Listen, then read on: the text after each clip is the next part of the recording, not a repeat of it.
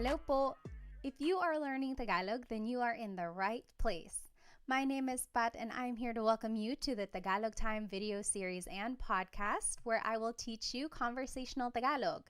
In my Tagalog lessons, we will break down grammar rules, we will learn common phrases that native speakers say, and we will practice so that you can feel confident speaking Tagalog to anyone you meet.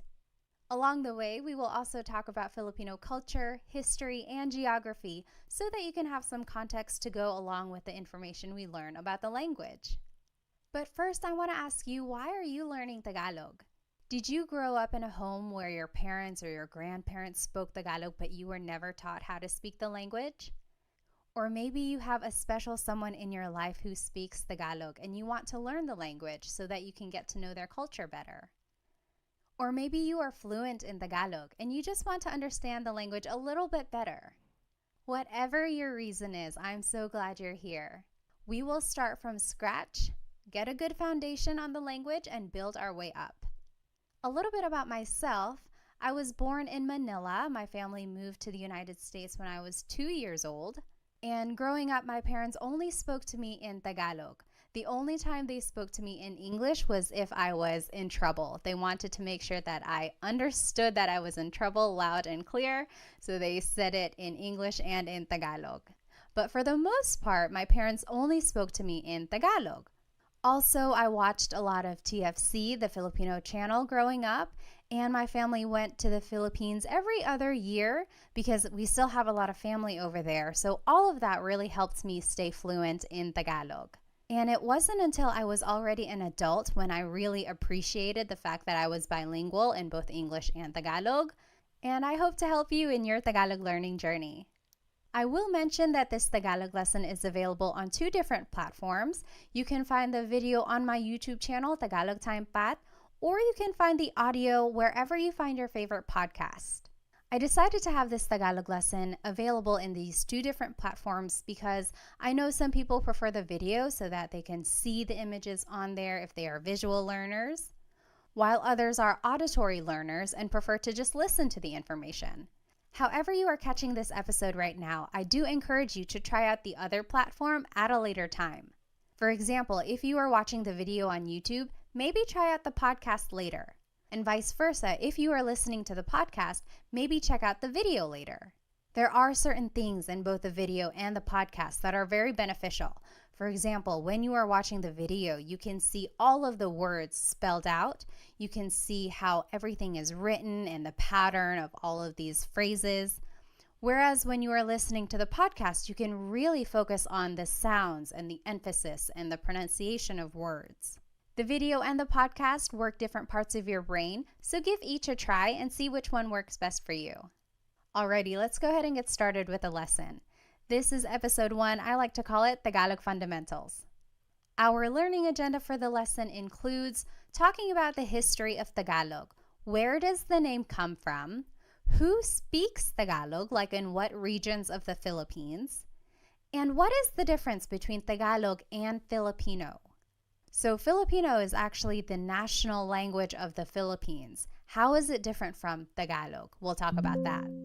Then we will learn some common introduction phrases so that you can have a conversation with someone you just met. And lastly, we'll do some practice questions and apply what we learned. Alrighty, this is a picture of a river. In fact, this is the Marikina River in Metro Manila. I will just describe it to you. In the back, there are some skyscrapers, really tall buildings. In fact, this is kind of what you would see in the Philippines whenever you visit a big city. So there's skyscrapers. Most of those are probably condos, probably office buildings for both domestic or local businesses as well as international businesses too. And then there's probably some shopping centers all mixed in there as well. Around those skyscrapers, you will see a lot of houses. So big cities are very populated. A lot of traffic can be seen there. However, throughout the city, you will find pockets of nature, like this river, or even parts of wooded areas, or even nature parks where families will often relax together. So what does a river have to do with Tagalog? Well, in Tagalog, the word river is ilog. And back in the day, those who lived near the river were called taga-ilog. Taga means from, ilog means river, so these people were from the river, or also known as river dwellers. The opposite of that would be taga-bundok, from the mountain. So this was just a way to distinguish people in different regions. Taga-ilog are those who were living beside the river. And the name Tagalog comes from this phrase, taga-ilog. It is the language that was spoken by these people who were living near the river. So eventually, the language was called Tagalog. Now, what is the difference between Tagalog and Filipino? Well, before the 1930s, there actually wasn't even a national language in the Philippines. At the time, Spanish and English were considered to be official languages, but there was no national language assigned yet. It wasn't until 1937 when Tagalog was declared to be the national language by the government. However, this was pretty controversial. Tagalog was only spoken in the Central Luzon area. That means people up north and people in the south did not speak Tagalog. There are lots of languages and dialects throughout the country. In fact, some people didn't even recognize Tagalog as the national language. Some people did not support this decision, but ultimately Tagalog was chosen for a number of reasons. First, Tagalog was spoken in Manila and its surrounding areas. And this is where the government had resided for many years. So since this is the area where government decisions were being made about politics, economics, and social issues, many people decided that Tagalog would be more suitable to be the national language. Also, Tagalog was chosen because it didn't have as many smaller dialects like other languages did in the country at the time. Another reason why Tagalog was chosen to be the national language was because there was an extensive amount of historical documents and books written in Tagalog. So this showed that Tagalog had already been a well-established language. Lastly, Tagalog was chosen to be the national language at the time because even though not a lot of regions spoke it fluently, it was the most widely understood language throughout various regions in the Philippines. Eventually, in 1987, it was declared that Filipino would actually be the national language instead of Tagalog. So what is the difference between Tagalog and Filipino? Well, Filipino comes from Tagalog. However, it includes loan words that are also commonly used, but come from Spanish, English, and other languages. For example, let's take the word dictionary. In Filipino, people would just say diccionario, dictionary. However, a true Tagalog purist would say talatinigan.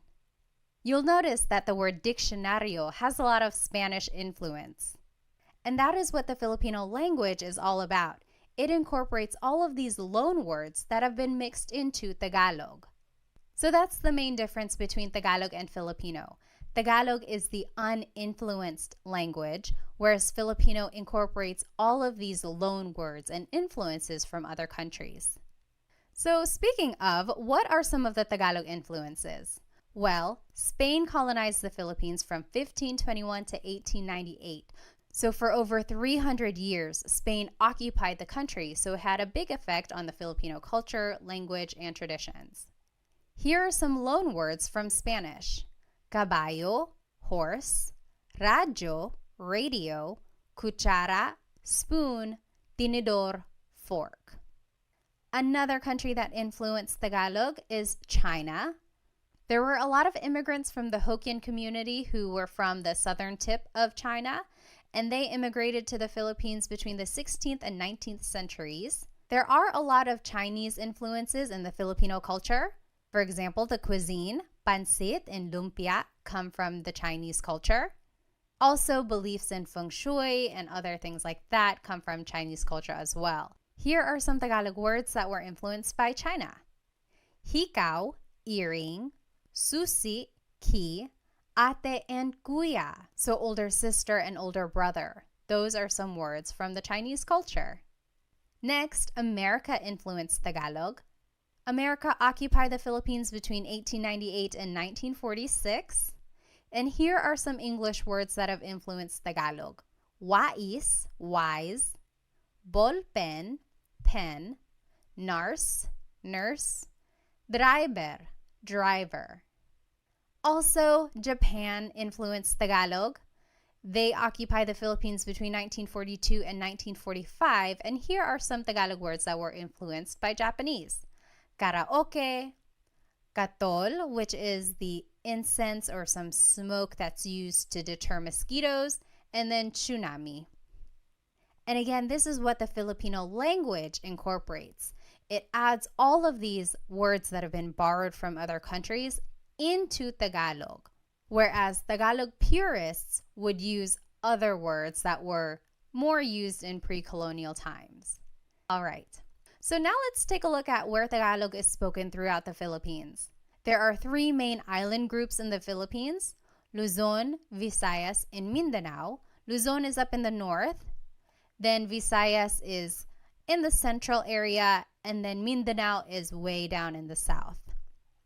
Tagalog is spoken here in this central Luzon area, so it's more up there in the north. There are so many languages in the Philippines, and here are just some of them. Ilocano is spoken up there in the north, northern Luzon area. Tagalog again is the central Luzon area. Bicolano is in the southern Luzon area. Waray is spoken in the Visayas region, also Cebuano and Bisaya. All of that is spoken in the southern areas of the Philippines. And then Hiligaynon is on the western side of the Visayas region. Now the big question is, what is the difference between language and dialect? I will say that not everyone agrees. Some people think Tagalog is a language. Some people would say Tagalog is just a dialect. Same with Bisaya. Some people would say, oh, Bisaya is a language. Others would say that Bisaya is a dialect. Based on my research, language is considered to be more broad, whereas dialect is more regional. So yes, someone could argue, oh, Bicolano is regional, Hiligaynon is regional. I like to consider all of these as different languages, and I know I'm going to get people who disagree, and I apologize, but I also just like to give these regions their own recognition as having this developed language and form of communication. I've been corrected before. I've called it a dialect and someone said, no, actually it's a language, and vice versa. I've called it a language and people say, no, it's a dialect. I would encourage you to maybe do your research. You figure out what you want to call these different forms of communication and call it what you would like. I will call them languages. All right. Now let's take a look at where Tagalog is spoken all throughout the world. Well, just think about where Filipinos go. Wherever there are Filipinos, there's likely to be someone who speaks Tagalog.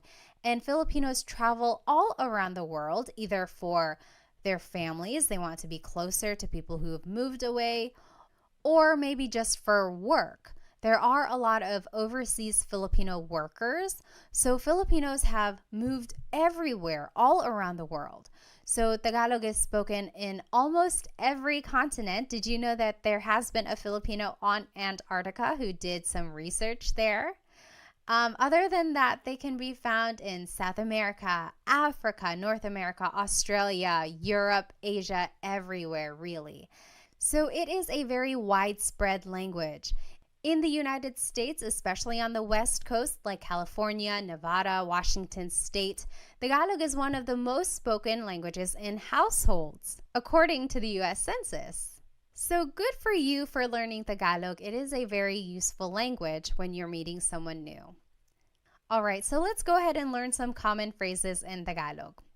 If you want to say hello, how are you in Tagalog, it's kamusta ka, kumusta ka. So it's spelled K-U-M, kumusta ka. But sometimes you might hear some people say kamusta ka, like it's a K-A sound. Kamusta ka. So if you want to say hello, how are you, it is just one phrase, kamusta ka.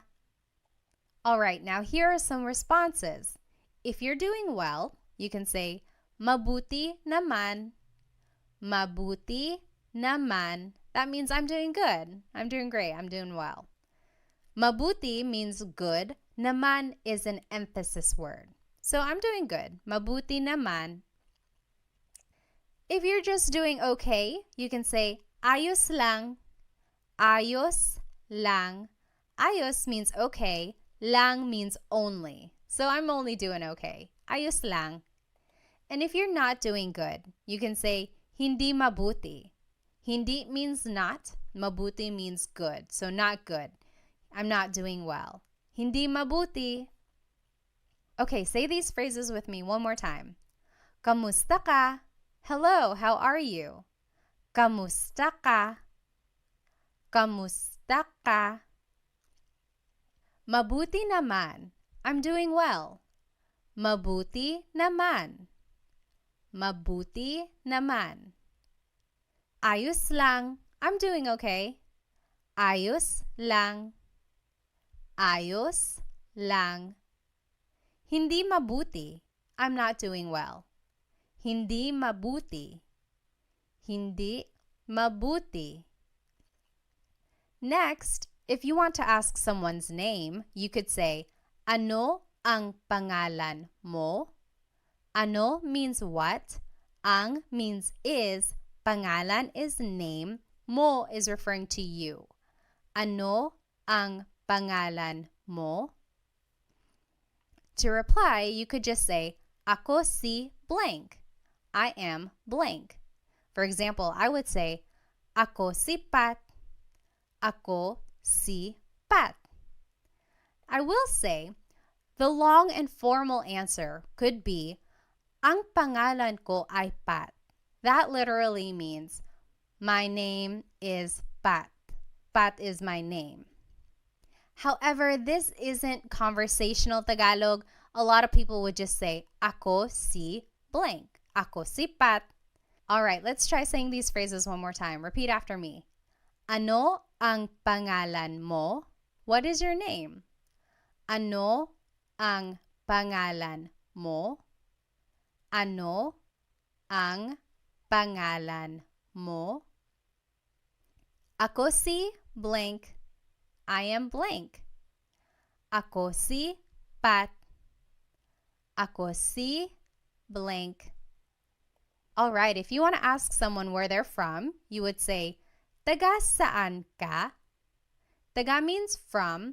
Saan means where. Ka is referring to you. Taga saan ka? Where are you from? Taga saan ka? To reply, you would say, taga blank ako. I am from blank. Taga means from. Ako means I am. Taga Manila ako. I am from Manila. Taga blank ako. All right, say these phrases with me one more time. Taga saan ka? Taga saan ka? Taga saan ka? Taga Manila ako. Taga blank ako. Taga blank ako. Next, if you want to ask about someone's age, you would say, ilang taon ka na? Ilang taon ka na? Ilan means how many. Taon means year. Ka is referring to you. Na means already. Ilang taon ka na? Ilang taon ka na? To reply, you would just say, blank ako. I am blank. 30 ako. I am 30. Blank ako. Usually, when someone is saying their age, they use Spanish numbers. So an 18-year-old might say, 18 ako. I am 18. But you could also say it in Tagalog or in English. 30 ako. Let's say these phrases one more time. Ilang taon ka na? Ilang taon ka na? Ilang taon ka na? Blank ako. 30 ako. Blank ako. The long form of your answer could be, ako ay 30 taong gulang. That literally means, I am 30 years old. Again, this is not so much conversational Tagalog. It's more common for someone to just say, 30 ako. Next, you can ask someone, ano ang trabaho mo? What is your job? Ano means what? Ang means is, trabaho means job, mo is referring to you. Ano ang trabaho mo? Ano ang trabaho mo? Your response would be, blank ako. So very similar to the last response. I am blank. I am a blank. For example, I could say, nurse ako, teacher ako. And here's just some vocabulary on some professions. Guro, teacher. Nurse, nurse. Doktor, doctor. Abogado, lawyer. So you could say, guro ako, nurse ako. All right, say these phrases with me one more time. Ano ang trabaho mo? Ano ang trabaho mo? Ano ang trabaho mo? Blank ako. Nurse ako. Guro ako. The long form answer would be, ako ay isang nurse. Literally, I am a nurse. Ako ay isang nurse. Again, this is not conversational Tagalog. More people would just say, blank ako, nurse ako. Next, someone might ask you, may asawa ka na ba? Are you married? May asawa ka na ba? May means to have. Asawa is a spouse. Ka is referring to you. Na means already. Ba is a question word. May asawa ka na ba? May asawa ka na ba? Your response would be, oo, yes, wala, or hindi, no, wala pa, not yet. So repeat after me, may asawa ka na ba? May asawa ka na ba? And you say your answer, oo, yes, wala, no, wala pa, not yet. Next is a very similar question. May anak ka na ba? May means to have. Anak means child. Ka is referring to you. Na means already. And ba is a question word. May anak ka na ba? Do you have any kids? May anak ka na ba? May anak ka na ba? Your response would be the same as the last question. Oo, yes. Wala or hindi, no. Wala pa, not yet. So the difference between wala and hindi. Wala technically means none or nothing. Hindi means no. And since the question has the word may, which means do you have, it's almost like a quantity, then you could answer with wala, none. I have none yet. I don't have any kids yet. So wala, none. Sometimes you might also hear someone say hindi, no. Most commonly you would hear someone say wala, none. If you do want to answer and say that you do have kids, you can add the number of kids in your response.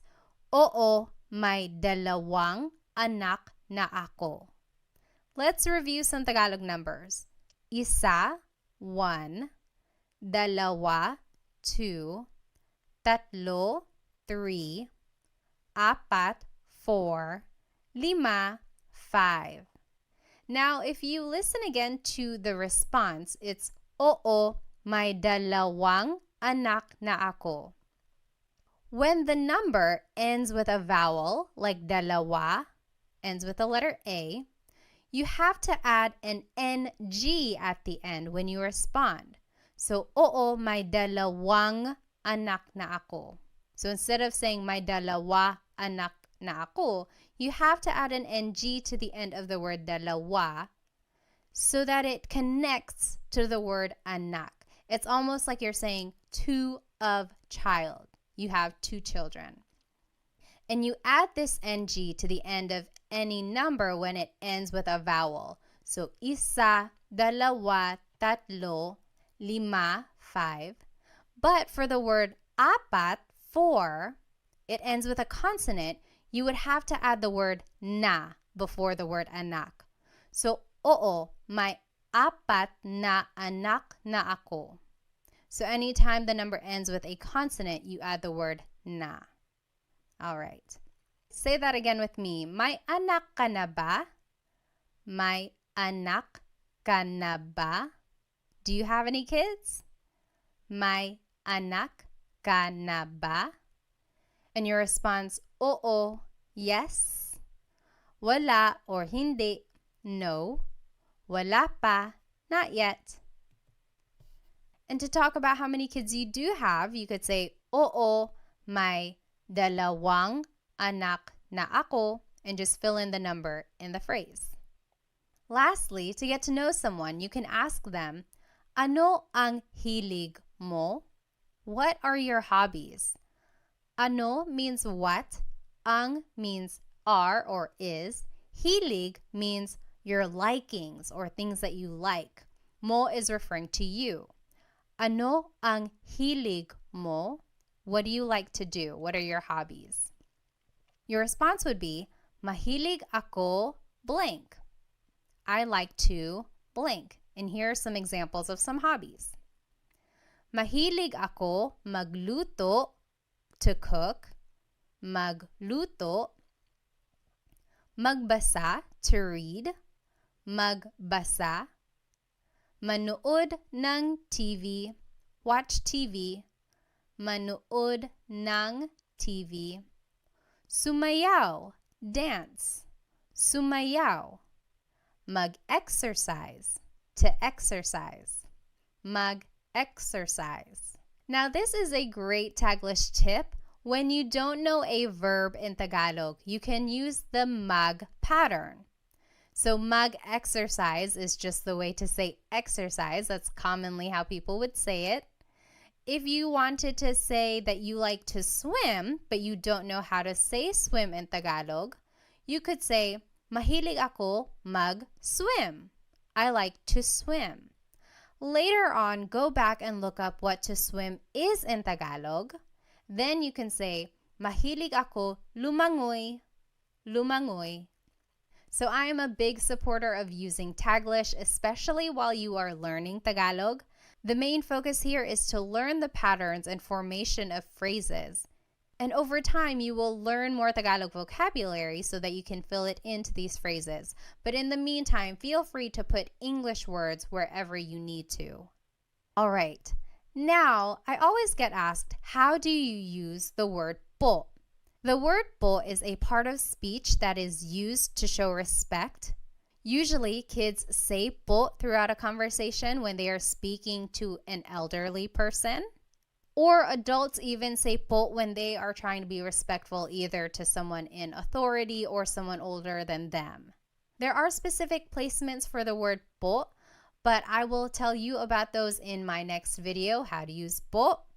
But just as a rule of thumb, you can always add po to the end of anything you say and it will always work. It will always be respectful. So for any of the phrases that we learned today, add po at the very end when you are speaking to someone older than you. And that's just a good way to show respect. All right, now it's time to practice what we learned today. Translate these phrases in Tagalog. I will give you 10 seconds and then we'll go over the answer. Okay, so the first phrase that we're going to translate to Tagalog is, what is your name? What is your name? How do you say that in Tagalog?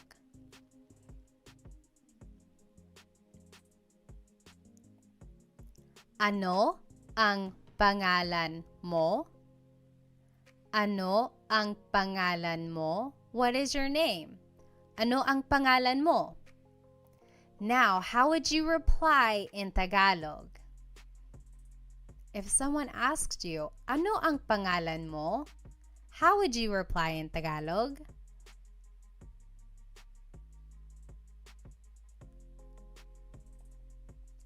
Ako si blank. Ako si Pat. Ako si blank.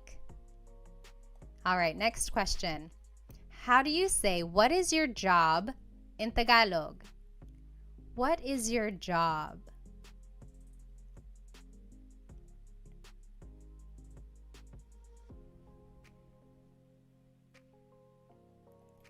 Ano ang trabaho mo? Ano ang trabaho mo? What is your job? Ano ang trabaho mo? Now, how would you reply in Tagalog?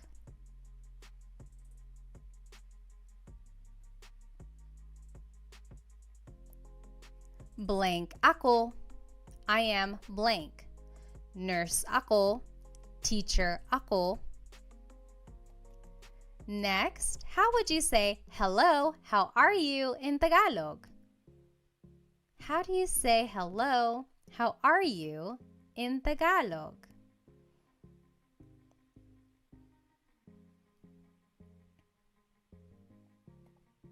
Kamusta ka?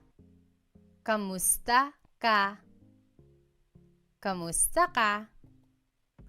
Now, how would you reply in Tagalog? Remember, there are 3 different responses that you could say.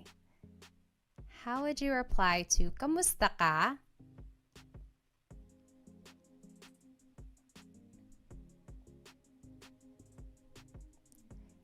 If you're doing well, you could say mabuti naman. Mabuti naman. If you're doing okay, you could say ayos lang. Ayos lang. And if you're not doing so good, you can say hindi mabuti. Hindi mabuti. All right, now how do you say, are you married in Tagalog? Are you married?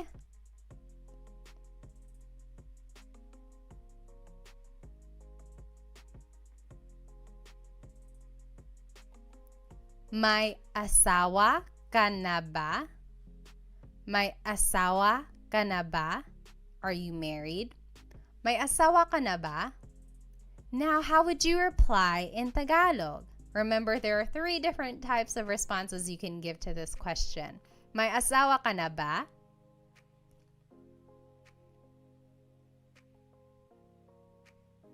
You can say, oo, yes, oo, or wala, hindi, no, wala, hindi, or wala pa, not yet, wala pa. How do you say, where are you from in Tagalog? Where are you from?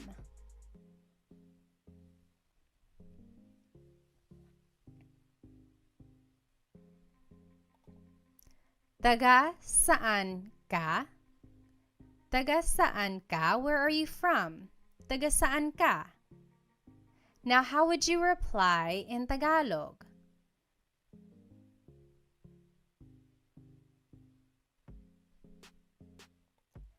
Taga blank ako.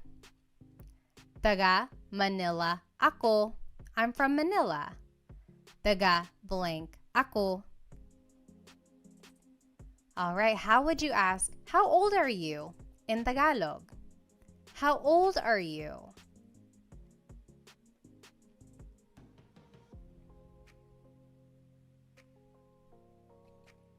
Ilang taon ka na?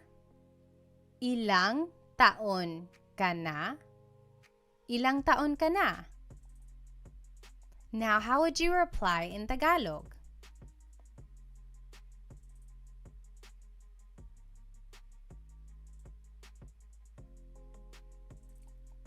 You can say blank ako.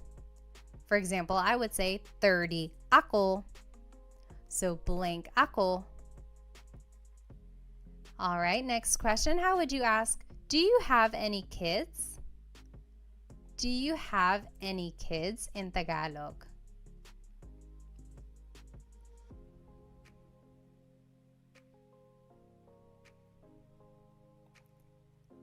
May anak ka na ba? May anak ka na ba? Do you have any kids? May anak ka na ba? And how would you reply in Tagalog?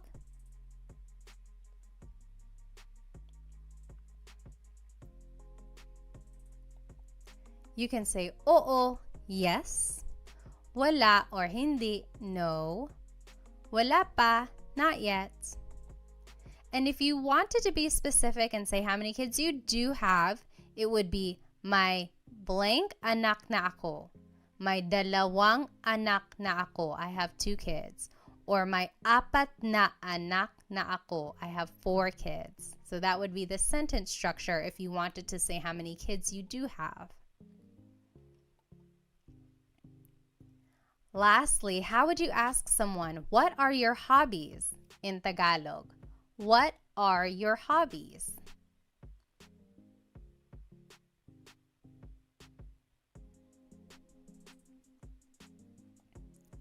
Ano ang hilig mo? Ano ang hilig mo? What are your hobbies? Ano ang hilig mo? And how would you reply in Tagalog? Mahilig ako. I like to. Mahilig ako magluto, to cook. Magluto. Magbasa, to read. Magbasa. Manood ng TV, to watch TV. Manood ng TV. Sumayaw, to dance. Sumayaw. Mag-exercise, to exercise. Mag-exercise. And remember, you can always use a Taglish tip. If you don't know a verb in Tagalog, just say it as a mag verb. Mahilig ako mag-swimming.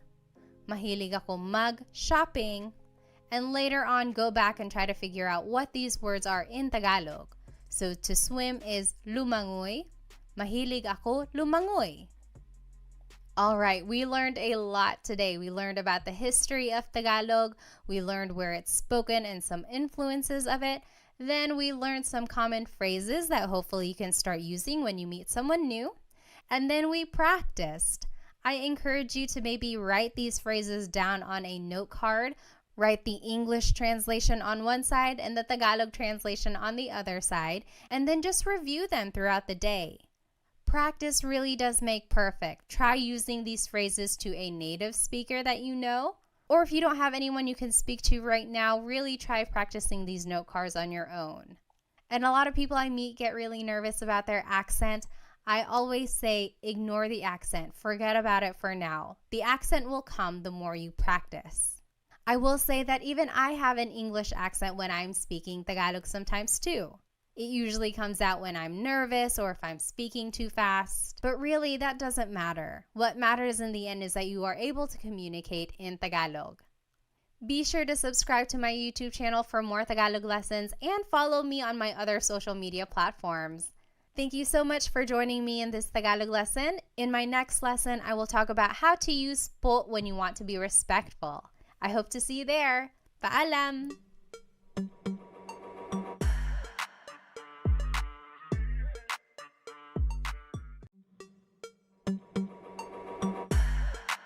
Hello po! Welcome to another episode of Tagalog Time. In today's Tagalog lesson, we will learn how to use the word po.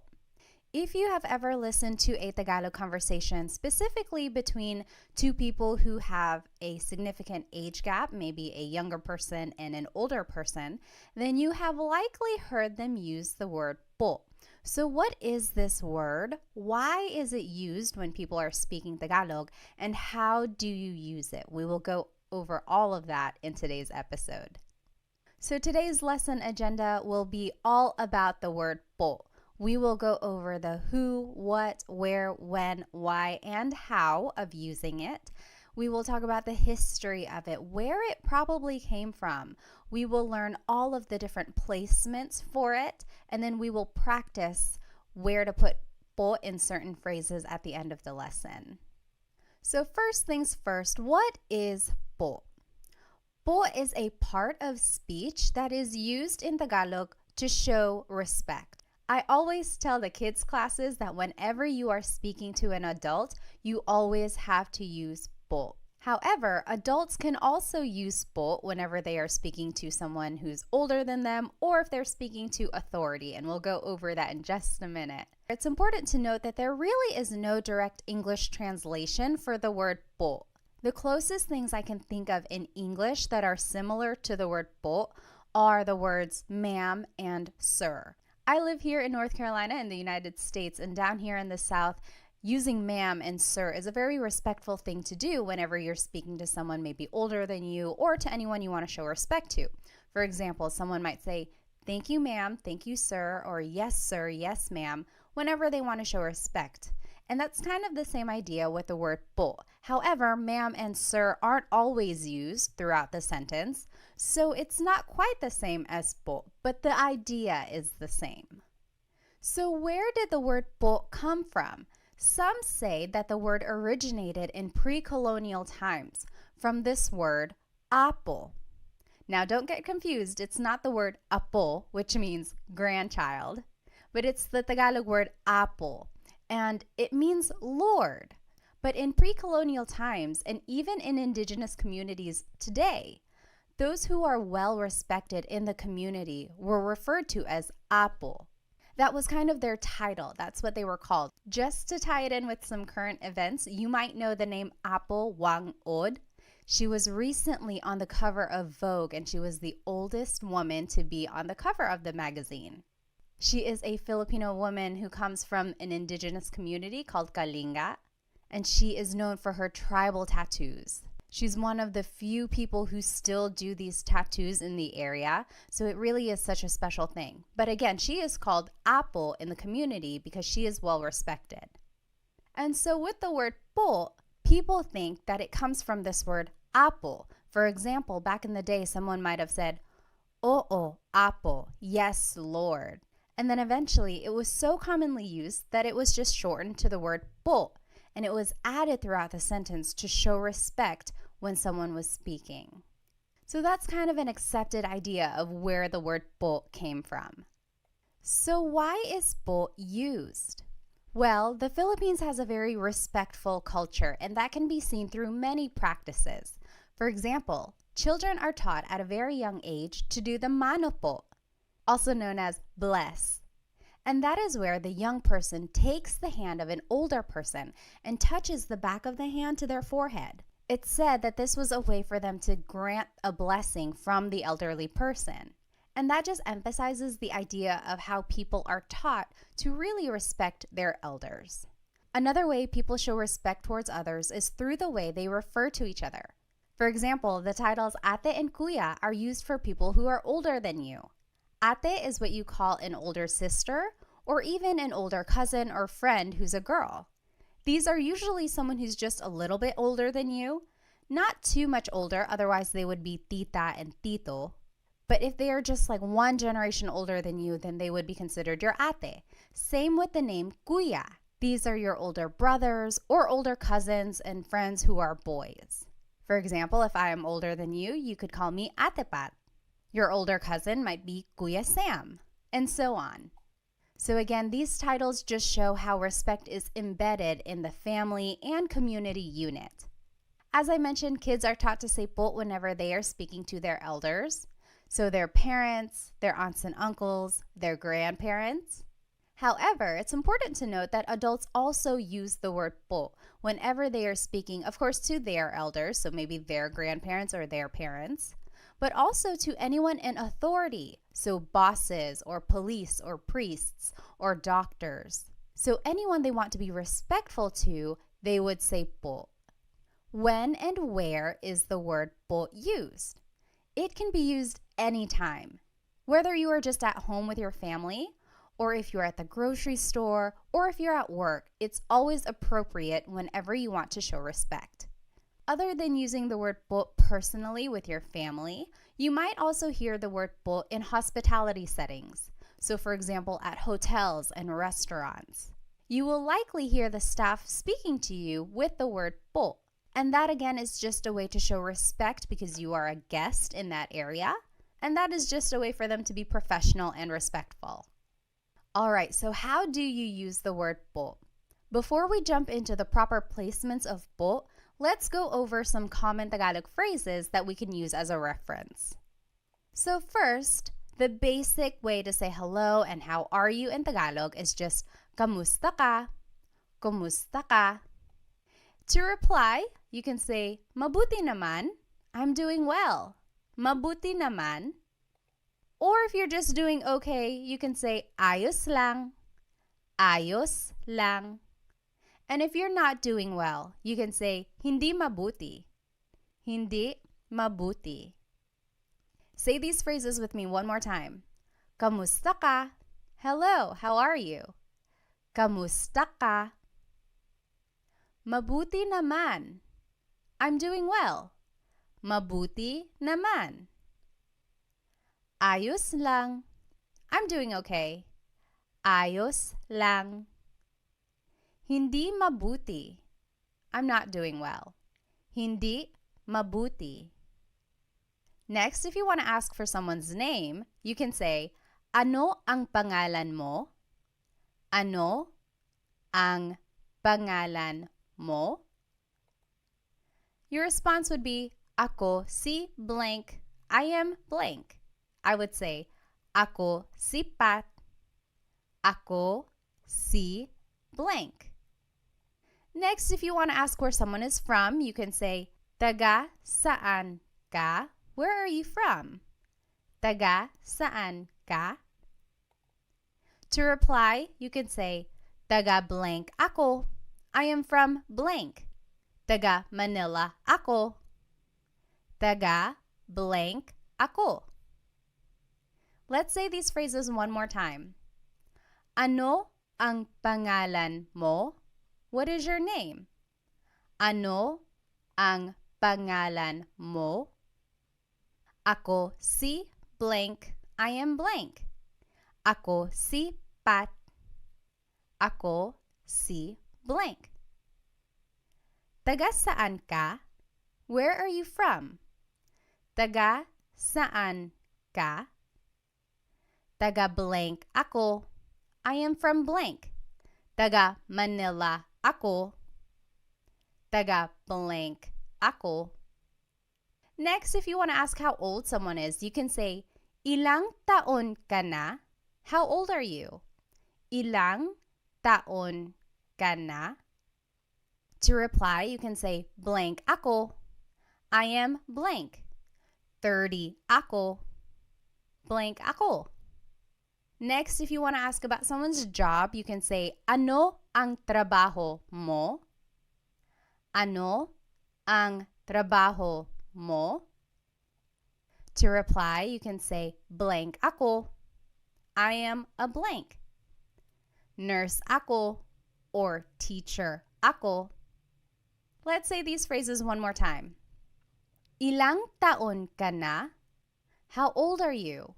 Ilang taon ka na? Blank ako. I am blank. 30 ako. Blank ako. Ano ang trabaho mo? What is your job? Ano ang trabaho mo? Blank ako. I am a blank. Nurse ako. Blank ako. All right, so we learned some common phrases. Now let's see where po would go in these phrases. First, the most common placement for po is that it is the second word in the sentence. For example, saan po ang CR?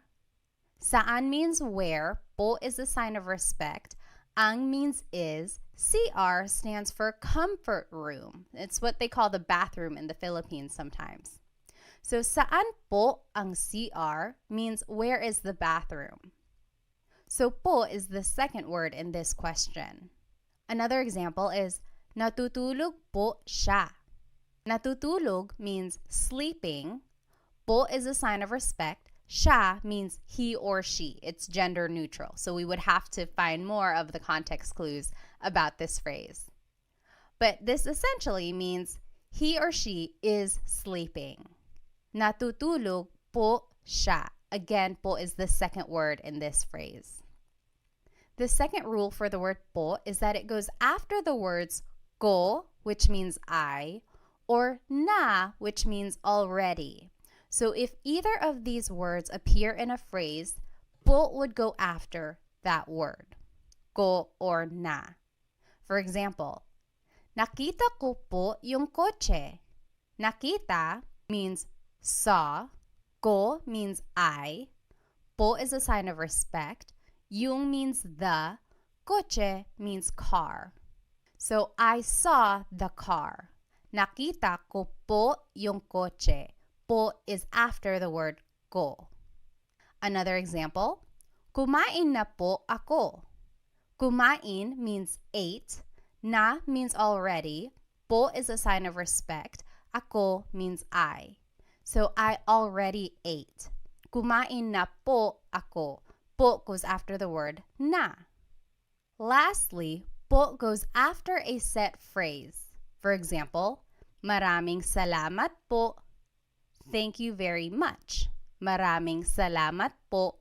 Also, it can go after the phrase magandang umaga po. Good morning. So these are just some set phrases and po goes after them. I will note that if you don't remember these po placements, you can always add po at the end of anything you say, and it will always work. It will be respectful. It might not be the most common placement for the word po, but it does the job. So if you don't remember that po goes after the word ko or after the word na, just add it to the end of the phrase and you will be respectful. And that's the ultimate goal. All right. Now let's talk about po pronouns. This is very important. Whenever we are using the word po, you have to change the singular you pronoun to the plural you pronoun. For example, the word mo turns into the word nyo. The word ko turns into the word kayo. Depending on the sentence, mo means you or your, and ko means I or my. And these are singular pronouns. So anytime you are using the word po, you have to use the plural you pronoun, nyo and kayo, respectfully. And they do this in other languages as well. They do this in French. I took 5 years of French between high school and college. And anytime you refer to someone in a respectful way, you have to use the plural you pronoun. And you do this even if you are just speaking to one person. So that can get a little confusing. People always ask, so if I'm only speaking to one person, but I'm still using the word po, I still have to refer to them in the plural you? Yes, you do. So anytime you are trying to be respectful and you are using the word po, you have to use the plural you pronoun. And we will see how that works in these examples. So just to review the common phrases we just learned, kamusta ka? Hello, how are you? Mabuti naman, I'm doing well. Ayos lang, I'm doing okay. Hindi mabuti, I'm not doing well. Now, if we want to be respectful, let's see where po would go in these phrases. Kamusta ka turns into kamusta po kayo. So po is the second word in this question. And then ka becomes kayo. So that is an example of where the singular you pronoun becomes a plural you pronoun. So kamusta ka becomes kamusta po kayo. Next, mabuti naman becomes mabuti naman po. So that's just a set phrase. It would go at the end of that. Very similar, ayos lang becomes ayos lang po. Again, it just goes at the end because it's a set phrase. And then lastly, hindi mabuti becomes hindi mabuti po. Again, that's just a set phrase. You might hear someone say, hindi po mabuti. I've heard that before, so it can also be the second word in this phrase, hindi po mabuti. But since it's a set phrase, I would add it to the end, hindi mabuti po. So those are some examples of where po would go. Just some more common phrases. Let's review. Ano ang pangalan mo? What is your name? Ako si Pat. I am Pat. Taga saan ka? Where are you from? Taga Manila ako. I am from Manila. Now let's see where po would go in these phrases. Ano ang pangalan mo becomes ano po ang pangalan nyo? So po is the second word here, goes right after the word ano. And then mo becomes nyo. So again, the singular you pronoun becomes a plural you pronoun. Next, ako sipat becomes ako po sipat. Po is the second word in this phrase. Taga saan ka becomes taga saan po kayo. So this po placement does not really fall into any of the three major placements that we learned. But I do want to point out that ka becomes kayo. Again, that is where the singular you pronoun becomes a plural you pronoun. And lastly, to respond, taga Manila ako becomes taga Manila po ako. So in this case, po is the third word, so it doesn't really fall into any of the categories that we learned earlier. But when in doubt, you can always add po to the end. Taga Manila ako po. That will also work. In fact, when I was a kid, that's what I was taught. Just always add po to the end of anything you say. The more you hear people speaking Tagalog, you'll catch on to where po typically goes. You'll hear the flow of the sentence, and you'll learn where po might and might not go. Alrighty. Ilang taon ka na means how old are you? 30 ako. I am 30. Ano ang trabaho mo? What is your job? Nurse ako. I am a nurse. Let's see where po would go in these phrases. Ilang taon ka na becomes ilang taon na po kayo. So po goes after the word na anytime it appears in a phrase. And then ka becomes kayo. So ilang taon na po kayo? How old are you? 30 ako becomes 30 po ako. So po is the second word placement there. Ano ang trabaho mo becomes ano po ang trabaho nyo? Po is the second word placement here. And then mo becomes nyo. And lastly, nurse ako becomes nurse po ako. Po is the second word placement in this phrase. All right, let's try some practice questions. Just to review, these are the three common placements of po. Usually it's the second word placement in a phrase, or it goes after the words ko or na if either of them appear in a phrase. And lastly, it goes after a set phrase. And then the most important rule is anytime you are using po, you have to use a plural you pronoun instead of the singular you pronoun. So like the phrase we learned, taga saan ka? Where are you from? Turns into taga saan po kayo? Ka becomes kayo. You would never ever hear someone say, taga saan po ka? The po and the ka are never together since that is a singular you pronoun. You always have to change the ka into kayo, which is the plural you pronoun. Taga saan po kayo? All right, so let's do some practice. What is the proper placement of po in these phrases? Maligayang bati, happy birthday. Maligayang means happy. Bati means a greeting. So happy greeting, usually used for happy birthday. Maligayang bati. I'll give you a hint. This is a set phrase. So think about that. Maligayang bati, happy birthday. Where would po go there? Next, binili ko yung laruan. Binili means bought. Ko means I. Yung means the. Laruan means toy. So I bought the toy. Binili ko yung laruan. Where would po go in this phrase? Binili ko yung laruan. And lastly, kinain ko na yung pagkain. Kinain means ate. Ko means I, na means already, yung means the, pagkain means food. I already ate the food. Kinain ko na yung pagkain. Where would po go in this phrase? Take a minute and try to think of where you would put po in these phrases.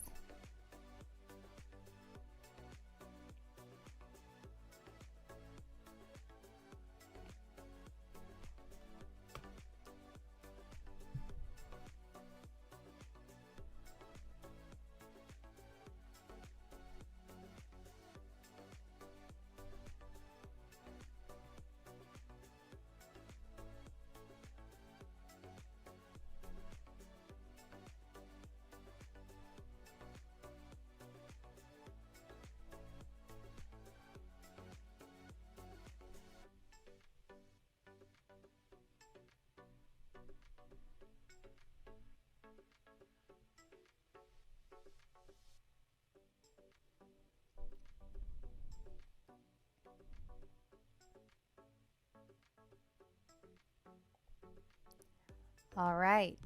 Maligayang bati becomes maligayang bati po. So that is a set phrase, so po would just go at the end of that. Maligayang bati po. Next, binili ko yung laruan. I bought the toy. Becomes, binili ko po yung laruan.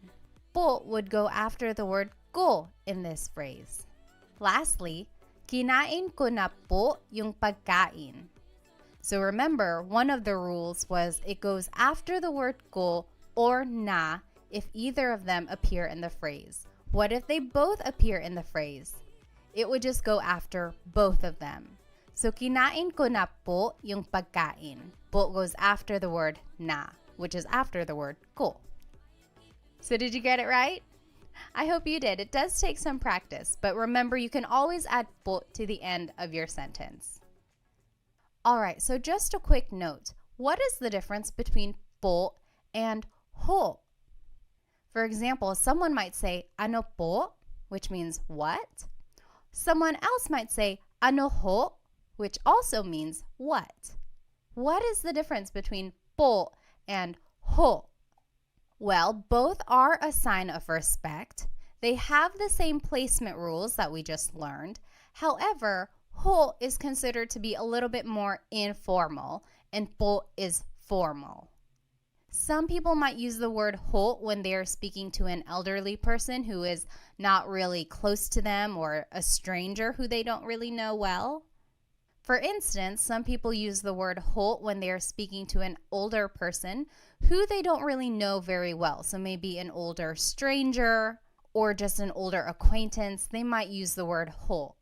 Whereas po is really saved for older people in their family, people they really know and want to formally respect.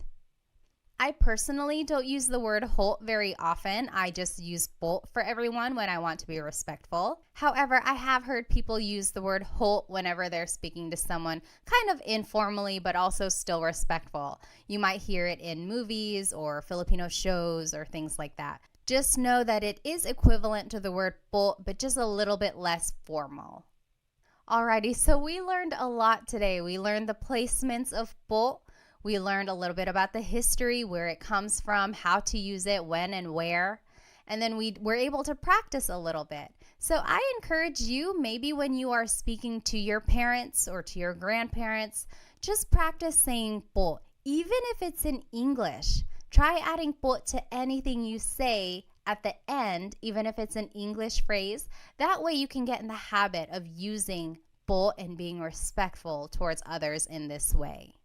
If you would like to stay connected and get notified whenever I have a new Tagalog lesson, I encourage you to subscribe to my YouTube channel.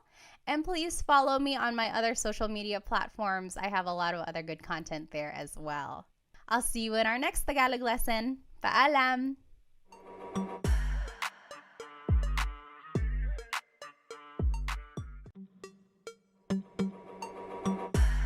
Hello, hello!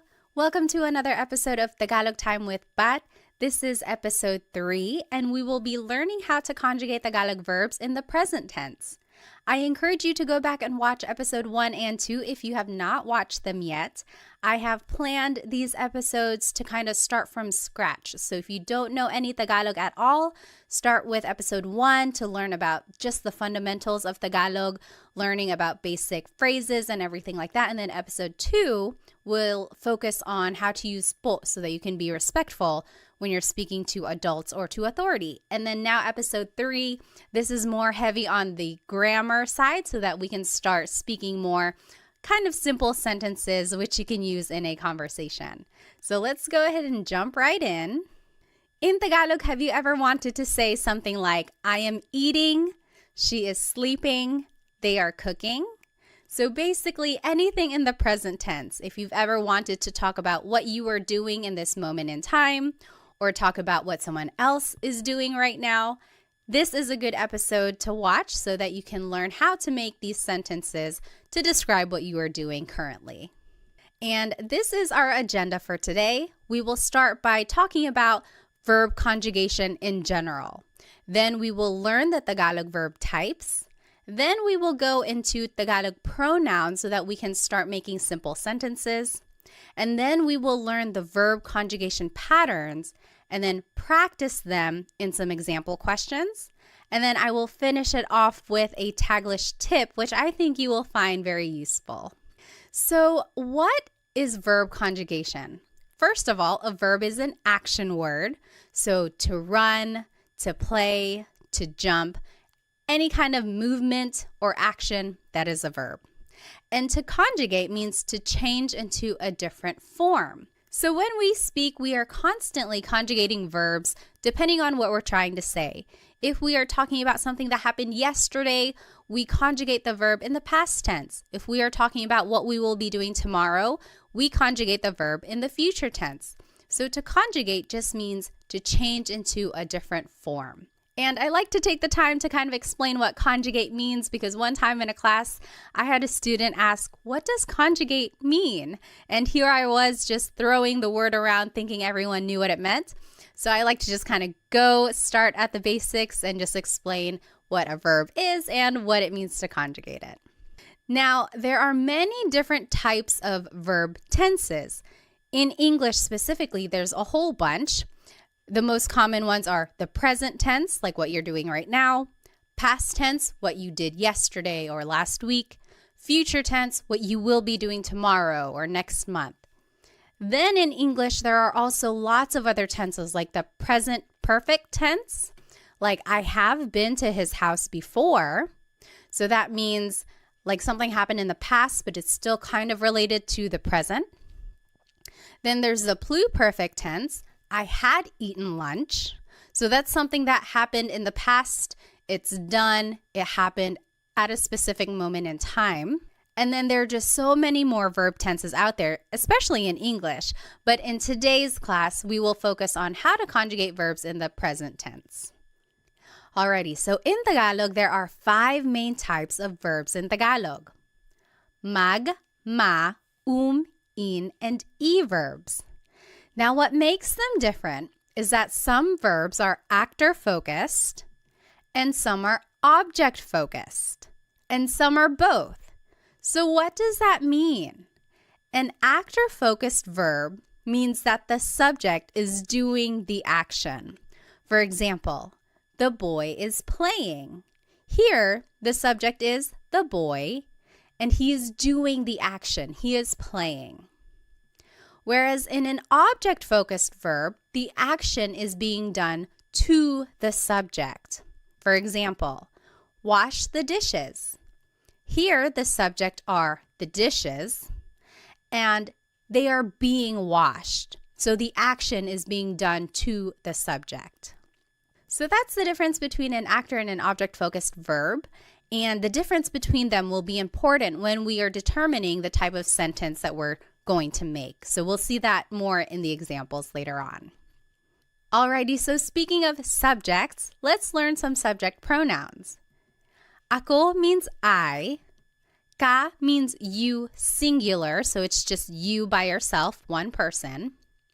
Siya means he or she. And I want to point out that siya is gender neutral. That means you have to listen for the context of the sentence to determine who that person is talking about. And also, take a look at the spelling. It looks like it should be pronounced siya, but it's actually pronounced siya. There are some regions in the Philippines that might pronounce it siya, but for the most part, in the Central Luzon, Tagalog-speaking areas, it's pronounced siya. Next, sila is they. Tayo is we inclusive. Kami is we exclusive. So in Tagalog, it's interesting. There are 2 types of we. In English, we just say we, and then you have to kind of distinguish who you're talking about, like we who. So in Tagalog, if everyone is included, that's tayo. So you and me and everyone in the room, we are all eating, kumakain tayo. That's inclusive because everyone is doing the action. Whereas if it were me and my husband Chris, we are eating, that would be kumakain kami. That's exclusive because you're not included. I'm just kind of telling you about it. kumakain kami, we are eating. And then lastly, kayo is you plural. So you all, that's you plural, kayo. Okay, now the simplest sentence structure is verb plus pronoun. If we take a look at the verb to cook, in Tagalog it's magluto. So if you want to say I am cooking, it's nagluluto ako. Or you could say nagluluto ka, you are cooking. Nagluluto siya, he or she is cooking. Nagluluto sila, they are cooking. Nagluluto tayo, we are cooking, inclusive. Again, that's you and me and everyone in the room. We are all cooking together. Everyone is included. Nagluluto tayo. Versus nagluluto kami. Me and my husband Chris, we are cooking. That's exclusive. And then nagluluto kayo, you all are cooking. Maybe you all as a class, nagluluto kayo. All right, so all of these examples just show the simple sentence structure, verb plus pronoun. So the verb goes first, and then the pronoun goes afterwards. It's the opposite of English where the pronoun goes first. Like, I am cooking, I is the pronoun, and then it's the verb cook. So in Tagalog, it's the opposite, verb plus pronoun. All right, so one important thing about Tagalog verbs is that they all have a root word, and then something is added to them to conjugate it to a different tense. So an affix or an infix is added to the word to change it into a different tense. For example, let's take a look at the word magluto, to cook again. You could say nagluluto ako, I am cooking. That's the present tense. Past tense, nagluto ako, I cooked. Future tense, magluluto ako, I will cook. So I underlined here all of the root words. So luto is the root word. And then there's the affix that goes before the root, and that will determine the tense. And what I want you to get from this slide is that if you can pick out the root word in a conversation, then that will really help with the translation of Tagalog for you. So if I heard someone say, oh, nagluto ako kahapon, then I would say to myself, okay, I know luto means to cook. Now I have to use context clues to figure out, are they talking about something that happened yesterday, or are they cooking right now, or are they going to cook tomorrow? So if you can pick out root words when you're listening to Tagalog, that will really help with the translation and understanding of the language. Alrighty, so let's go ahead and jump right into these conjugation patterns. We will start with the mag verbs. They are usually actor focused, and they are the most common type of verb in Tagalog. Here are some examples. Maglakad, to walk. Magluto, to cook. Magbasa, to read. Now, in the present tense, if you want to conjugate a mag verb in the present tense, here is the pattern. It's the affix nag, then it's the repeated first syllable, and then it's the root. For example, maglakad becomes naglalakad. Here's the affix nag, then there's a repeated first syllable, and then the root. Naglalakad ako, I am walking. Naglalakad sila, they are walking. Alrighty, let's take a look at magluto, to cook. In the present tense, it becomes nagluluto. Here's the affix nag, then there's the repeated first syllable, and then the root. Nagluluto sila, they are cooking. Nagluluto. Lastly, magbasa, to read. It becomes nagbabasa. Here's the affix nag, then there's a repeated first syllable, and then the root. Nagbabasa ako, I am reading. So that is how you would conjugate a mag verb in the present tense. Let's take a look at ma verbs. They are very similar in their pattern. These are usually actor focused, and here are some examples. Maligo, to shower. Matulog, to sleep. Manood, to watch. In the present tense, if you want to conjugate a ma verb, here's the pattern. Now the affix is na, then it's the repeated first syllable and then the root. So maligo, to shower, will be naliligo. Naliligo ako, I am taking a shower. Naliligo siya, he is taking a shower. You jot it down on your paper. What do you think matulog and manood will be in the present tense? And feel free to pause the video if you need. All right, matulog in the present tense, to sleep, is going to be natutulog.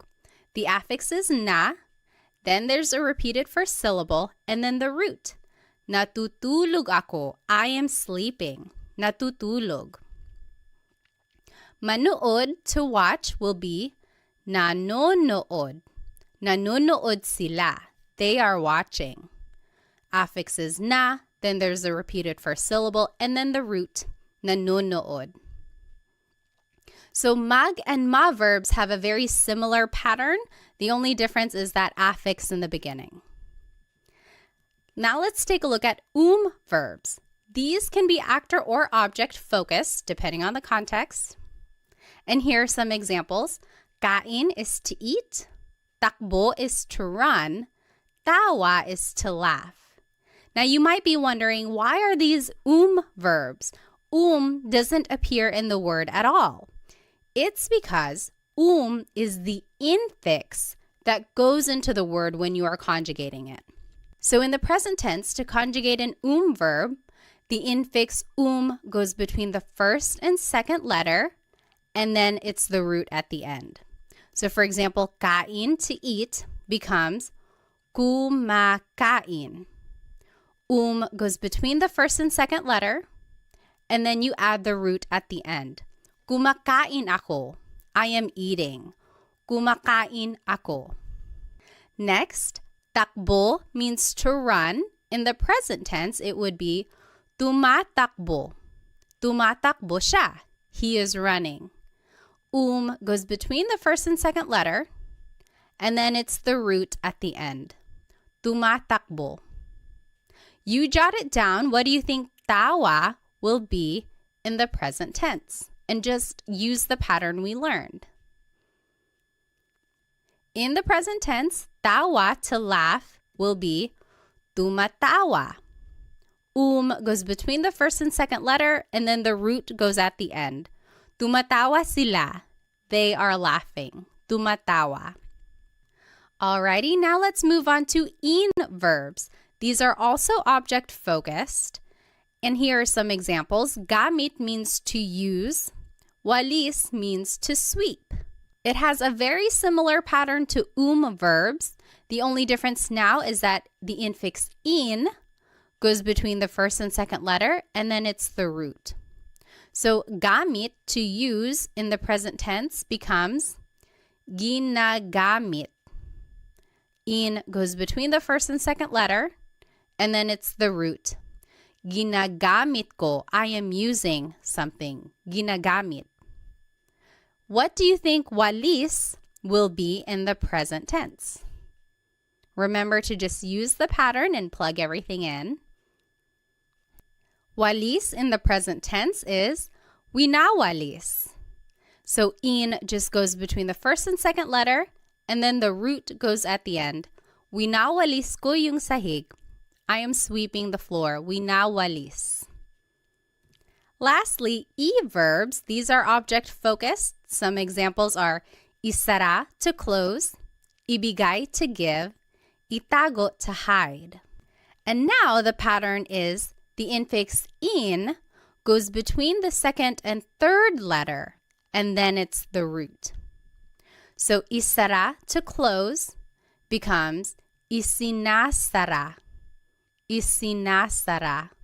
So in goes between the second and third letter, and then the root goes at the end. Isinasara ko yung pinto. I am closing the door. You jot it down. What do you think ibigay and itago will be in the present tense? In the present tense, ibigay, to give, will be ibinibigay. ibinibigay. In just goes between the second and third letter, and then it's the root at the end. Ibinibigay. So, ibinibigay ko, I am giving something to someone. Lastly, itago, to hide, in the present tense will be itinatago. Itinatago. The in just goes between the second and third letter, and then the root goes at the end. Itinatago. All right, so those are the conjugation patterns for the 5 different types of verbs in Tagalog. So as you can see, there are some similarities among the patterns. You just kind of have to figure out what type of verb it is and then go from there. So I always get asked, how are verbs categorized? Why are some verbs mag, some are ma, some are some are in, some are e? And I've looked it up, and honestly, I have not found a consistent answer for that question. I think it goes back to baybayin, the ancient Philippine script. And back in the day, all of these verbs were just organized into these categories, and it was passed down throughout the years. And as Tagalog has evolved over time, all of these verbs have just been accepted into these categories. Unfortunately, there is no rhyme or reason that I know of to explain why magluto is a mag verb, whereas matulog is a ma verb. I'm not quite sure why they were organized like that.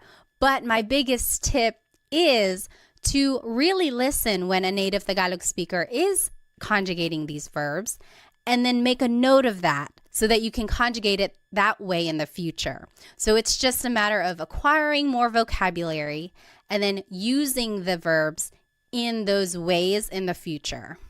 Now, if anyone does know the answer to that, like why are verbs organized in these groups, please let me know because I would love to share it. I have not been able to find a consistent answer to explain why they are the way they are. All right, so now let's go ahead and practice. I'm going to go ahead and turn my video off so that I can use the whole screen. All right, so in this top left corner are the verb patterns that we just learned. Under that are the subject pronouns we learned. Ako is I, ka is you, siya is he or she, sila is they, tayo is we, inclusive, kami is we, exclusive, kayo is you, plural. Then here is the simple sentence structure, verb plus pronoun. And then here are some vocabulary terms to indicate present tense. So ngayon means right now. Ngayong araw means today. And here are some examples. So number 1, I am cleaning right now. Maglinis means to clean. Number 2, she is eating. Kain means to eat. Number 3, you all are cooking. Magluto means to cook. Number 4, we are walking. Maglakad, inclusive. Number 5, they are sleeping. Matulog. And number 6, we are watching TV. Manood, exclusive. So let's do number 1 together just so we are all on the same page. Remember our sentence structure here, verb plus pronoun. So the verb for to clean is maglinis. In the present tense, it's naglilinis. So mag verbs, remember the pattern is affix nag, then there's a repeated first syllable, and then the root. Naglilinis, then I, the subject pronoun for I is ako. And then right now, ngayon. Naglilinis ako ngayon. I am cleaning right now. Naglilinis ako ngayon. You take a minute and do the last 5 questions and then we'll go over it. And feel free to pause the video now if you think you'll need more time. All right, so let's go ahead and do number 2. She is eating. Kumakain siya. Remember, kain is an verb. So the pattern for verbs is the infix goes between the first and second letter, and then it's the root. Kumakain siya. Number 3, you all are cooking. Nagluluto kayo. Nagluluto kayo. Number 4, we are walking. Naglalakad tayo. So remember, inclusive means everyone is doing the action. Tayo is the inclusive form of we. Number 5, they are sleeping. Natutulog sila. Natutulog sila. And lastly, we are watching TV. Exclusive. Nanonood kami ng TV. So not everyone is doing it. It's just me and someone else. Nanonood kami ng TV. So the TV just goes at the end. Nang means some or a thing. We are watching some TV. Now, I want to take a look at this phrase, she is eating. Kumakain siya. Kain is a good example of a verb that can be actor or object focused. So we just learned, kumakain siya. She is eating. But you could also say, kumakain siya ng kanin. She's eating some rice. Or kumakain siya ng saging. She's eating a banana. So ng can mean some or a thing. And in all of these examples, kain is being conjugated as an verb. But you could also say, kinakain niya yung cake. She is eating the cake. Or, kinakain niya yung pandesal. She's eating the pandesal. Pandesal is like a sweet bread that's usually eaten for breakfast. So these last two examples, kain is being conjugated as an in verb. What's the difference here? When kain is being conjugated as an verb, it is an actor-focused verb. So in these examples, it's like asking, what is she doing? Oh, she's eating. She's eating some rice. She's eating a banana. What is she doing? Versus when it's an object-focused verb, it's almost like you're asking, what is she eating? Oh, kinakain niya yung cake. She's eating the cake. Or kinakain niya yung pandesal. She's eating the pandesal. So when it's an actor-focused verb, it's more answering the question, what is she doing? In an object-focused verb, it's like answering the question, what is she eating? So there you can kind of see the shift in the focus of the sentence. Is it more focused on what the subject is doing or focused on what the subject is eating? So I think that's very interesting how the verbs can take on a different kind of focus depending on the context of your sentence. All right, so let's go back to the examples we just did. If you look closely, you'll notice that all of these examples are mag, ma, or verbs. That is because they are all actor-focused, meaning you can use a subject pronoun like we were using. However, if you want to use an in or verb, now you have to actually use a possessive pronoun.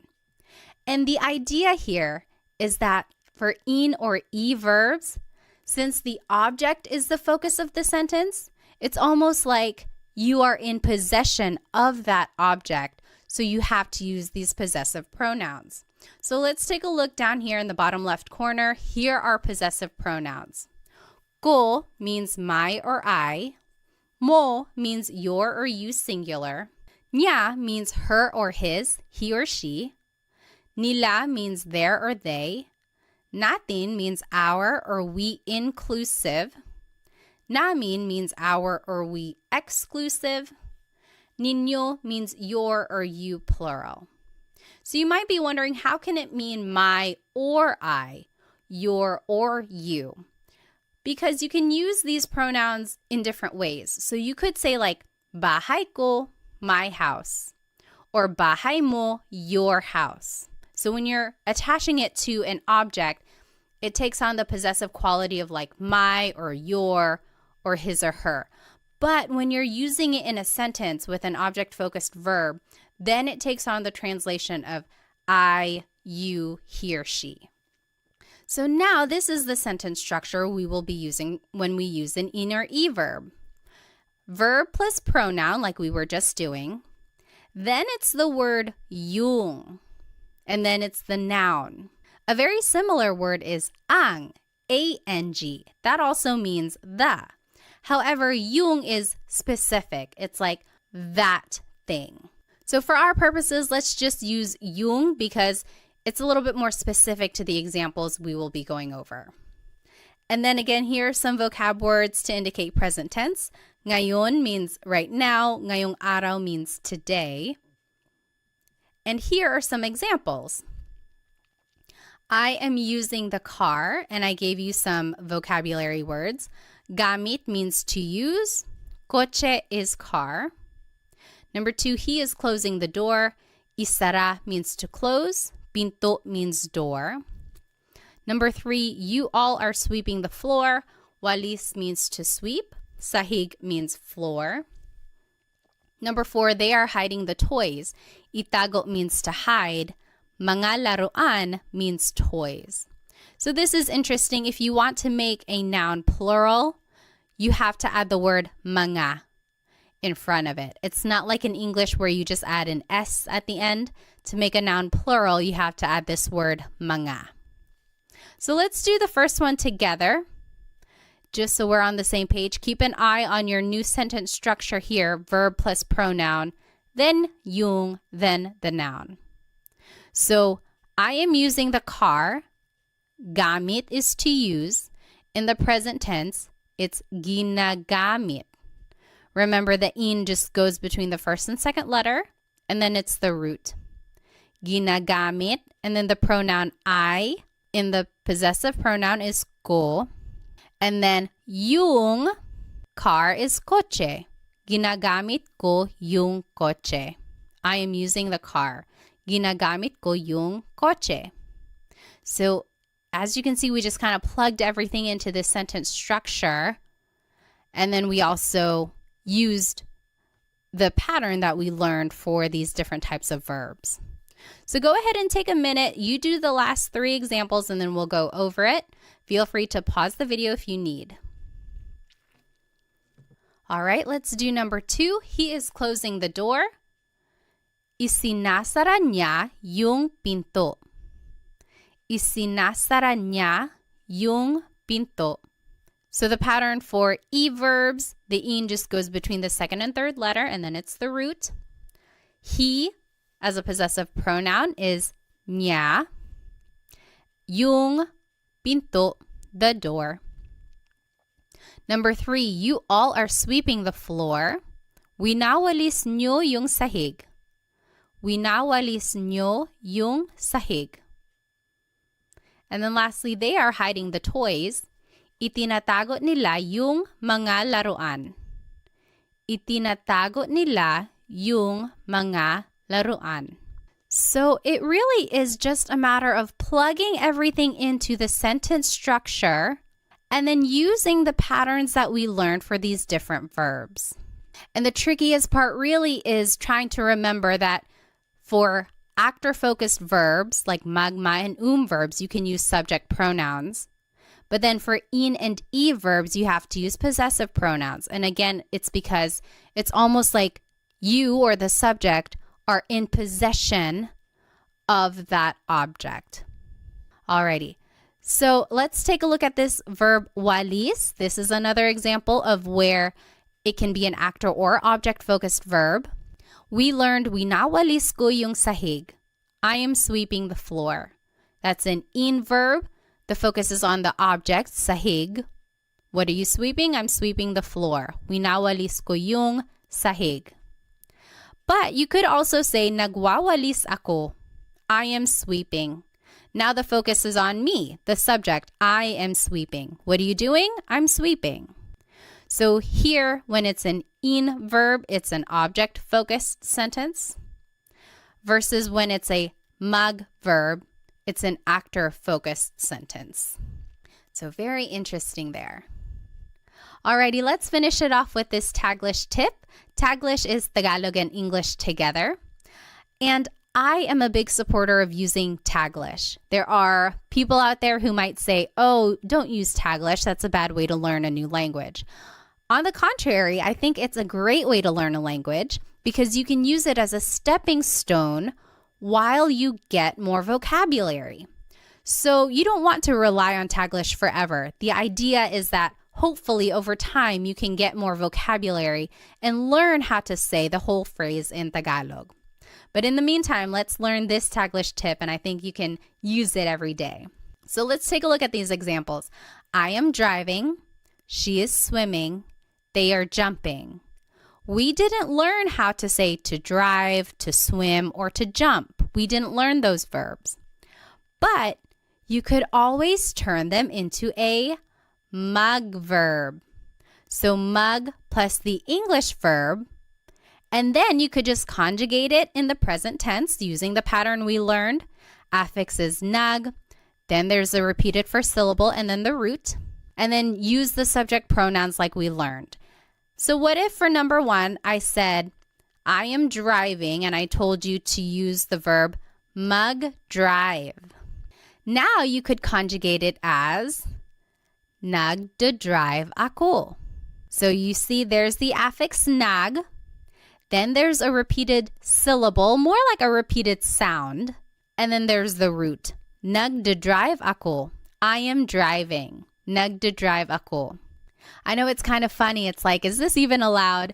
But honestly, I hear this phrase a lot. It's like, oh, sorry, I can't pick up the phone right now. Nagdadrive ako. I am driving right now. Next, she is swimming. What if I told you to use the verb mag-swim? How would you say that in Taglish? In Taglish, you could say, nagsiswim siya. So the affix is nag, then there's the repeated first syllable, and then the root. Nagsiswim siya. Lastly, they are jumping. What if I told you to use the verb mag-jump? How would you write they are jumping in Taglish form? In Taglish, you could say, nagja-jump sila. They are jumping. Nagja-jump sila. So the affix is nag, then there's a repeated first syllable or sound, and then the root. Nagja-jump sila. So I think this tip is useful, but again, try to go back later on and try to figure out what that word is in Tagalog so that you can say the whole phrase in Tagalog. So to drive in Tagalog is magmaneho. So nagmamaneho ako. I am driving. To swim in Tagalog is lumangoy. So lumalangoy siya. She is swimming. And then to jump in Tagalog is talon. Tumatalon sila. They are jumping. So try using Taglish whenever you can, because I think it's a great way to practice using the sentence structure. You also get to practice using the different pronouns, and also it's a way to practice the conjugation patterns that we learned. And then also, of course, it's a good way to gain vocabulary when you go back and look up what these words actually are in Tagalog. Alrighty, so here's just a quick recap of everything we learned today. We went over a lot of information. First, we talked about what it means to conjugate a verb. Then we talked about the 5 different types of Tagalog verbs, mag, ma, in, and e verbs. Then we talked about different Tagalog pronouns, so subject pronouns for actor-focused verbs, and then possessive pronouns for object-focused verbs. Then we learned the different conjugation patterns for all of these verbs and even did some practice questions. And then we finished it off with a Taglish tip, which I hope you can start using in a conversation. I encourage you to go back and rewatch this video if you would like, because I know it'll take some time to kind of learn and understand the different patterns and how they are used throughout a conversation. Maybe go back and try doing the practice questions again. And then, of course, try using the Taglish tip that I taught you so that you can start using a little bit of Tagalog every day. And if you would like some more Tagalog resources, please find me on Instagram, TikTok, and Facebook. I post shorter videos throughout the week that will help you learn Tagalog on the go. Also, check out my Stan store because sometimes I have group classes going or other resources on there that might be helpful to you. Lastly, feel free to check out my Amazon storefront because I have a whole list of Tagalog learning books that I think are very useful. There are some in there that are very comprehensive with some practice quizzes and assessments, and then there are some that are quick and easy reads that will help you learn Tagalog very quickly. So feel free to check out those other resources that I put together for you. Thank you so much for spending some time with me today. Keep an eye out for the next Tagalog lesson where I will be teaching how to conjugate verbs in the past tense and the future tense. And I think it will go a little bit quicker if you were able to follow along with this lesson, because now it's just a matter of learning a new pattern and learning new infixes and affixes. Wherever you are in your Tagalog learning journey, I am here to support you. So thank you so much. I'll see you in the next episode. Paalam!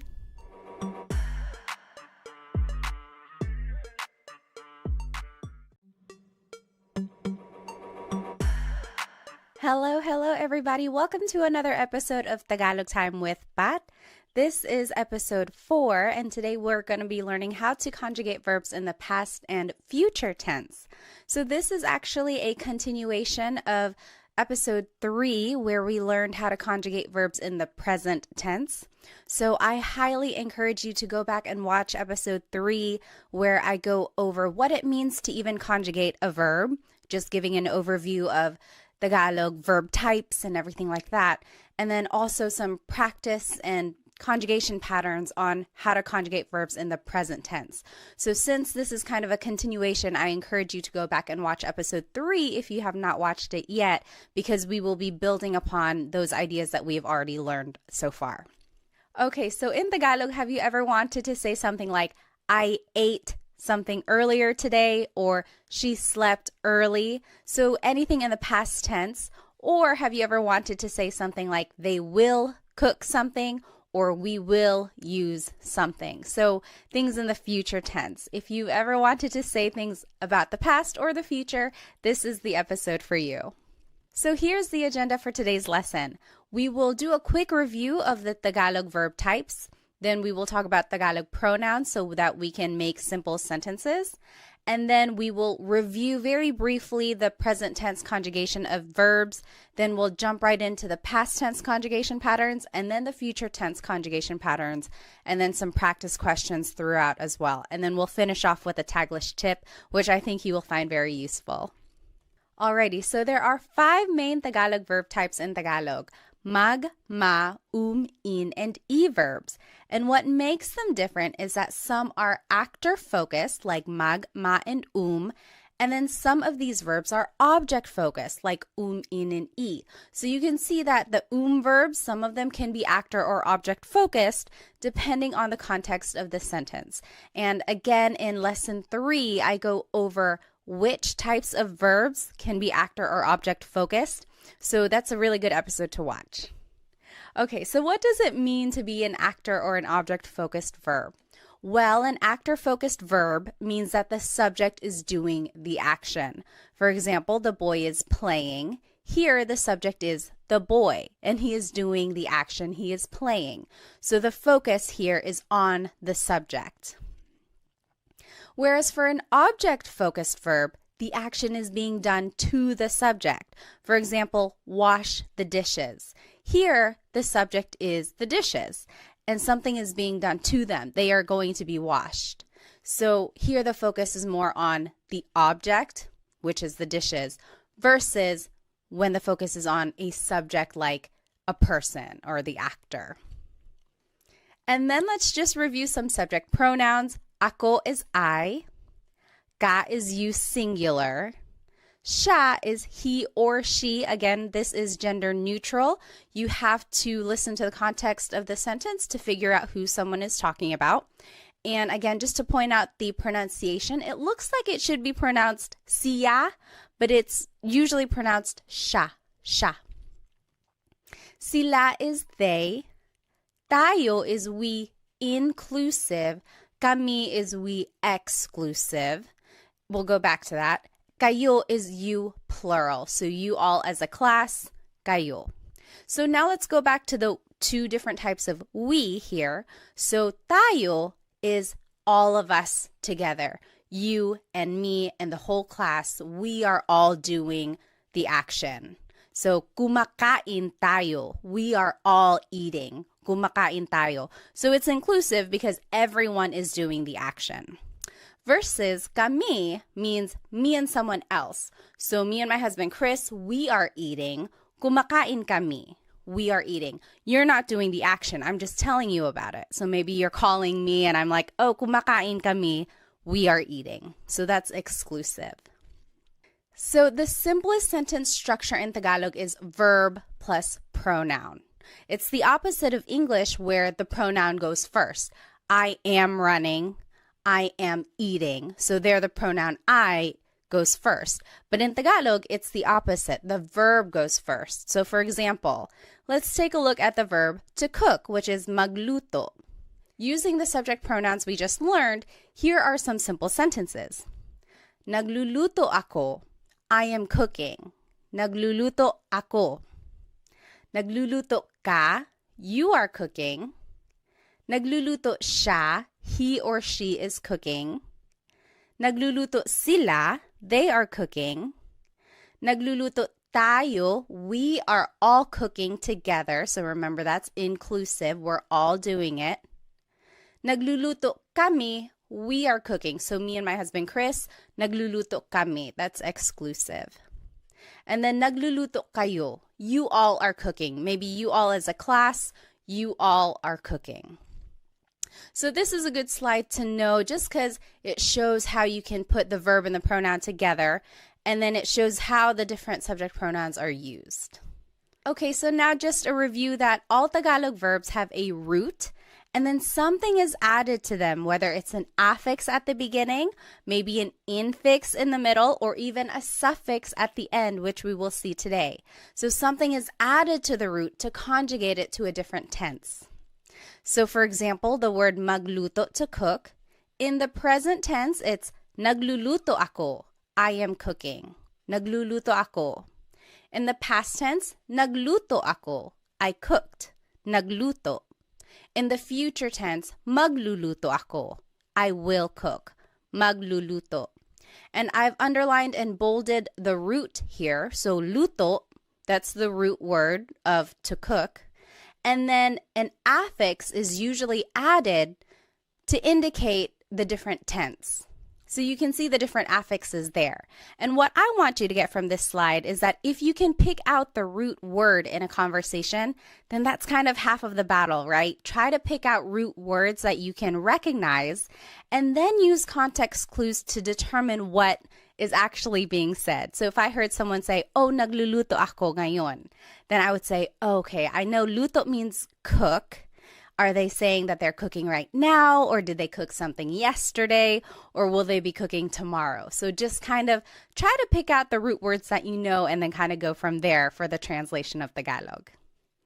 Okay, so all of that was a review from Lesson 3. Let's jump into the new material now of Lesson 4, the past tense conjugation patterns.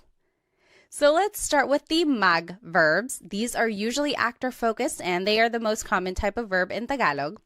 Some examples are maglakad, to walk, magluto, to cook, magbasa, to read.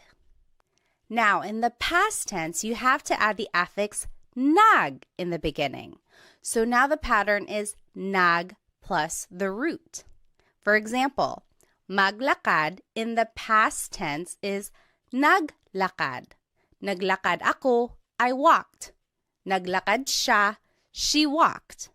So naglakad is the past tense of to walk in Tagalog. Magluto becomes nagluto. Nagluto ako, I cooked. Nagluto ako ng kanin, I cooked some rice. So nagluto is the past tense of to cook. Magbasa becomes nagbasa. Nagbasa ako, I read. So nagbasa is the past tense of to read. So you can see how the pattern is nag plus the root, right? It's a little different from the present tense. Speaking of, let's go ahead and just compare the present tense to the past tense conjugation of mag verbs. So in the present tense, we learned naglalakad is walking. Naglalakad. If you recall, the present tense conjugation of mag verbs is nag plus the repeated first syllable plus the root. Naglalakad ako, I am walking. Naglalakad. The present tense conjugation of to cook is nagluto. Nagluto ako, I cooked. Then in the present tense, magbasa is nagbabasa. That means reading. Nagbabasa ako. I am reading. Now let's compare these to the past tense conjugation. This is what we learned today. So naglakad is walked. Nagluto is cooked. Nagbasa is read. So there is a slight difference here from the present tense to the past tense. There's no repeated sound, right? So naglalakad ako means I'm walking. Naglakad ako means I walked.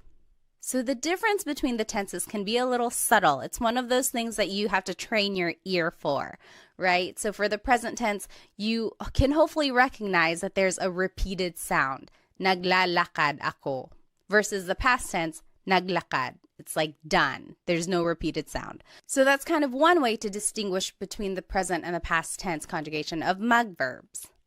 All right, now let's take a look at ma verbs. They have a very similar pattern. These are also actor-focused, and some examples are maligo to shower, matulog to sleep, manood to watch. In the past tense, this is the pattern for ma verbs. Now the affix is na, and then it's the root. For example, maligo becomes naligo. Naligo ako. I took a shower. Naligo siya. He took a shower. So it's just naligo. You jot it down. What do you think matulog and manood will be in the past tense? Just use this pattern that we learned, affix na and then the root. What do you think matulog and manood will be in the past tense? Okay, matulog to sleep in the past tense is natulog. Natulog ako. I went to sleep. Natulog ako. And then manood will be nanood. So, nanood ako ng sine. I watched a movie. So again, we are just using this pattern, affix na plus the root, and that is how you change ma verbs into the past tense. Let's compare. So in the present tense, I think it'll help if I put them both up together.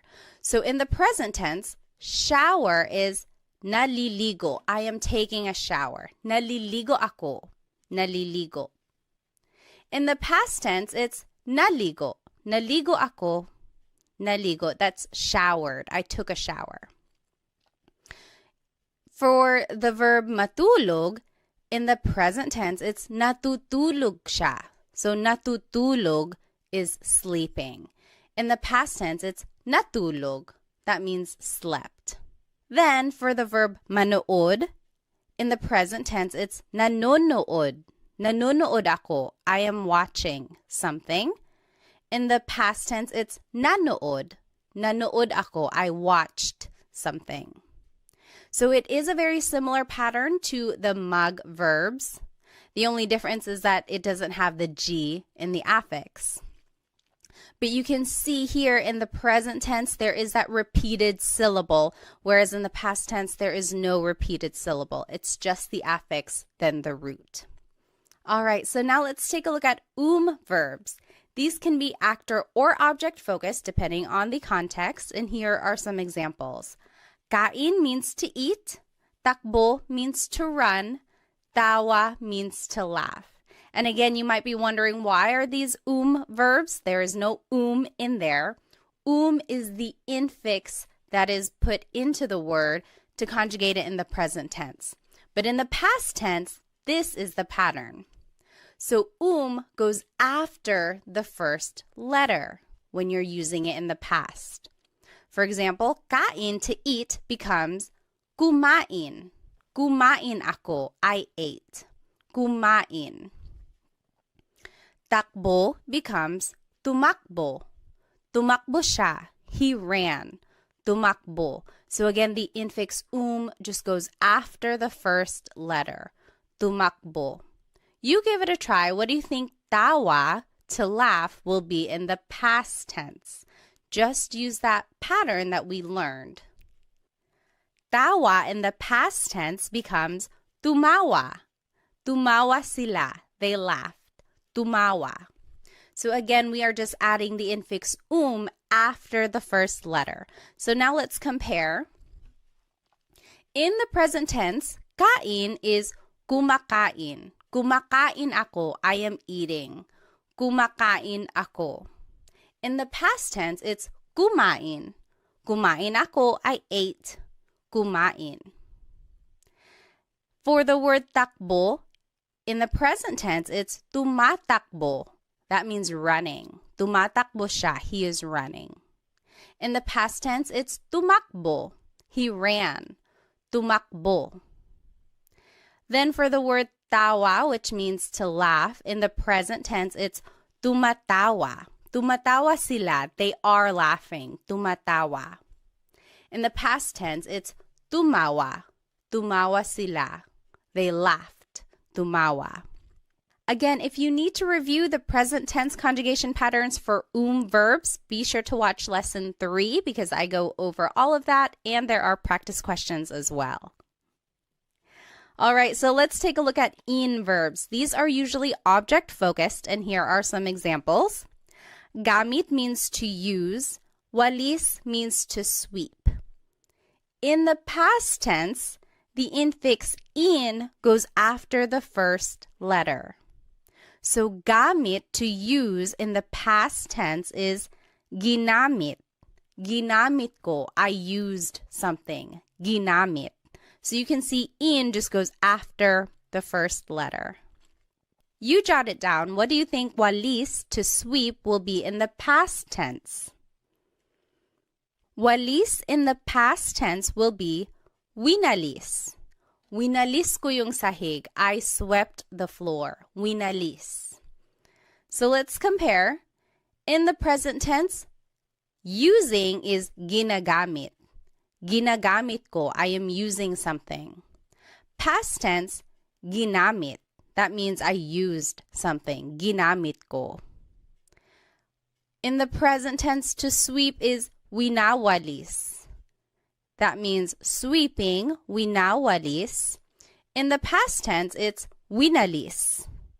Winalis ko yung sahig. I swept the floor. So it looks like for the most part, when a verb is conjugated in the past tense, the conjugation is usually shorter. There's not a repeated syllable, there's no repeated sound or anything like that. So that's kind of one way to recognize if something is being conjugated in the past. Usually it's a shorter word. All right, so now lastly, let's take a look at e-verbs. These are usually object-focused, and here are some examples. Isara means to close. Ibigay means to give. Itago means to hide. In the past tense, the infix in goes after the second letter for e-verbs. So let's take a look at the word isara, which means to close. In the past tense, it becomes isinara. Isinara ko yung pinto. The in goes after the second letter. Isinara. Next, the word ibigay, which means to give, becomes ibinigay. Ibinigay ko yung regalo. I gave the gift. Ibinigay. Alrighty, you give it a try. What do you think itago, to hide, will be in the past tense? Remember to just use this pattern that we learned. Itago in the past tense becomes itinago. The in just goes after the second letter. Itinago ko, I hid something. Itinago. Now let's compare. In the present tense, isara is isinasara, closing. Isinasara. In the past tense, it's isinara, closed. Isinara. In the present tense, ibigay becomes ibinibigay. Ibinibigay, that means giving. In the past tense, it's ibinigay, gave. Ibinigay. Lastly, itago, which means to hide, in the present tense is itinatago. That means hiding. Itinatago. In the past tense, it's itinago, hid. Itinago. So those are all of the past tense conjugation patterns for the different types of verbs in Tagalog. I will go ahead and turn off my screen so that we can do some practice questions. All right, so up here in the top left corner are the conjugation patterns that we just learned for all of the different types of verbs. Then here are some subject pronouns that we learned. And then the sentence structure is verb plus pronoun, and then the time goes at the end. And then here are some vocabulary terms to indicate past tense. So kahapon is yesterday, kahapon. Kanina is earlier, kanina. Nung isang araw means the other day, nung isang araw. Nung isang linggo is the other week or last week. Nung isang buwan means the other month or last month. Nung isang taon means the other year or last year. Okay, now let's take a look at these examples here. So he watched a movie yesterday, and I gave you a hint. To watch is manood. So if we were going to do this together, let's review here that the sentence structure is verb plus pronoun plus time. So the verb here is manood. In the past tense, ma verbs, the pattern is affix na and then the root. So it becomes nanood. Then it's the pronoun siya, he. Nang sine, a movie, kahapon, yesterday. So in our sentence structure, I didn't point out where an object would go. It would go before the time. So nanood siya ng sine kahapon. He watched a movie yesterday. Nanood siya ng sine kahapon. Now you give it a try. You answer 2 through 5. You can pause the video now if you need more time, and then we will go over it. Alrighty, we'll go ahead and go over the answers. So she ran earlier. Remember, the sentence structure is verb plus pronoun plus time. So it would be tumakbo siya kanina. She ran earlier. Tumakbo siya kanina. Number 3, you all cleaned the other day. Maglinis means to clean. Naglinis kayo nung isang araw. Naglinis kayo nung isang araw. You all cleaned the other day. Number 4, we ate some adobo. Kain is to eat. And I wanted you to use the inclusive we, so everyone is eating. Or everyone ate, sorry. Kumain tayo ng adobo. We all ate some adobo. Kumain tayo ng adobo. And then number 5, they walked the other month. Maglakad means to walk. That would be naglakad sila nung isang buwan. They walked the other month. Naglakad sila nung isang buwan. Now, if you noticed, all of these examples are asking about mag, ma, and verbs. Because they are actor-focused, we can use subject pronouns. But if you wanted to use an in or e verb, you actually have to use a possessive pronoun. Remember, for an object-focused verb, the subject here is an object. So we have to use a possessive pronoun because it's almost like the person possesses that object that is in focus. Okay, so that's kind of why we have to use a possessive pronoun. And then the sentence structure now would be verb plus pronoun plus the word yung, which means the. Sometimes it can be ang. They are interchangeable usually. Then it's the noun and then time. And then again, down here in the bottom left corner are the vocab terms to indicate past tense. And let's take a look at some examples. So number 1, I used the car the other week. And I gave you some hints. Gamit means to use. Coche means car. So let's do this one together. So the sentence structure is verb plus pronoun. So it would be ginamit. That is the past tense conjugation of gamit. Remember, for in verbs, the infix in goes after the first letter. So ginamit. Then it's the pronoun ko, which is the possessive pronoun I. Then it's the word yung, which means the. Kotse nung isang linggo. So, ginamit ko yung kotse nung isang linggo. I used the car the other week. Go ahead and try 2, 3, and 4. You can pause the video now if you need more time. And remember to just plug in all of the words into this sentence structure. Remember to use the patterns that we learned, and also remember to use possessive pronouns because we are using an object-focused verb now. Okay, go ahead and do these examples and we'll go over it in just a bit. All right, let's go ahead and start with number 2. He closed the door earlier. Isara means to close. Pinto means door. This would be, isinara niya yung pinto kanina.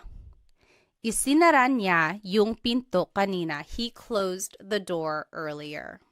So again, remember for e-verbs, the in just goes after the second letter. Then it's the pronoun niya, which is he or she in the possessive pronouns. Then it's the word yung, which means the. Then it's the noun pinto, which means door. Earlier is kanina. So we are just plugging all of the words into the sentence structure and then using the conjugation patterns that we learned. Okay, number 3, you all swept the floor yesterday. Walis means to sweep, sahig means floor. Winalis ninyo yung sahig kahapon. Winalis ninyo yung sahig kahapon. You all swept the floor yesterday. And lastly, they hid the toys the other month. Itago means to hide. Mga laruan means toys. And to make a noun plural, you have to add this word mga. So mga laruan means toys. It's not like in English where we can just add an S. You actually have to add this word mga. In Tagalog, this would be, itinago nila yung mga laruan nung isang buwan. Itinago nila yung mga laruan nung isang buwan. They hid the toys the other month. All right, so these are just some examples of how to use the past tense conjugation patterns that we learned and how you can plug in all the vocabulary that you learned into this simple sentence structure. Alrighty, now let's go ahead and jump right into the future tense conjugation patterns of these verbs. Let's start with mag verbs. Again, our mag verbs are maglakad, to walk, magluto, to cook, magbasa, to read. Now in the future tense, this is the pattern. Now it's the affix mag, then there's a repeated first syllable, and then the root. So in the future tense, if you wanted to say will walk, maglakad becomes maglalakad.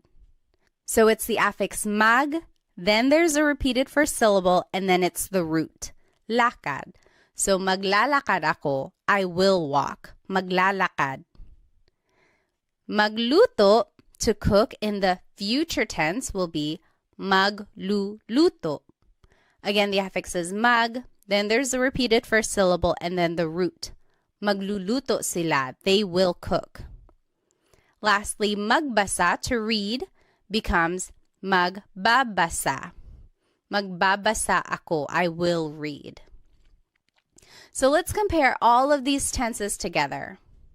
And let's just take a look at the highlighted ones. So in the present tense, to walk, it is naglalakad.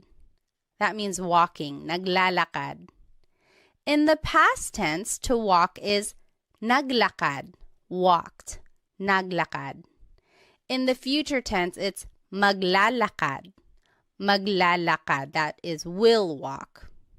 So future tense and present tense are very similar for mag verbs. The only difference is the first letter. So it's one of those things where you have to listen very carefully, but also rely on the context clues in case you miss what that first letter was. Okay, so it is a very similar pattern for present and future tense conjugation of mag verbs. Next, let's take a look at ma verbs. It's a very similar pattern to the mag verbs. Again, here are some ma verbs. Maligo, to shower. matulog to sleep, manood to watch. In the future tense, here is the pattern for ma verbs. Now the affix is ma, then there's a repeated first syllable, and then it's the root. So maligo, to shower, in the future tense will be maliligo. The affix is ma, then there's a repeated first syllable, and then it's the root. Maliligo ako, I will take a shower. You jot it down. What do you think matulog, to sleep, and manood, to watch, will be in the future tense? And remember to just use this new pattern. Okay, in the future tense, matulog to sleep will be matutulog. Matutulog ako, I will go to sleep. Matutulog. So the affix is ma, then there's a repeated first syllable, and then the root. Matutulog. And then manood, to watch, will be manunood. Affix is ma, then there's a repeated first syllable, and then the root. Manunood ako, I will watch. Now let's compare all of the tenses together for ma verbs. Let's just take a look at the highlighted ones. Maligo means to shower. In the present tense, it's naliligo ako. Showering, taking a shower. Naliligo ako. In the past tense, it's naligo, showered. Naligo. In the future tense, it's maliligo. Maliligo ako. I will take a shower. Again, for ma verbs, it's a very similar pattern for present and future tense conjugation. The only difference is that first letter. But they both have that repeated first syllable. So again, try to listen carefully or try to rely on the context clues so that you can figure out what they're talking about. Okay, next, verbs. Our verbs are kain, to eat, takbo, to run, tawa, to laugh. Now the pattern for verbs is you repeat the first syllable. So take a look at this. Kain, to eat, becomes kakain. Kakain ako, I will eat. Kakain ako ng pansit. I will eat some pansit. So it's very interesting because now there's no infix at all for future tense conjugation of verbs. You just simply repeat the first syllable. So let's take a look at takbo, which means to run. Takbo in the future tense becomes tatakbo. Tatakbo sila, they will run. Tatakbo. Again, you're just repeating the first syllable. You give it a try. What do you think tawa, to laugh, will be in the future tense? All right, tawa will be tatawa. Tatawa sila, they will laugh. So you're just repeating the first syllable for the future tense conjugation of verbs. Very interesting. They just dropped the altogether. So let's go ahead and compare all of the conjugation patterns for verbs. We'll just take a look at the verb kain here, highlighted in yellow. In the present tense, to eat, it's kumakain. Kumakain ako, I am eating. Kumakain. In the past tense, it's kumain. Kumain ako, I ate. And then in the future tense, it's kakain. Kakain ako, I will eat. So very interesting. All of the conjugation patterns are different for verbs here. Then in verbs, some examples are gamit, to use, walis, to sweep. Now the pattern for future tense conjugation of verbs is that you have to repeat the first syllable, then it's the root, then goes at the end. So take a look at the word gamit, which means to use. In the future tense, it would be gagamitin. Gagamitin ko yung kotse. I will use the car. Gagamitin. So you repeat the first syllable, then it's the root, then it's at the end. So this is very interesting. We haven't seen a suffix yet, so the goes at the end of the word. This is the first time we've seen this. You jot it down. What do you think walis, to sweep, will be in the future tense? And just use this pattern. All right, walis in the future tense will be wawalisin. Wawalisin ko yung sahig. I will sweep the floor. Wawalisin. So again, you just repeat the first syllable, then it's the root, and then in goes at the end. Let's compare all of the conjugation patterns for in verbs. We'll just take a look at the ones highlighted in yellow. So gamit means to use. In the present tense, it's ginagamit, using, ginagamit. In the past tense, it's ginamit, used, ginamit. And then the future tense, gagamitin, will use, gagamitin. So very interesting there. Lastly, e-verbs. Some examples are isara, to close, ibigay, to give, itago, to hide. Now, for the future tense conjugation of e-verbs, you would just repeat the second syllable. Isara, to close, becomes isasara. Isasara ko yung pinto. I will close the door. Isasara. You just repeat the second syllable. You give it a try. What do you think ibigay, to give, and itago, to hide, will be in the future tense? And just follow this pattern. Okay? Ibigay will be ibibigay. Ibibigay ko yung regalo. I will give the gift. Ibibigay. And then itago, to hide, will be itatago. Itatago ko yung pera. I will hide the money. Itatago. So again, you are just repeating the second syllable. Let's go ahead and compare all of these conjugation patterns for e-verbs. In the present tense, isara, to close, is isinasara. Isinasara. That means closing. Isinasara. Past tense, it's isinara, closed. Isinara. And then in the future tense, it's isasara, will close. Isasara.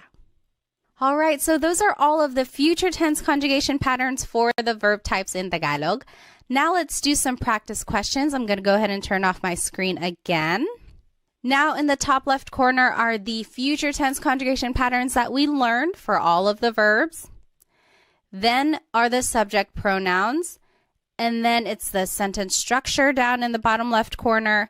And now in the green are some vocabulary terms to indicate future tense. So bukas is tomorrow, bukas. Mamaya means later, mamaya. Sa susunod na linggo, next week. Sa susunod na buwan, next month. And sa susunod na taon, next year. Now here are some examples. Let's do the first one together. I will watch a movie tomorrow.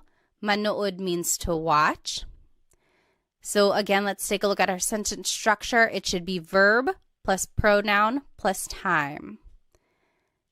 Manonood is the future tense conjugation of manood. Manonood, ako means I.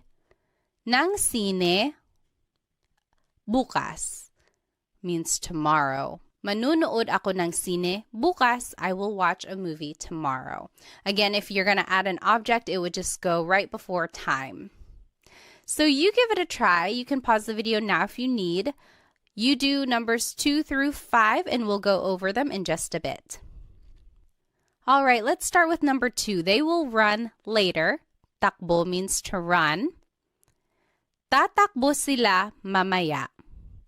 Tatakbo sila mamaya. Number 3, we exclusive will clean next week. Maglinis means to clean. Maglilinis kami sa susunod na linggo. Maglilinis kami sa susunod na linggo. We will clean next week. Number 4, you singular will eat pansit later. Kain means to eat. Kakain ka ng pansit mamaya. Kakain ka ng pansit mamaya. And then lastly, she will walk next month. Maglakad. Maglalakad siya sa susunod na buwan. Maglalakad siya sa susunod na buwan. All right. Again, these examples focus on the mag, ma, and verbs. Since they are actor-focused, we can use subject pronouns. But if we want to use in or e verbs, we actually have to use possessive pronouns. Remember, when we are using object-focused verbs, we have to use a possessive pronoun because it's almost like the subject or the person is in possession of that object. And the sentence structure is verb plus pronoun plus the word yung, which means the. Then it's the noun, then it's time.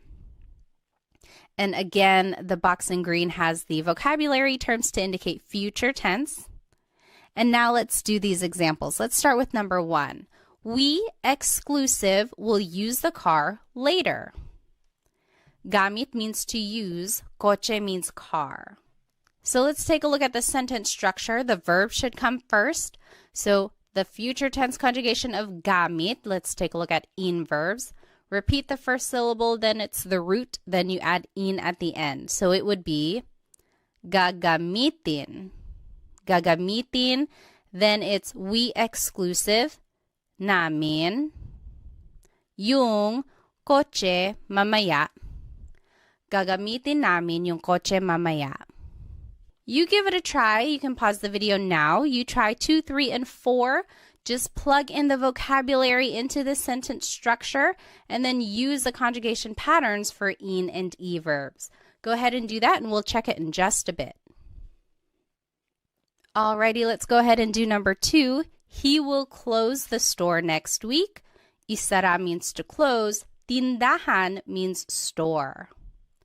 Isasara niya yung tindahan sa susunod na taon. Isasara niya yung tindahan sa susunod na taon. He will close the store next week. Number 3, you all will sweep the floor tomorrow. Walis means to sweep. Sahig means floor. Wawalisin ninyo yung sahig bukas. Wawalisin ninyo yung sahig bukas. You all will sweep the floor tomorrow. And lastly, number 4, they will hide the toys next month. Itago means to hide. Mga laruan means toys. Itatago nila yung mga laruan sa susunod na buwan. Itatago nila yung mga laruan sa susunod na buwan. So these are just some examples on how to use the future tense conjugation of these verbs.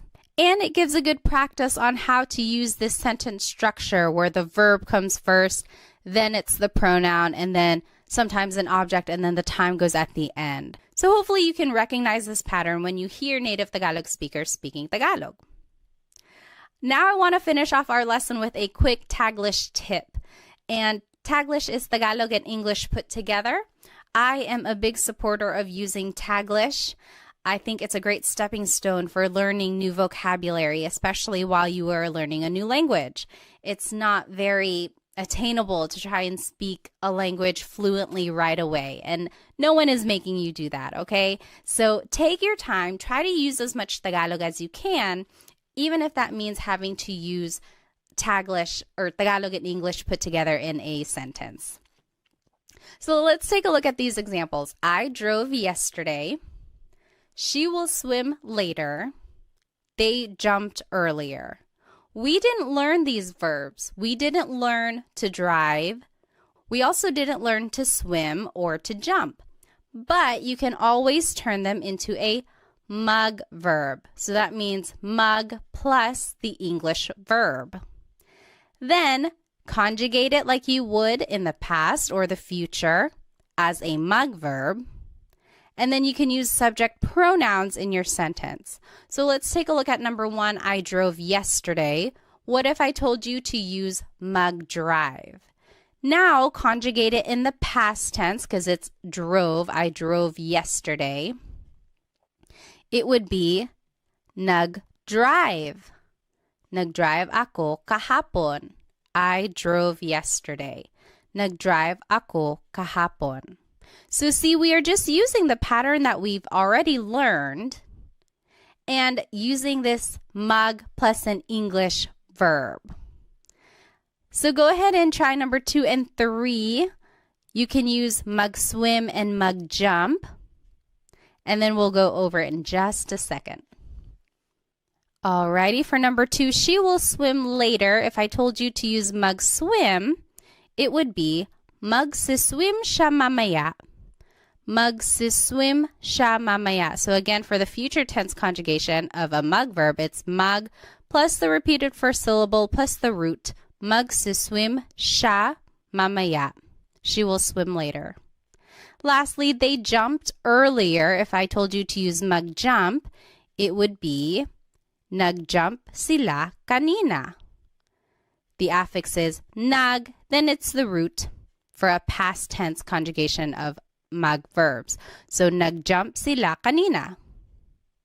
So that is just a quick way to use Taglish, but I do encourage you to go back and look up these words in Tagalog so that you can say the whole phrase in Tagalog eventually.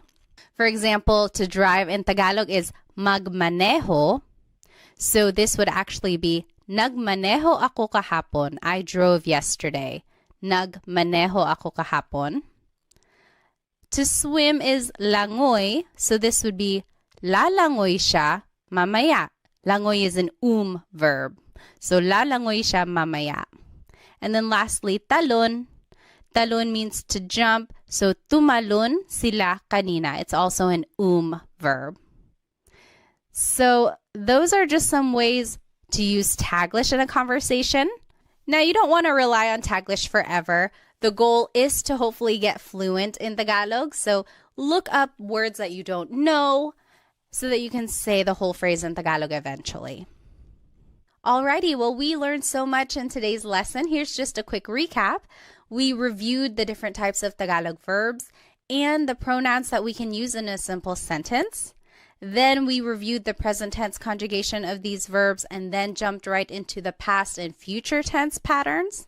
Then we did some practice questions and then finished off with a Taglish tip, which I hope you can start using in your everyday conversations. Again, I strongly encourage you to watch lessons 3 and 4 together because they build on each other. Be sure to take detailed notes so that you can keep all of these conjugation patterns straight. Hopefully, this will help you recognize some of these patterns and recognize the tenses and definitely root words now that you know some vocabulary when you're listening to Tagalog speakers. If you would like some more Tagalog resources, please follow me on Instagram, TikTok, and Facebook, where I post shorter videos throughout the week that will help you learn Tagalog on the go. I also have an Instagram subscription if you would like extended videos and also a monthly newsletter where I recap all of my Tagalog lessons that I post on Instagram. I also have a Stan store where I have some products and then sometimes some group classes if they are available. You might want to check that out. And lastly, feel free to check out my Amazon storefront where I have links to some fun products about the Filipino culture, which I think you might enjoy. Well, thank you again for spending some time with me. I hope to see you in the next Tagalog Time episode. Paalam!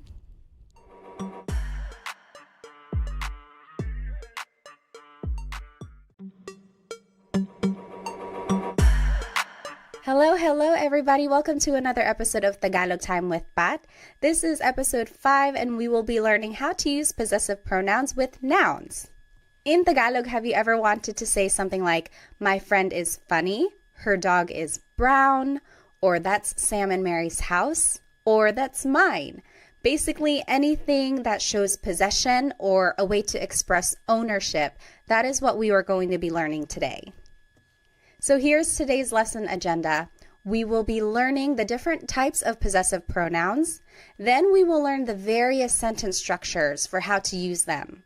And then we will learn possessive sentence markers and demonstrative pronouns so that we can make a variation of sentences. And then we will learn a Taglish tip, and then we will be doing practice questions all throughout the lesson. So go ahead and grab your piece of paper and something to write with so that we can practice. All right, so what is a possessive pronoun? Well, it's a part of speech that is used to describe ownership or possession of a noun.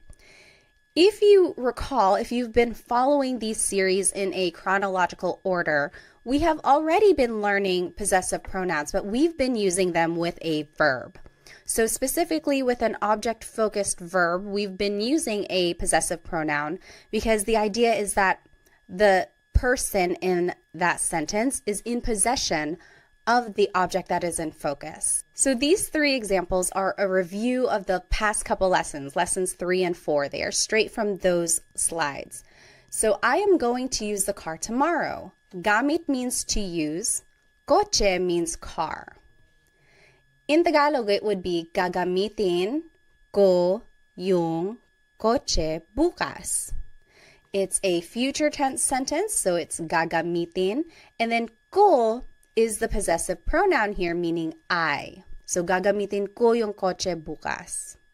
Number 2, she swept the floor earlier. Walis means to sweep. Sahig means floor. In Tagalog, this would be winalis niya yung sahig kanina. Winalis is the past tense form of to sweep. Niya is the possessive pronoun here, meaning she. And then number 3, they are closing the door. Isinasara nila yung pinto. Isinasara is the present tense conjugation of isara, which means to close. Nila means they. So here are the possessive pronouns we already know. We've been using them with a verb, but today we will learn how to use them with a noun. All right, so a possessive pronoun sometimes can be called a possessive adjective or a personal pronoun. And an adjective is something that describes a noun. So if you were to say my house, you are kind of describing it. You're describing whose it is. It's mine, right? It's my house. So it kind of makes sense that sometimes it's called a possessive adjective. And then same with personal pronoun. A pronoun means it's something that is replacing the noun. So if I were to say I am sweeping, ko is that pronoun since it's meaning I. Okay, so these are the different names for possessive pronoun depending on what type of resource you're using. Now let's review the possessive pronouns that we've already learned. Ko means I or my. Mo is you or your singular. Nya, he or she, his or her. Again, this is gender neutral. Nila, they or their. Natin, we or our inclusive. Namin, we or our exclusive. Ninyo is you or your plural. So that's you all as a class. And we will take a look at the difference between this inclusive and exclusive meaning here. So let's take a look at the noun house. In Tagalog, house is bahay. Bahay ko is my house. Bahay ko. Bahay mo is your house, singular. So that's just you, one person, your house. Bahay mo. Bahay niya, his or her house. So niya is gender neutral. You really have to focus on the context of the sentence to determine who someone is talking about. Bahay niya. Bahay nila, their house. Bahay natin, our house inclusive. So if you and me and the whole class, we all lived in the same house, we could say bahay natin. Everyone is included there. Versus bahay namin means our house exclusive. So me and my husband Chris, we have our own house. That's bahay namin. You're not included, I'm just telling you about it. So bahay namin. And then bahay ninyo, your house, plural. So you all as a class, you all have a house. That's bahay ninyo, your house. So I want to point out the word order here is object plus the pronoun. Bahay ko. This is different from English because we would say my house. The pronoun goes first, my house, and then it's the object. So in Tagalog, it's the opposite. The object goes first, and then it's the pronoun. And this is an important note. These types of possessive pronouns never go at the beginning of the sentence in Tagalog. They go after the object. So you would never start your sentence with ko or mo or nya. It just doesn't work like that. All right, so let's do some examples. I'm going to go ahead and turn off my screen here. Now, in order to use these possessive pronouns in a sentence, we have to have a noun and an adjective. So we will learn some of these nouns and adjectives here. In this top left corner are the possessive pronouns we just learned. Now here are some nouns. So aso is dog, pusa is cat, coche is car, bahay is house, pagkain, food, mga damit, clothes, buhok, hair, ulo, head, mga kamay, hands. So again, that's how you make something plural. You have to add the word mga before it. Mga kamay means hands. Now here are some words for people that you might know. Tatay, father, nanay, mother, kapatid, brother or sister. So that's gender neutral. Kapatid is a brother or a sister. Mga anak, children, kaibigan, friend. And now here are some adjectives. So here are different colors, mga kulay. Pula is red, kahel, orange, dilaw, yellow, verde, green, azul, blue, lila, purple, puti, white, itim, black, abo, gray, rosas, pink, ginto, gold, kayumanggi, brown. And some more adjectives, masakit, hurts, sira, broken, nawawala, missing, masaya, happy, bago, new, malayo, far away, masarap, delicious, malamig, cold. And lastly, let's finish off with some more adjectives. Matangkad, tall, maliit, little, malaki, big, mahaba, long, maikli, short, thing, nakakatawa, funny, maganda, beautiful, guapo, handsome. All right, so that's a lot of vocabulary right there, which is great because then we can make a variety of sentences. Now here is the sentence structure for using these possessive pronouns. So first comes the adjective, then it's the word ang, which means is or are, then it's the object, and then it's the pronoun. So let's take a look at some examples. Number 1, your, plural, food is delicious. Let's do this one together. So the adjective comes first. Take a look at the sentence structure. Adjective comes first, so it would be masarap. It's right over here in this pink box. Masarap means delicious. Then it's the word ang. Then it's the object, food, which is here in the noun section, food, pagkain. And then it's the pronoun, ninyo, plural. Your food is delicious. Masarap ang pagkain ninyo. So do you see how we just plugged everything into the sentence structure here? It's a matter of knowing these vocabulary terms and then just putting it into the sentence structure. This is a good phrase to know if you're visiting like a Filipino restaurant, or if you are visiting a family member, like someone who's older than you, and you want to be respectful after they fed you. You could say, masarap ang pagkain ninyo. Your food is delicious. All right, so go ahead and take a minute and do the rest of these examples, and then we will go over it in just a bit. All right, so let's start with number 2. My head hurts. It would be, masakit ang ulo ko. Masakit ang ulo ko. My head hurts. Number 3, his brother is funny. Nakakatawa ang kapatid niya. Nakakatawa ang kapatid niya. So kapatid is one of those words that's gender neutral. If you wanted to be specific and say brother, like this sentence is perfectly fine, but you could go further and say, nakakatawa ang kapatid na lalaki niya. Or nakakatawa ang kapatid niya na lalaki. So, but usually you can just say, nakakatawa ang kapatid niya. Number 4, their car is broken. Sira ang kotse nila. Sira ang kotse nila. Number 5, our exclusive house is far away. Malayo ang bahay namin. Malayo ang bahay namin. Number 6, your singular hands are cold. Malamig ang mga kamay mo. Malamig ang mga kamay mo. And lastly, number 7, our inclusive cat is black and white. Itim at puti ang pusa natin.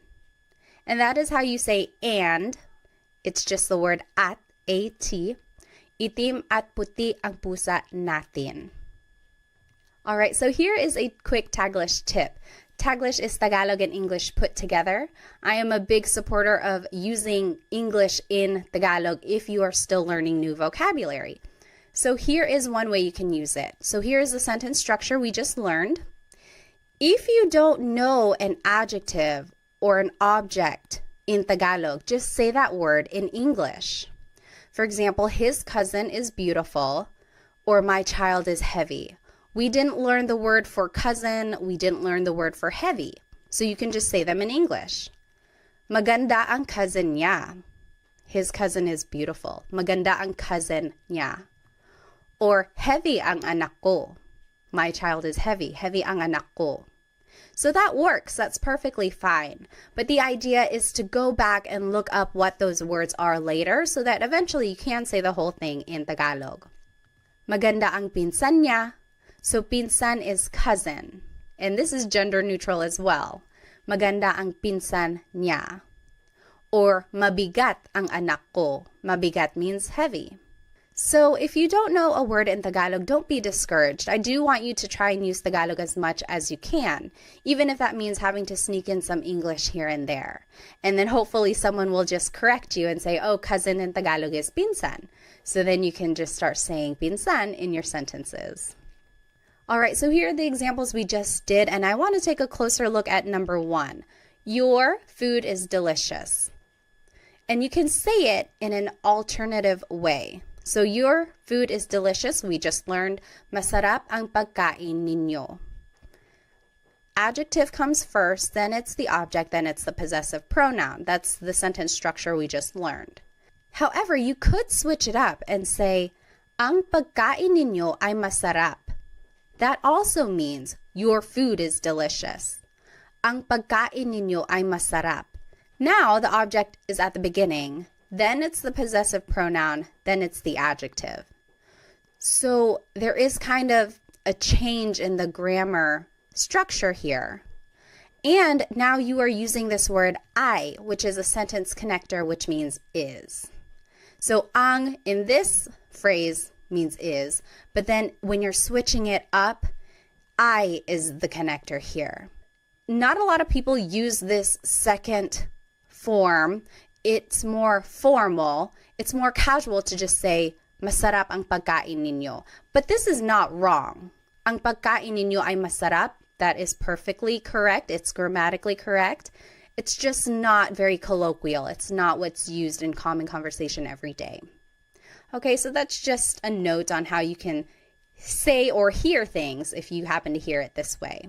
All right, and then I just want to point out that all of these phrases could be turned into that alternative phrase. So, masakit ang ulo ko could turn into, ang ulo ko ay masakit. That also means my head hurts. It's kind of more poetic. It's like not a lot of people say it that way. Ang ulo ko ay masakit. It's just very literal. So it's more common for someone to say, masakit ang ulo ko. But you could hear it as, ang ulo ko ay masakit. That's right. It's correct. And then, nakakatawa ang kapatid niya. That could be said as, ang kapatid niya ay nakakatawa. So again, you're just switching up the word order here, but it means the same thing. All right, so now let's learn some demonstrative pronouns. It started to rain over here. I wonder if you can hear it. So what is a demonstrative pronoun? Sometimes they're called demonstrative adjectives, again, because it's describing a noun. Well, it's a part of speech that helps identify someone or something. So here are some examples. Ito means this or these. Yan means that or those. So I'm saying yan, but it's technically iyan, iyan. But it's more common to just hear someone say yan. So here's the sentence structure for how demonstrative pronouns can be used. Ito or iyan goes first. It's taking the place of the adjective. Then it's the word ang, then it's the object, then it's the pronoun. So the last part of this sentence structure is the same as what we've just learned. So here's how it's used. This is my house would be Ito ang bahay ko. Ito ang bahay ko. This is my house. So ito goes first, then it's the word ang, then it's bahay, and then it's the pronoun. Ito ang bahay ko. That is my house would be iyan ang bahay ko. That is my house. Iyan ang bahay ko. So ito means this, iyan means that. And it can be used in a plural way as well. They can mean singular or plural things. So these are my kids is still ito ang mga anak ko. Ito ang mga anak ko. These are my kids. Those are my kids. Iyan ang mga anak ko. So ito means these. Iyan means those. Now there is an alternative way to say these phrases, which is still correct. So this is my house, we just learned. Ito ang bahay ko. You might also hear it as bahay ko ito. Bahay ko ito.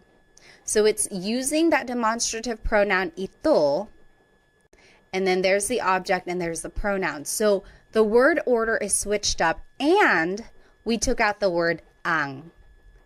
It's just kind of included in that phrase already. Bahay ko ito, this is my house. Same with that is my house. We learned iyan ang bahay ko. But you could also hear bahay ko iyan. Bahay ko iyan. Both forms of these phrases are correct. There's not one wrong way to say it. Ito ang bahay ko might be a little bit formal, but it's said just as much as bahay ko ito. Okay, so these are the two ways you might hear the demonstrative pronoun being used with a noun. So let's do some examples. These are my kids is ito ang mga anak ko. We learned that. And then those are my kids. Yan ang mga anak ko. I want you to think of the alternative. Remember, we took out the word ang, and then we had to switch up the order. So if you need to take a look at the last slide, you can flip back. But go ahead and pause the video now if you'd like, and then we'll go over it.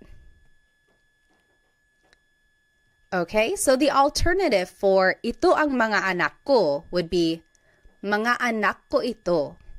So the object goes first, then it's the pronoun, then it's the demonstrative pronoun. Mga anak ko ito. Yan ang mga anak ko can also be said, mga anak ko yan. Mga anak ko iyan. Okay, so those are the different ways you could say these phrases. They are both used equally as much. Okay, so this is just a review of the sentence structure for using these pronouns. Usually it's the adjective first, or it could be the demonstrative pronoun ito, iyan. Then it's the word ang, and then it's the object, and then it's the pronoun. So that's the sentence structure. And then remember that these possessive pronouns never go at the beginning of the sentence. They always go after the object. Okay? Now I want to take a look at some possessive sentence markers. What is a possessive sentence marker? Well, it's a part of speech that indicates ownership specific to a person or multiple people. So now if we want to say someone's name, like we're saying it belongs to someone specific, this is how we're going to do it. So we would use the word ni for one person. We would use the word nina for multiple people. So take a look at this. Mary's children are smart. So it's just one person. It's Mary. It would be matalino ang mga anak ni Mary. So this is the same sentence structure. It's the adjective, then it's the word ang, then it's the object. And instead of a pronoun, now we're adding someone's name. And in order to do that, we have to use this possessive sentence marker, ni, because it's just one person. Matalino ang mga anak ni Mary. Mary's children are smart. Now, if we're talking about multiple people, like this is Sam and Jane's car, then you would have to use the word nina. Ito ang kotse nina Sam and Jane. So it's still that same sentence structure. Ito is the demonstrative pronoun, then it's the word ang, then it's the object kotse, and now instead of a pronoun, we're using someone's name, But then we have to use this possessive sentence marker ni na because it's multiple people. So ito ang kotse ni na Sam at Jane. This is Sam and Jane's car. All right, so this is that sentence structure I was just talking about. It's the adjective plus it's the word ang, then it's the object, then it's ni or ni na, and then the names go at the end. So here are some examples. Let's do number 1 together. Sarah's head hurts. Head is ulo, hurts is masakit. So let's just follow this sentence structure. So adjective comes first, masakit, ang, ulo, which is the object, ni, Sarah. So it's just one person, so we would choose ni. Masakit ang ulo ni Sarah. Sarah's head hurts.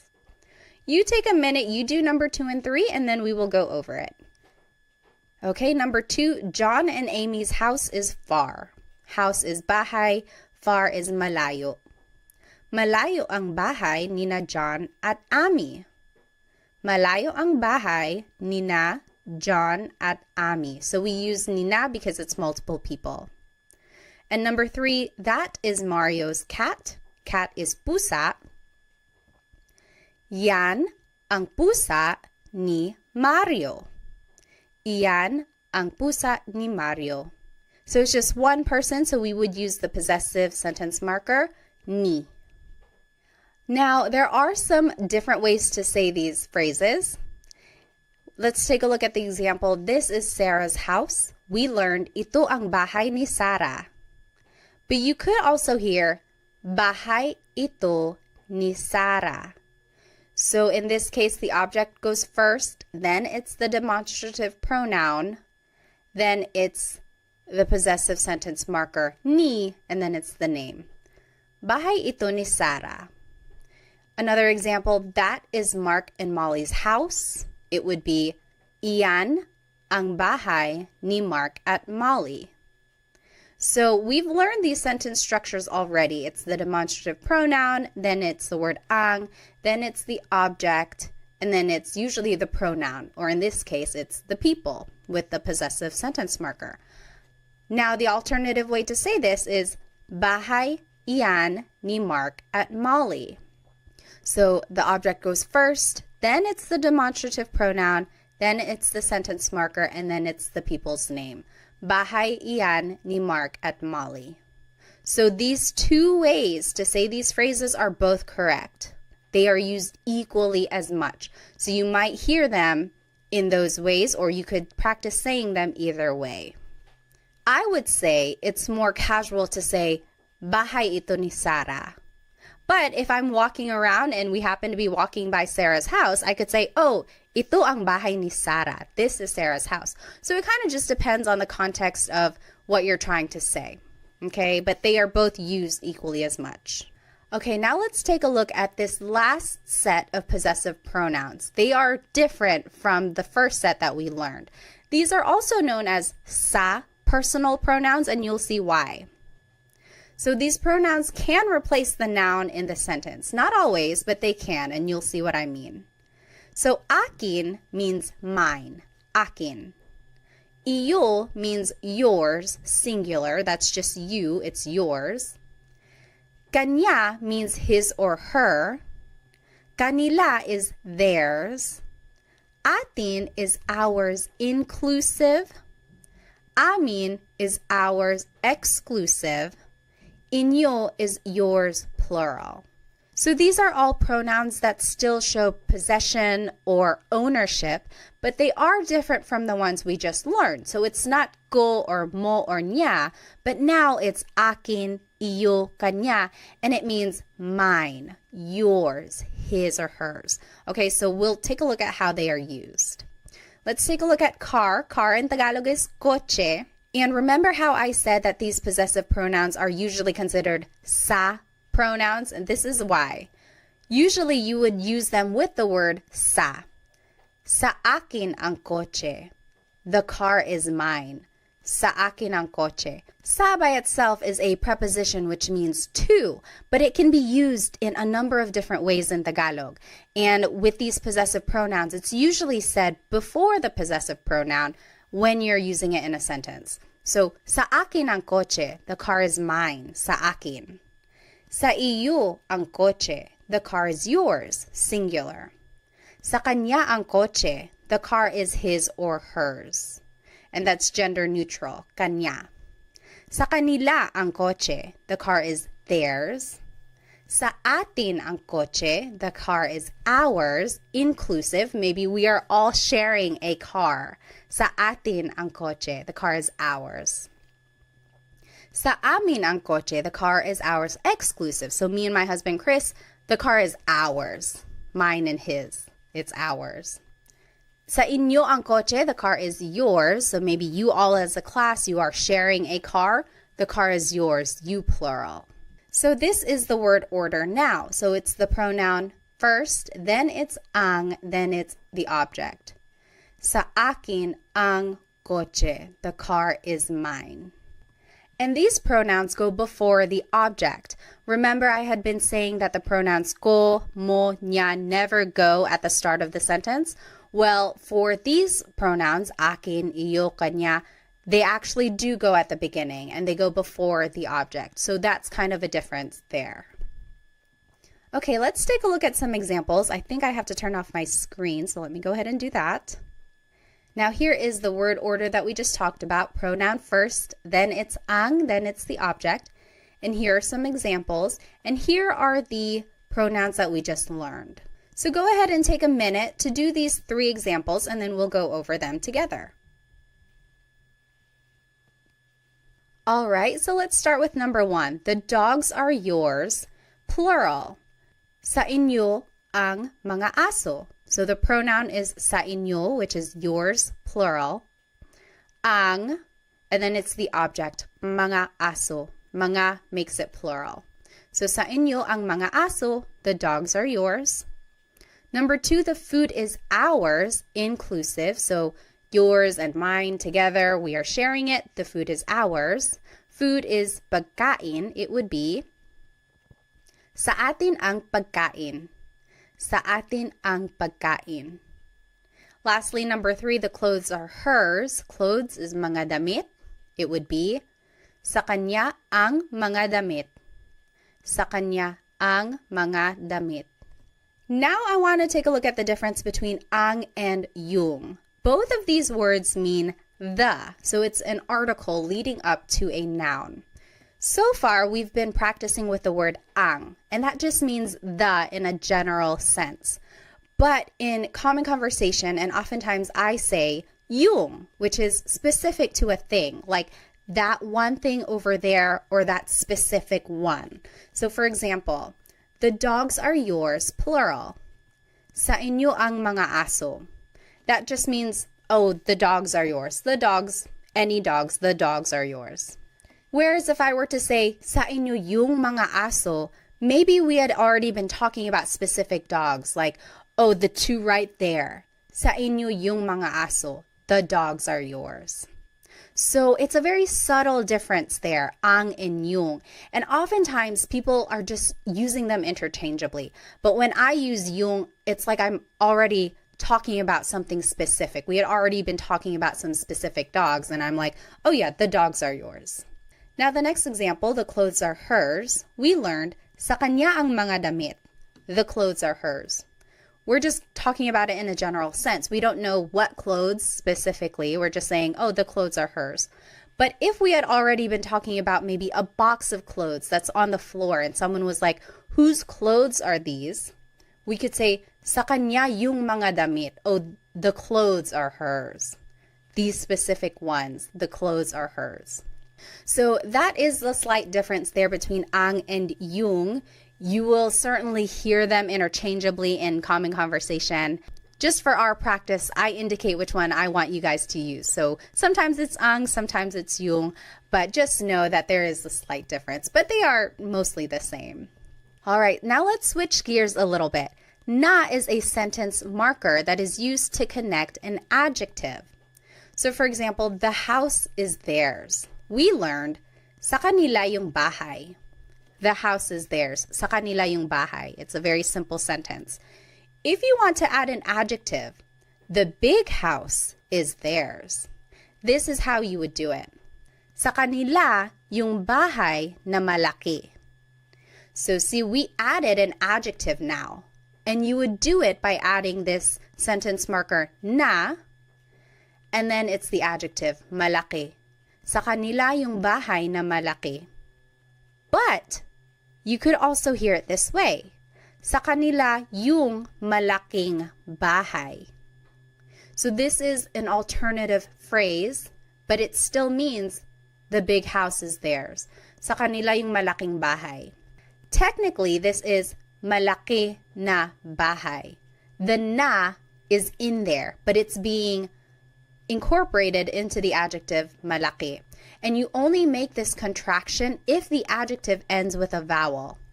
So see, malaki ends with an I, and when you are putting the adjective first, instead of saying malaki na bahay, you could just say malaking bahay. So it's a contraction. Now let's take a look at another example. The little house is theirs. Sa kanila yung bahay na maliit. So there's that sentence marker na, and then the adjective maliit means little. You could also hear sa kanila yung maliit na bahay. So we just switched it. We put the adjective first.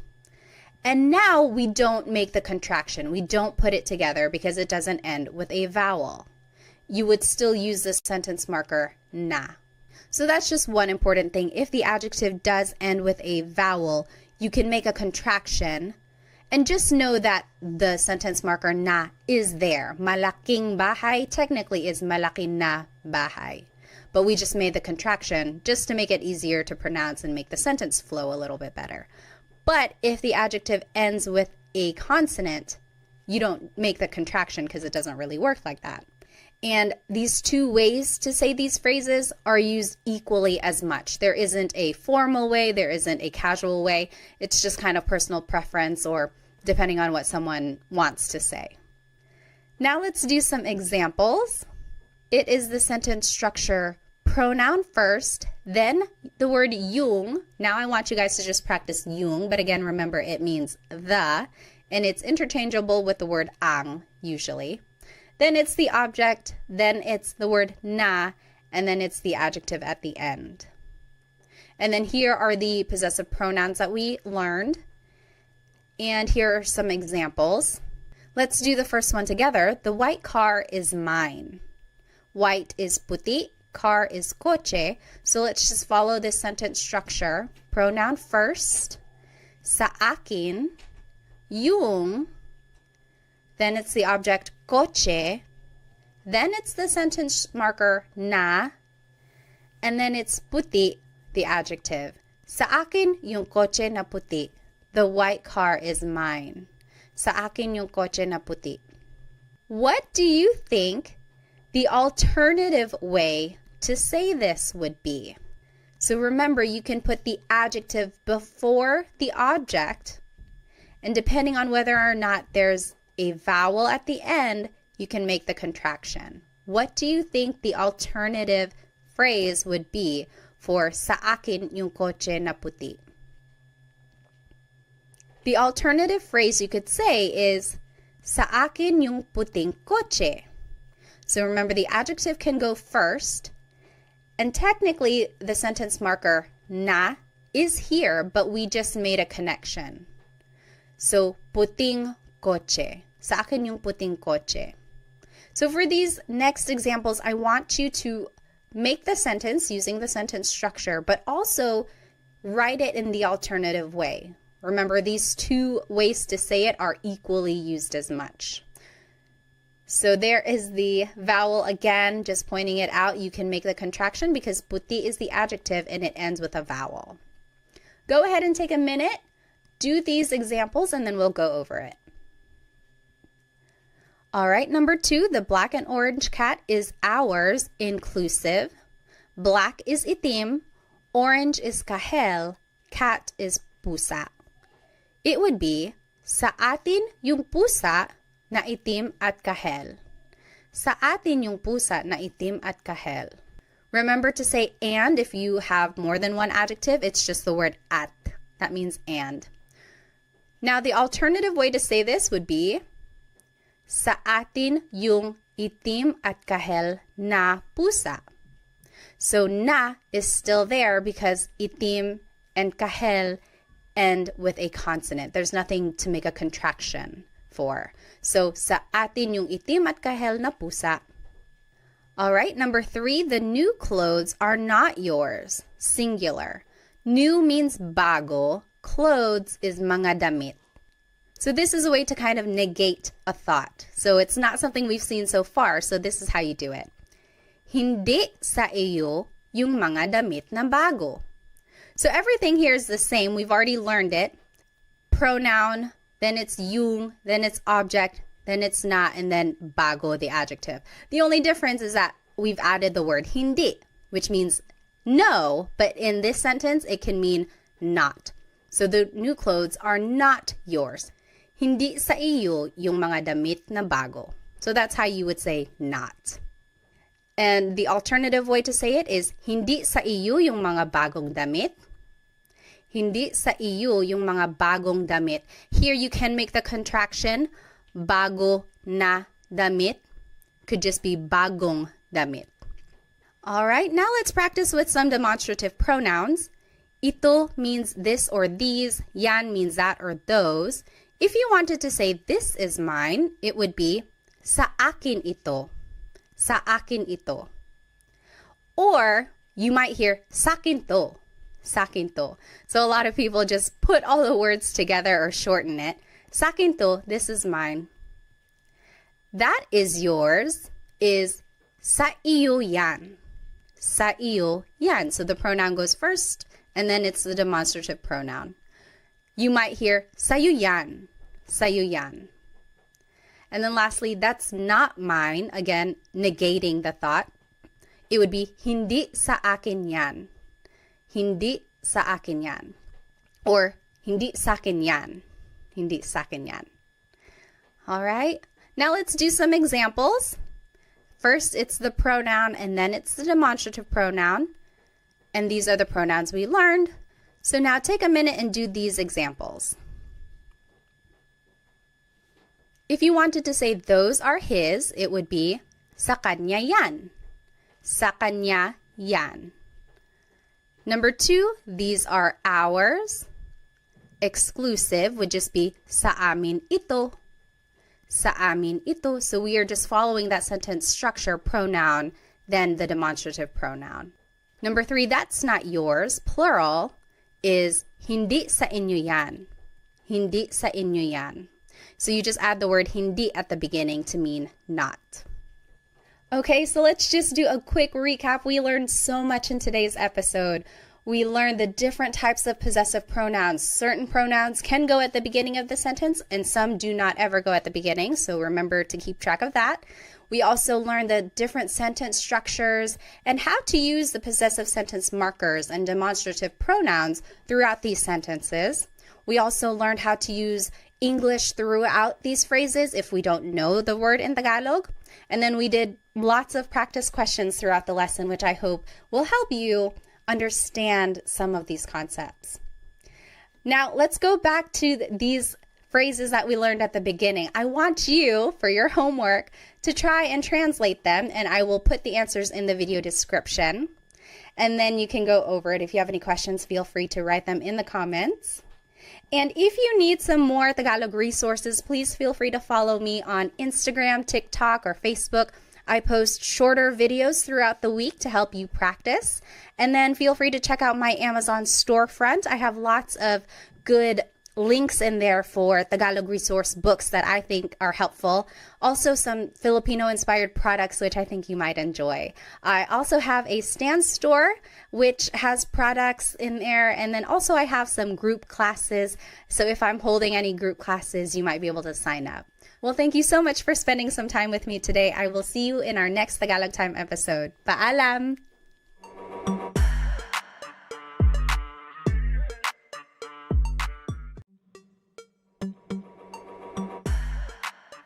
Hello, hello, everyone. Welcome to another episode of Tagalog Time with Pat. Today, we will be learning how to ask questions in Tagalog. And someone asked me if they could get a copy of these slides, maybe like a PDF form, so that you can print them out and then write on them when you are studying. I have uploaded them onto my Stan store, so you are able to download them if you would like. The link to that is in the description. So let's go ahead and get started. Here is today's agenda. Today we will be learning the different Tagalog question words. Then we will be learning how to use them to make a question formation. We will also be practicing some Tagalog responses and learning some common questions and then doing a lot of practice questions as well. So go ahead and grab a piece of paper and something to write with so that we can get started. So here are some Tagalog question words. There are a lot, and then we're going to be talking about them and then some variations as well.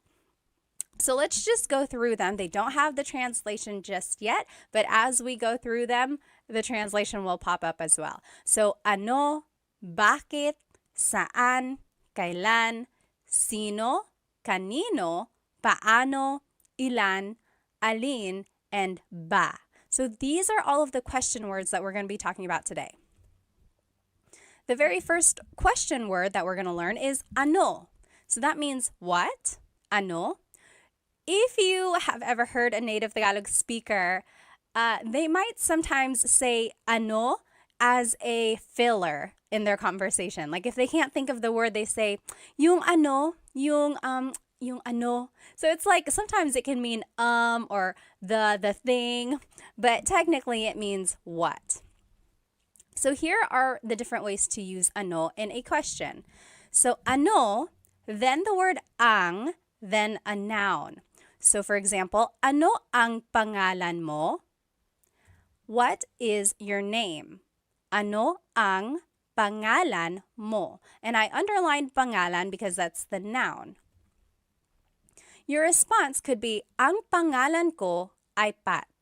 That literally means my name is Pat. But you might also hear someone say, Pat ang pangalan ko. Pat ang pangalan ko. That also means my name is Pat. Or you might just hear someone say, ako si Pat. Ako si Pat. I am Pat. So all of those are the different ways to respond. I will say the most common response in casual conversation is, ako si Pat. So ano ang pangalan mo? Ako si Pat. After that, the most common response would probably be, Pat ang pangalan ko. Pat ang pangalan ko. Ang pangalan ko ay Pat is a little bit formal.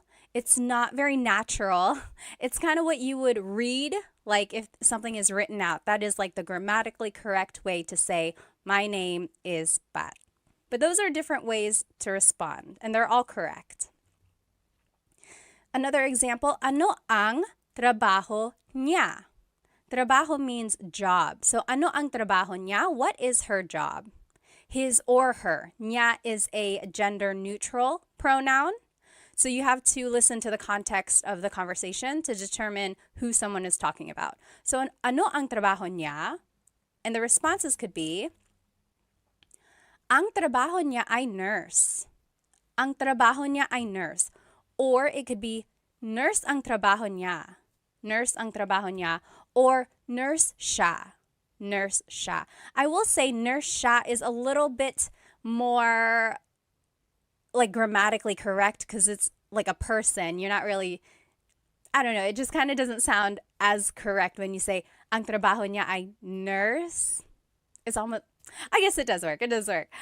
Don't listen to me. But yeah, so these are the different ways to say this. Again, ang trabaho niya ay nurse is a little bit more on the formal side. Not a lot of people say it like that. It's more common for someone to say, nurse siya. She is a nurse. Which I am. Surprise, surprise, right? A lot of Filipinos are nurses. Here's another example. Ano ang blank sa Tagalog? That means, what is blank in Tagalog? What is blank in Tagalog? This is a good question to know while you are learning Tagalog vocabulary. If you see something and you want to be like, oh, what is this in Tagalog? You can say, ano ang blank sa Tagalog? For example, ano ang dog sa Tagalog? the answer would be, dog sa Tagalog ay aso. Dog sa Tagalog ay aso. Or, aso ang dog sa Tagalog. Aso ang dog sa Tagalog. So these both mean dog in Tagalog is aso. So you might be wondering, why are there so many different ways to respond? And I think it's just, a lot of languages have that. It's like you can move around some of the words, change up the grammar a little bit, and it means the same thing, but there are certain phrases or certain ways that things are more used in common conversation. In this case, I think aso ang dog sa Tagalog, or actually dog sa Tagalog ay aso. I think aso ang dog sa Tagalog is a little bit more casual. Okay. Next, ano ang verb? So this is another way to use ano. So ano ang kinakain mo? Ano ang kinakain mo? That means, what are you eating? Kinakain is the present tense form of to eat. So what are you eating? Ang kinakain ko ay adobo. Ang kinakain ko ay adobo. I'm eating adobo. Or adobo ang kinakain ko. Or kumakain ako ng adobo. So those all mean I am eating adobo. The more commonly used way to say it would be kumakain ako ng adobo. I'm eating adobo. Usually the last example that I give is the one that's more natural, like less formal and used in common conversation. Another example, ano ang sinabi niya? Sinabi means to have said. Like, what did he say? Ano ang sinabi niya? Responses could be, ang sinabi niya ay hindi. He said no. Ang sinabi niya ay hindi. Or, hindi ang sinabi niya. Or, sinabi niya hindi. Those are the different ways to say, he said no. Again, I would hear sinabi niya hindi, or hindi ang sinabi niya. Just a note about sinabi, you might hear someone say, sabi niya hindi. Sabi niya hindi. Technically, the past tense conjugation of sabi is sinabi, but people shortcut it and say sabi niya hindi. So if you hear that, that's what it means. Next, ano ang ginagawa mo? What are you doing? Ano ang ginagawa mo? And some responses, gumagawa ako ng cake. I am making a cake. And I'm going to explain this in a minute. Nanonood ako ng TV. I am watching TV. So why did I respond this way to this question? Gawa means to make or to do. So if someone asked you, ano ang ginagawa mo? They could be asking, what are you doing? And I responded, nanonood ako ng TV. I'm watching TV. Or if someone asks, ano ang ginagawa mo? That could also mean, what are you making? So I responded, gumagawa ako ng cake. I'm making a cake. So that's just the different ways gawa can be used. And then just another little note here, you'll see in the blue, verbs can be in any tense. So when you are using ano with a verb, it could be asking about what someone did in the past, what someone is doing currently, or what someone will be doing tomorrow or in the future. So verbs can be in any tense. And if you need a review of the different ways to conjugate verbs in Tagalog, go ahead and watch my previous videos. I have a video just for present tense conjugation, and then the video after that is for past and future tense. Once you get the patterns down, it's just a matter of learning new vocabulary and trying to remember the different ways they're conjugated. Okay, so here are the different uses for ano. So, ano na means what's up. Na is an emphasis word, or sometimes it means already. And in this case, it's kind of lost in translation. It's just an expression meaning, hey, what's up? For example, if someone was taking a long time to get ready and I'm like, hey, ano na, we're going to be late, ano na. So it's like, hey, what's up? Or if you haven't seen someone in a very long time, you're like, oh, ano na, hey, what's up? So that's just a different way to use ano na. Next, ano ba means what the heck. And ba is a question word, and we'll learn how to use that later at the very end of the lesson. But in this case, again, it's lost in translation, but it means like, what the heck? So for example, if someone bumped into you and they didn't say sorry, you can say, ano ba? Ano ba? What the heck? Or if someone is just joking with you, you can say, ano ba? Okay, so it's an expression meaning what the heck. Next, ano daw? That means what did they say? So daw means like you're referring to someone else after they've said something. So ano daw? What did they say? Ano daw? Next, ano ito? What is this? And then ano iyan? What is that? So that's just the different ways to use the demonstrative pronoun this and that. Ano ito? Ano yan? What is this? What is that? And then there's another demonstrative pronoun. Ano yun? Ano iyon? So what is that over there? So what is this? What is that? What is that over there? So it's like a little bit farther. That's the difference there. And then anong problema? What's the problem? Anong problema? So the NG at the end there is like ano ang problema, and you can put it together and it would be anong. So anong pangalan mo? That also works. Instead of ano ang pangalan mo, you can put it together, anong pangalan mo? And you will see this happen to a lot of the question words that we'll be learning. Anytime the previous word ends in a vowel, you can usually make this contraction or like putting the words together. You'll see that. Now let's just practice using ano. So on the left side, let me turn off my screen. So sorry. So on the left side here, you will see the rules that we just learned. So ano ang plus a noun. The example was, ano ang pangalan mo? Ang pangalan ko ay Pat. Or Pat ang pangalan ko, or ako si Pat. Again, remember, ako si Pat is the more casual way to respond. And then the next example we learned was ano ang plus a verb. So ano ang kinakain mo? What are you eating? And then those are the responses. Kumakain ako ng adobo. Now what I want you to do is to translate these examples. So they're in Tagalog. I want you to translate them to English. So number 1, what are you cooking? And then I gave you a vocab hint. Niluluto means cooking. Number 2, what is his girlfriend's name? Nobya means girlfriend. Number 3, what is cat in Tagalog? 4, what did Mark and John eat yesterday? Kinain means ate. Number 5, what are you watching? Pinapanood means watching. So let's do number 1 together. What are you cooking? Ano ang, and then the verb, right? So we're just following this sentence structure number 2. Ano ang niluluto mo? Ano ang niluluto mo? What are you cooking?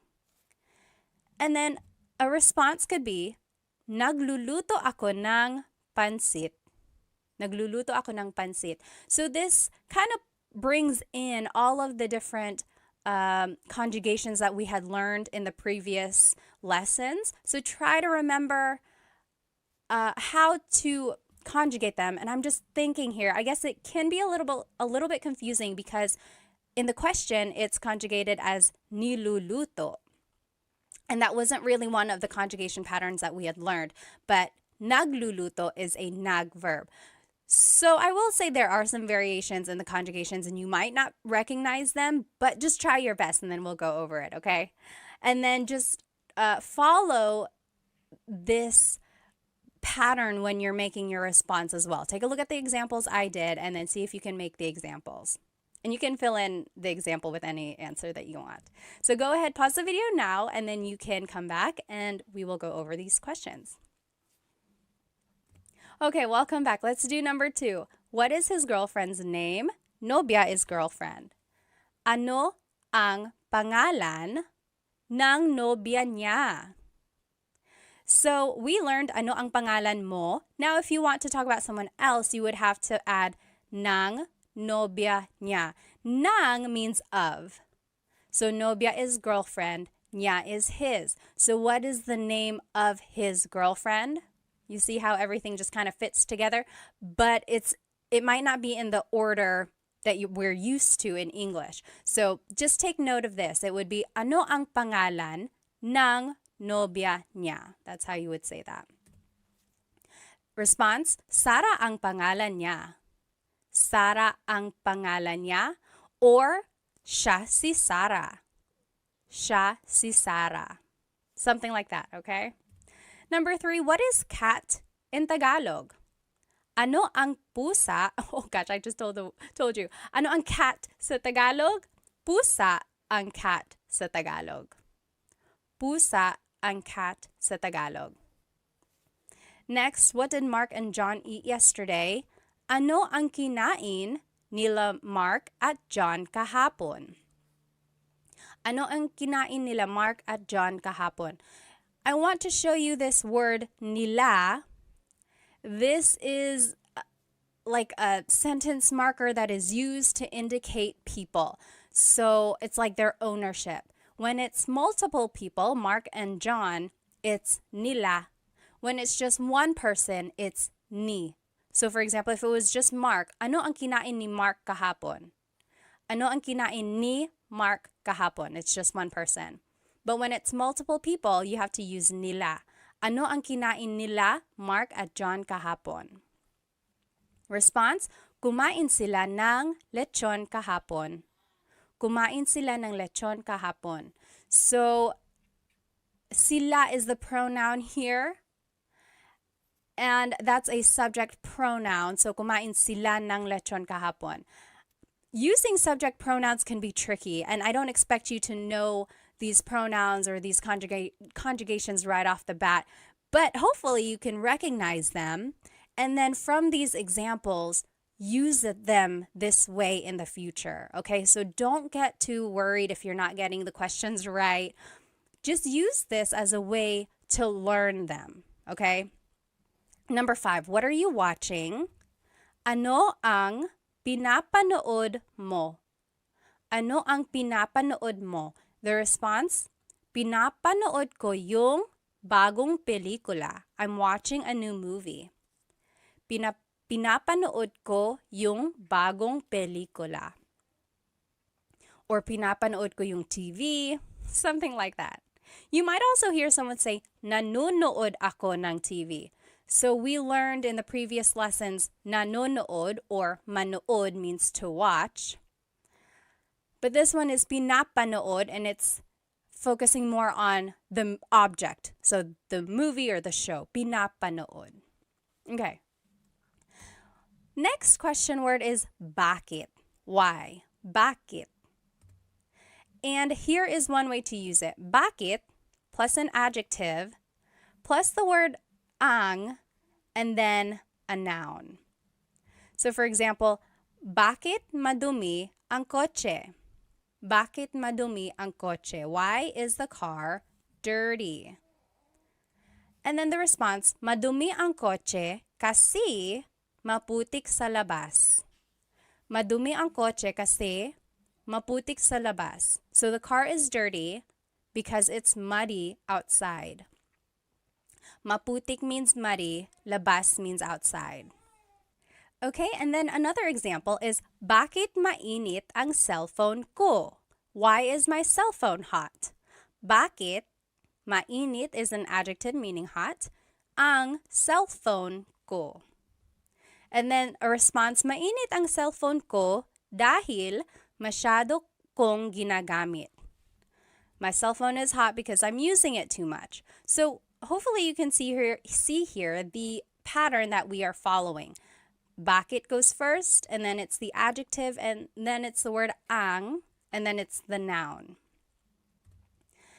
Or you could also do bakit plus a pronoun and then a verb. So bakit ka umiiyak? Why are you crying? Bakit ka umiiyak?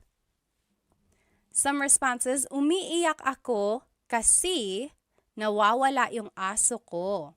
I'm crying because my dog is lost. Umiiyak ako kasi nawawala yung aso ko. Nawawala means lost or missing. Another example, bakit mo ginawa iyon? Why did you do that? Bakit mo ginawa iyon? Ginawa ko yun dahil mahal kita. I do that because I love you. Ginawa ko yun dahil mahal kita. You might hear me saying yun, as if there's no I, and that's commonly how it's pronounced. You might hear people say, ginawa ko iyon dahil mahal kita, but usually the letter I sound is dropped. And then another way to use bakit plus a verb. Bakit umiiyak si Michelle? So bakit plus a verb, bakit umiiyak si Michelle? Why is Michelle crying? Umiiyak si Michelle kasi nakakalungkot yung palabas. Michelle is crying because the show is sad. Nakakalungkot means it's like feeling sad, makes someone feel sad. Yung palabas, the show. So those are the different ways bakit can be used. And again, verbs can be in any tense, like we saw in ano. I want to point out the different responses that you can say when you're using bakit questions. So because can be kasi, or dahil, or sapagkat. Sapagkat. Okay, so kasi is informal. It is most commonly used. You'll hear it a lot in common conversation. Kasi. Dahil is also used a lot. We saw it in the examples. But it's a little bit more formal. But it can also be used casually. And then sapagkat is very formal. It's rarely used. It's almost like Shakespearean. You'll see it in like writing, or someone might use it maybe to prove a point or something, but it's not used a lot. It's almost like a deep Tagalog, really. So here are those examples again, and you'll see the kasi and dahil. So umiiyak ako kasi nawawala yung aso ko. I am crying because my dog is lost. So there's kasi. And then ginawa ko yun dahil mahal kita. I did that because I love you. So there's the kasi and there's the dahil. And they are used interchangeably, but kasi is more casual, dahil is a little bit more formal, but can also be used casually. Okay? Now, here are the different ways bakit can be used, and it doesn't really have a direct translation. So you might hear, bakit ganito? Bakit ganito? Ganito means like this. So why like this? Or why is this happening? So for example, it's like, oh no, I got a flat tire. I ran out of gas and I'm late for work. Oh, bakit ganito? Why is it happening? Why is it like this? And then bakit ba? Again, there's that ba question word. When it's added to bakit, it's why with emphasis. So maybe someone is annoying you. They're like, hey Pat, hey Pat. And you're like, oh, bakit ba? Why? What do you need? Bakit ba? And then, bakit na naman? Na naman means like, it's a sign of emphasis, or it means like again. Again. So, why again? So, again, maybe someone is pestering you. They're like, hey Pat. You're like, oh, bakit na naman? What now? And then, bakit daw? So, daw again is like, what did they say? So, it's like, why did they say? So, it's like, oh, we can't go in yet. And you're like, oh, bakit daw? Why? Why not? What did they say? So those are the different ways bakit can be used. And just a Taglish tip, I am a big supporter of using Tagalog and English together, Taglish, especially while you are learning Tagalog. So here's one way to do that. Maybe use kasi and then finish your English answer. For example, why are you sad? Kasi I stayed up late why are you tired? And it would be kasi I stayed up late to finish a movie. So instead of saying because, say kasi. And then the more vocabulary you learn, you'll eventually be able to say the whole phrase in Tagalog. Why are you tired? Kasi natulog ako ng late dahil nanonood ako ng movie. Okay, so just insert Tagalog words here and there And then before you know it, you'll be able to say longer phrases in Tagalog. Now I want us to practice bakit. Here on the left side, again, are the different ways to use bakit.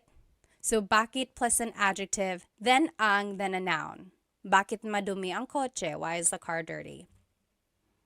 Or bakit plus the pronoun plus a verb. Bakit ka umiiyak? Or bakit plus a verb. Bakit umiiyak si Michelle? Why is Michelle crying? Okay, so those are the different sentence structures when using bakit. And just a tip, when you're making a response, you can use kasi or dahil. Remember, that means because. Here are the questions that I want us to translate. So why are you sad? Malungkot, to be sad. Let's do this one together. Why are you sad? It would be bakit. Then it's the pronoun ka. And then it's the adjective malungkot. Bakit ka malungkot? So that kind of falls under the rule number 2. Bakit plus a pronoun. Instead of a verb, it can be an adjective. Okay, so bakit ka malungkot?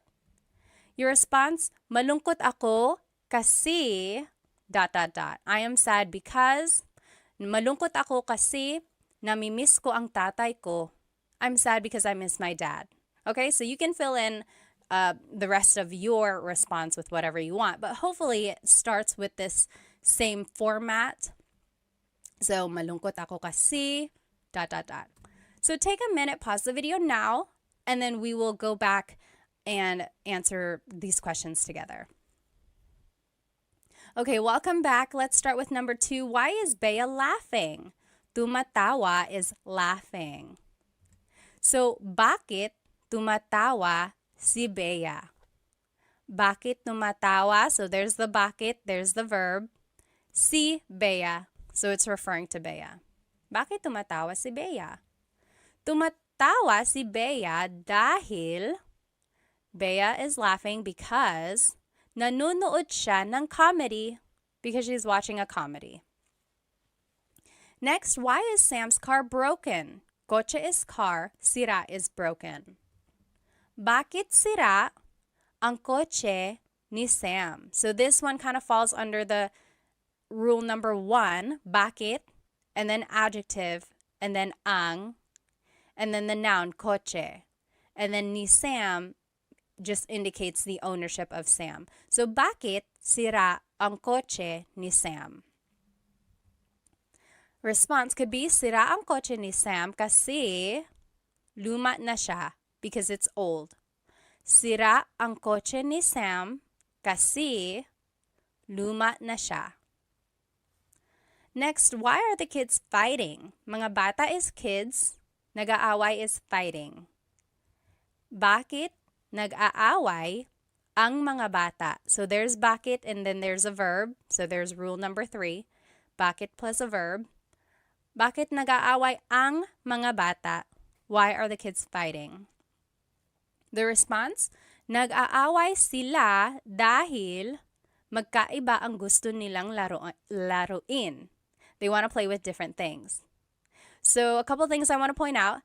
Nag-aaway sila. So instead of repeating mga bata, I just said sila, they. And you can do that. Or you could have said, nag-aaway ang mga bata dahil, like you can repeat it again. Or you can use a pronoun like I did. Nag-aaway sila dahil.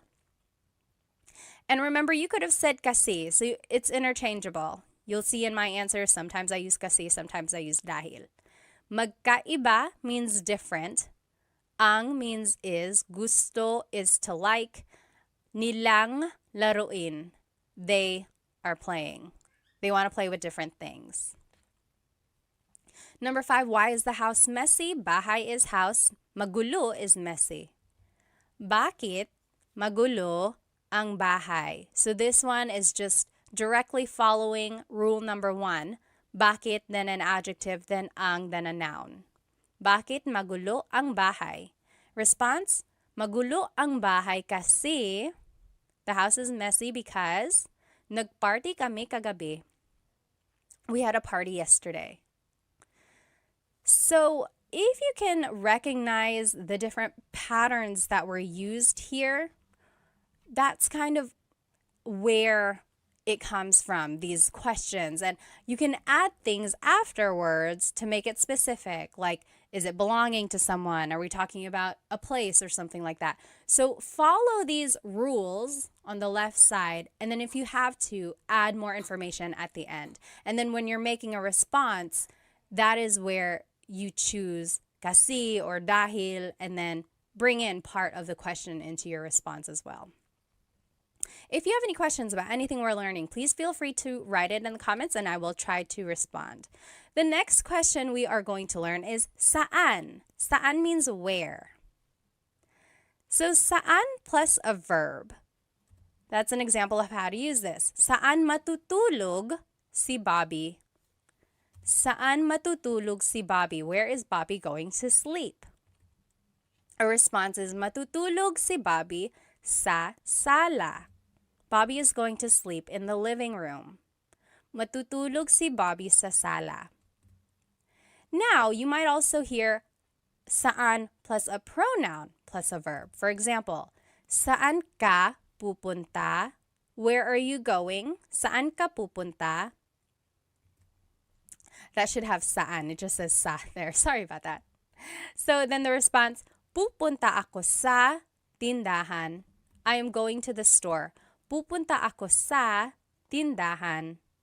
So that's the difference there. If you are talking about someone specific, you would add si and then their name. Saan matutulog si Bobby? Or if you just want to use a pronoun, the pronoun would go right after the question word. Saan ka pupunta? Okay, so those are the different ways to use it. I do want to point out that your response has this word sa. Sa. When the question is saan, the response is sa. Sa is a preposition and it means at a place, but it can mean to or from or something like that. So sa has a lot of different translations depending on the context. In this case, it means at a place or to, okay? Next, there's this question word, nasaan. So it's similar to saan, but it's nasaan. And here are the different ways to use it. Nasaan plus ang plus a noun. For example, nasaan ang CR? CR is comfort room in Tagalog, or in the Philippines, that's what they refer to the bathroom as. Where is the bathroom? Nasaan ang CR? The response, nasa labas ang CR. The bathroom is outside. Nasa labas ang CR. Or you could ask about a person. Nasaan si a person? Nasaan si nanay? Where is mother? Nasaan si nanay? The response, nasa trabaho si nanay. Mother is at work. Nasa trabaho si nanay. Now I want to point out that the responses all start with nasa. Okay, so when the question is nasaan, now your response has to have nasa. So that was a difference that's here. So when it's saan, the response has sa. When it's nasaan, the response has nasa. So just to go over it, when do you use saan? When do you use nasaan? Saan napunta ang cellphone ko? Where did my cell phone go? Versus nasaan ang cellphone ko? Where is my cell phone? Saan always goes with a verb. When you're asking about a verb or something that has happened with like an action, then you use saan. Saan napunta? Saan napunta? The root word of punta means to go. So napunta means went. Where did my cell phone go? Saan napunta? There's the verb. And then the response is sa. Oh, sa kotse. And then nasaan ang cellphone ko? Nasaan plus the word ang plus a noun. So when you're asking about the location of something, then it's nasaan. So it's like nasaan noun. Anytime there's like the ends, try to remember that. So your response has nasa. Nasaan ang cellphone ko? Nasa bag ko. It's in my bag. Okay? So this is just to look at it again. These are the examples we just saw. You might hear someone say asan or saan when they're referring to nasaan. So that's just like a short way to say it. So instead of saying nasaan ang CR, someone might ask asan ang CR? Where is the bathroom? Or they might even just say saan ang CR, even though technically it should be nasaan. So people shorten it, but technically, just so you know, it should be nasaan. Okay? Now let's take a look at this response. Nasa labas. Nasa labas ang CR. The bathroom is outside. These are the location vocabulary. So let's take the question, nasaan ang susi? Where is the key? Susi is key. Nasa labas, it's outside of the car. Nasa labas. Or nasa loob, it's inside the car. Nasa loob ng kotse. Nasa ibabaw, it's on top. Nasa ilalim, it's under. Nasa tabi, it's beside. So if you wanted to be specific, you would add the object afterwards. Nasa tabi ng kotse, it's beside of the car. Ng kotse. Nasa tabi ng kotse. So those are just the different location vocabulary words that you might hear. And just the sentence structure for the response, it would be nasa plus the location word that we just learned. Then it's nang, then it's a place, then it's ang, then the thing. So let's take a look at it. Nasa loob ng kotse ang susi. The key is inside the car. Nasa, loob is the location. There's nang. Kotse is a place or thing. Ang, and then susi is the thing. Okay? Nasa loob ng kotse ang susi. Or nasa ilalim ng kama ang susi. The key is under the bed. Nasa ilalim ng kama ang susi. So people ask me all the time, when do I use nang? When do I use ang? So these words, sometimes they are prepositions, sometimes they are articles that go before a noun. Just try to think about it as the translation. So the key is under the bed. So under of the bed, the key. That's how this is like literally translated. Ng kama is like of the bed. It's under of the bed. And then ang susi, the key. So a lot of it doesn't make sense. It's not the same grammar structure as in English. So just follow this pattern that I'm showing you now. And with more practice, it'll kind of come more naturally. Next, nasa location plus si plus the person. So nasa bahay, si tatay. Nasa, and then the location is bahay, si, and then the person, si tatay. Father is at the house. Or nasa loob ng bahay, si tatay. So this one is just a little bit more specific of where the father is.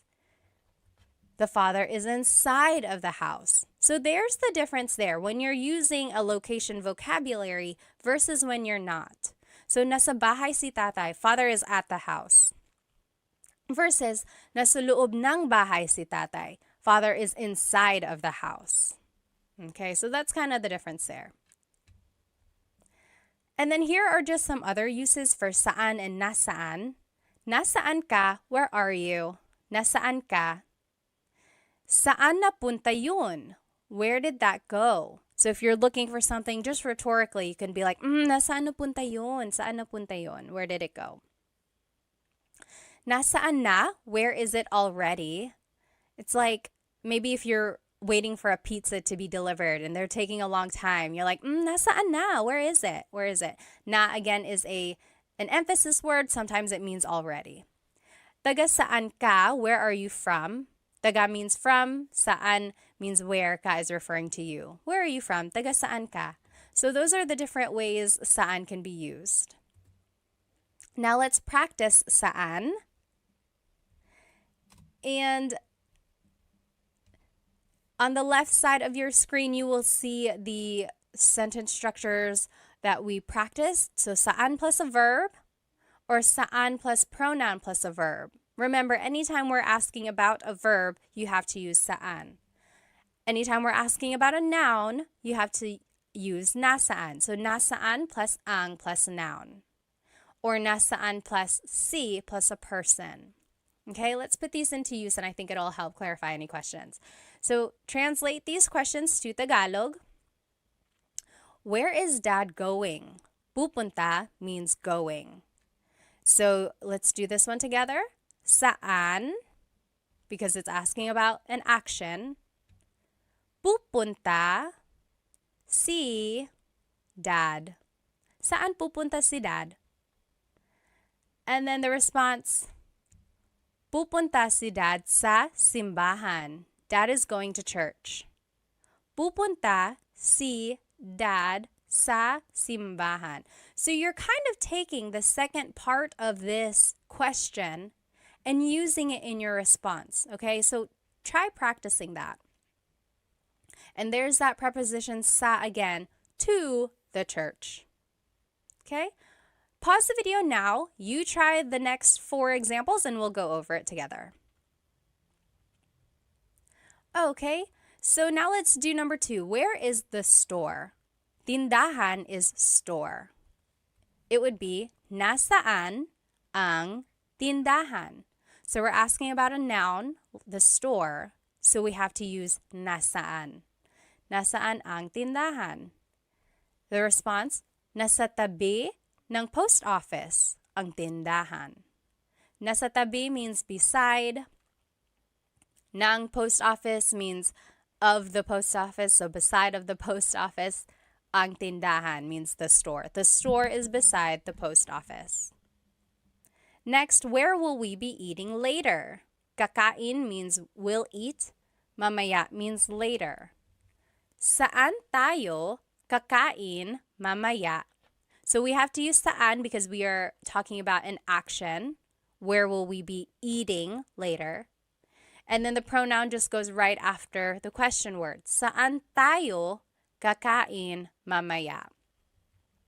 Your response, kakain tayo sa McDo mamaya. We're going to eat at McDonald's later. You ready? Let's go. You pay.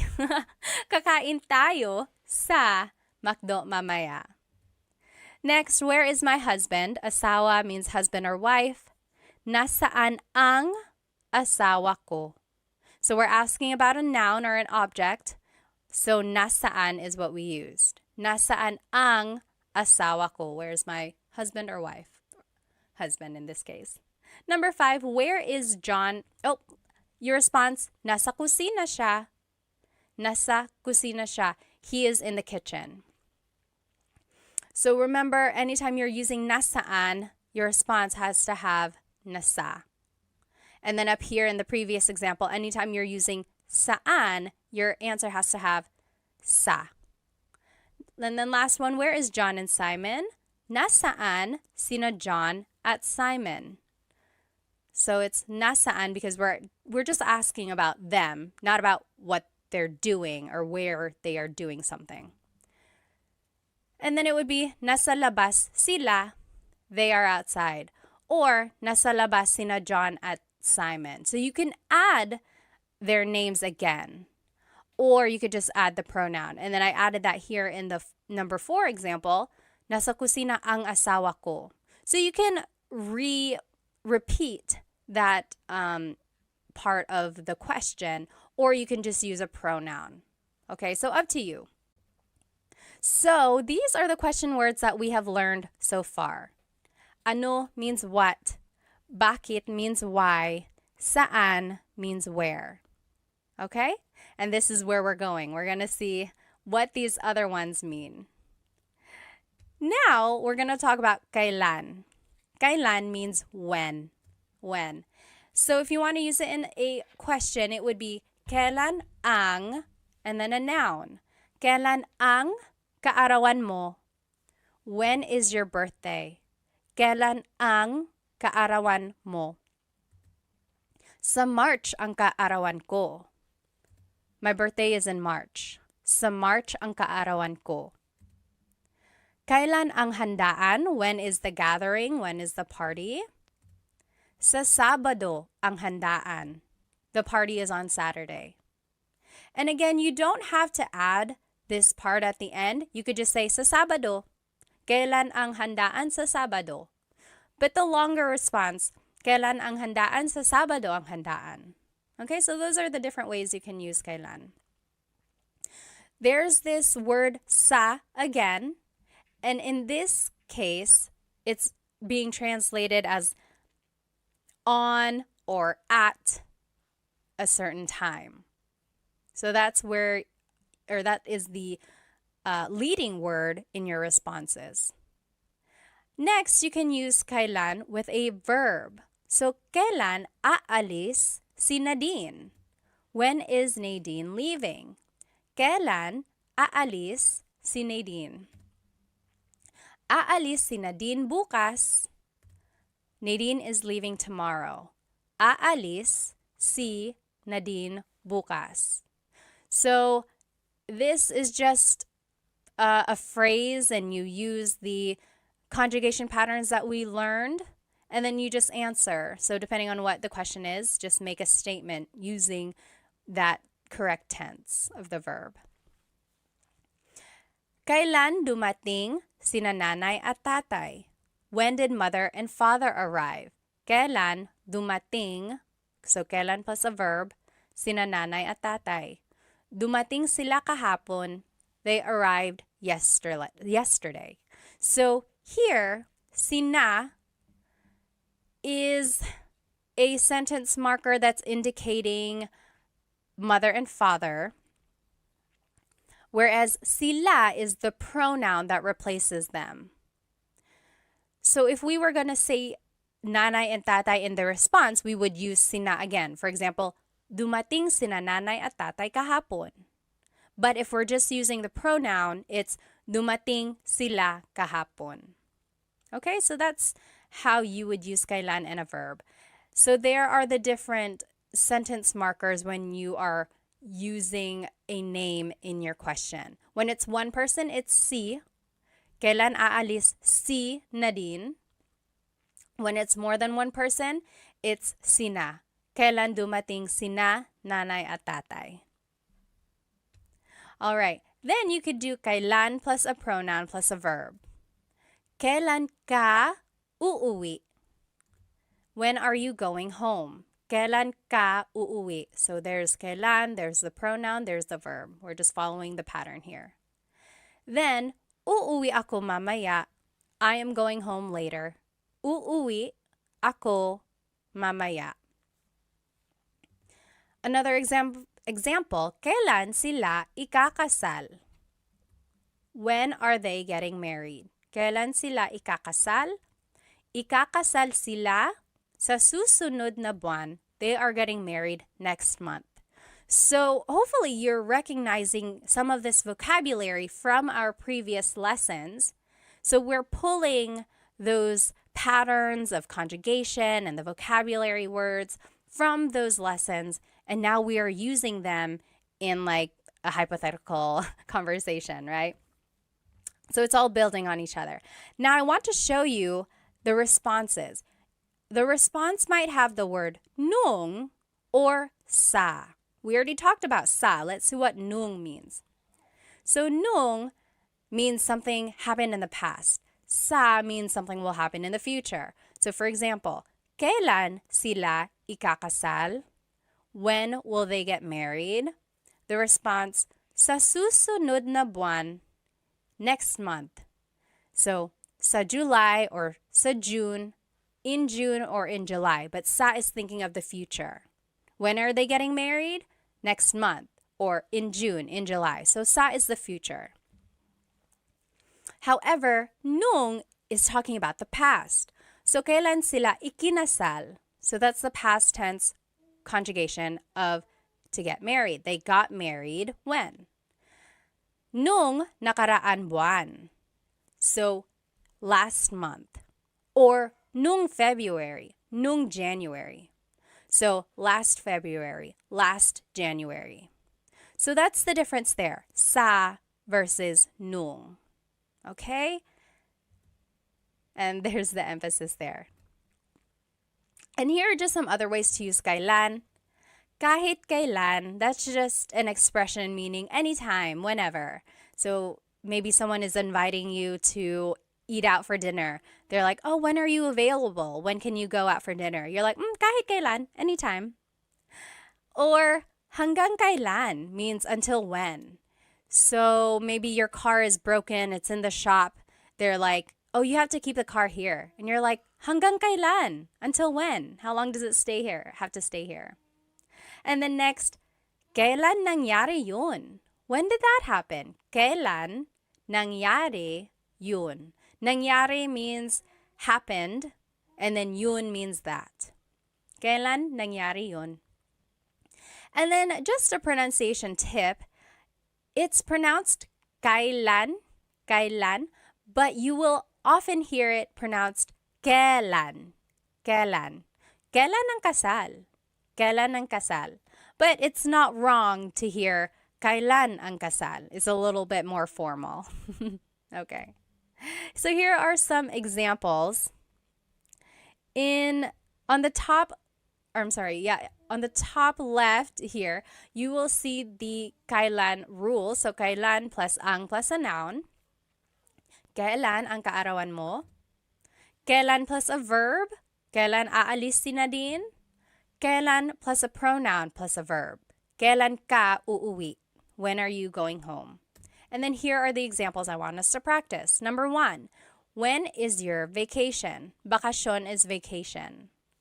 So let's just follow, I think it would be rule number 1. Kailan ang bakasyon mo? So kailan, then the word ang, then the noun, which is vacation, and then the pronoun. Kailan ang bakasyon mo? The response, sa susunod na linggo ang bakasyon ko. Next week. My vacation is next week. So a couple things I want to point out in the response. It should have the word sa because it's talking about the future, right? It will be next week. So there's sa. And then just try to remember how to phrase things. And if you weren't able to watch or if you don't remember the past lessons, just go from here and just copy my sentence structures. Okay, so moving forward when you answer these questions, see if you can follow these sentence structures. Okay, so go ahead and pause the video now, and then we will go over the examples in just a minute. Okay, so number 2, when are you leaving? Aalis means leaving. Kailan ka aalis? That's just rule number 3. Kailan plus the pronoun plus the verb. Kailan ka aalis?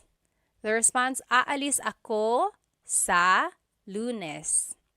Aalis ako sa Lunes. So there's sa because it's a future action. Number 3, when did Tony come back? Bumalik means came back. Kailan bumalik si Tony? So this is rule number 2. Kailan plus a verb. Kailan bumalik? And then you add si Tony. The response, bumalik si Tony kahapon. He came back yesterday. Bumalik si Tony kahapon. Number 4, when did you buy that? Binili means bought. Kailan mo binili yan? Kailan mo binili yan? So that's rule number 3. Kailan plus the pronoun plus the verb. Kailan mo binili yan? Binili ko yan nung isang linggo. Or binili ko ito nung isang linggo. I bought that last week or I bought this last week, depending on how you want to answer your question. Number 5, when are you going to sleep? Matutulog means will go to sleep. So, kailan ka matutulog? This is just rule number 3. Kailan plus a pronoun plus a verb. Kailan ka matutulog? Matutulog ako mamaya. Matutulog ako mamaya. I know it can get a little tricky figuring out which structure to use, and then when there's a pronoun or when there's like added information that has to be added to the end. I know it can get tricky, but use these examples to see the patterns in use and then try to use them in the future. Okay, so don't get bogged down if you're not getting the answers right. Really just use this as another form of learning, right? It's okay if it's not correct yet, but I want you to see how they are being used. Okay, so the next question word we are going to learn is sino, and that means who. Sino. So these are the different ways sino is used. Sino plus the word ang, then it's a verb, a noun, or an adjective. So it's easy because you just have to use sino ang, and then you just fill in the end with a verb, noun, or an adjective. Sino ang kumakanta? Singing. Who is singing? Sino ang kumakanta? Ang kumakanta ay si Mario. Si Mario ang kumakanta, or kumakanta si Mario? Si Mario. I wanted to show you all the different ways a response could be made. So, sino ang kumakanta? Who is singing? This first example is formal. Ang kumakanta ay si Mario. This next one is a little bit formal as well. Si Mario ang kumakanta. Si Mario ang kumakanta. That's kind of formal. This one is casual. Kumakanta si Mario. Mario is singing. Kumakanta si Mario. And then this last one is just a short answer. So, si Mario. Who is singing? Mario. So those are the different ways you can say Mario is singing. Those are the different responses. And then there is the word that has to be in the answer. Si. Because we're asking about a person, your answer has to have si or sina if it's more than one person. We'll see that. So now if you are going to fill it in with a noun, sino ang mga magulang mo? Mga magulang means parents. Sino ang mga magulang mo? Who are your parents? Ang mga magulang ko ay sina John at Mary. So that's what I was just saying. Si is for one person, sina is for more than one person. So, ang mga magulang ko ay sina John at Mary. My parents are John at Mary and Mary. Another way to say it is sina John at Mary ang mga magulang ko. Or sina John at Mary. So those are the different ways to say John and Mary are my parents. When in doubt, go ahead and just use the shortest answer. I don't want you to sound redundant, and then I also don't want you to have to think of too many vocabulary words or an extended sentence structure. So just answer it with the shortest answer because it's still correct. Sino ang mga magulang mo? Sina John at Mary. And then, if it's an adjective that you're asking about, it would be sino ang, and then the adjective. Sino ang pagod? Pagod means tired. Who is tired? Sino ang pagod? Ang pagod ay ang mga bata. The kids are tired. Ang pagod ay ang mga bata. That one's formal. Next, ang mga bata ang pagod. Ang mga bata ang pagod. That is also formal. Or, pagod ang mga bata. Pagod ang mga bata. That one is casual. That is what I would say a lot more than the other two. And then the short answer, ang mga bata. Sino ang pagod? Ang mga bata. The kids. The kids are tired. So those are the different ways to say the kids are tired. Now, let's take a look at the responses. Si and sina. Si is for one person. Sina is for multiple people. So an example, kumakanta si Mario. Si Mario, because it's just one person. Versus kumakanta sina Mario at Jane. Mario and Jane are singing. So sina is used because there's more than one person.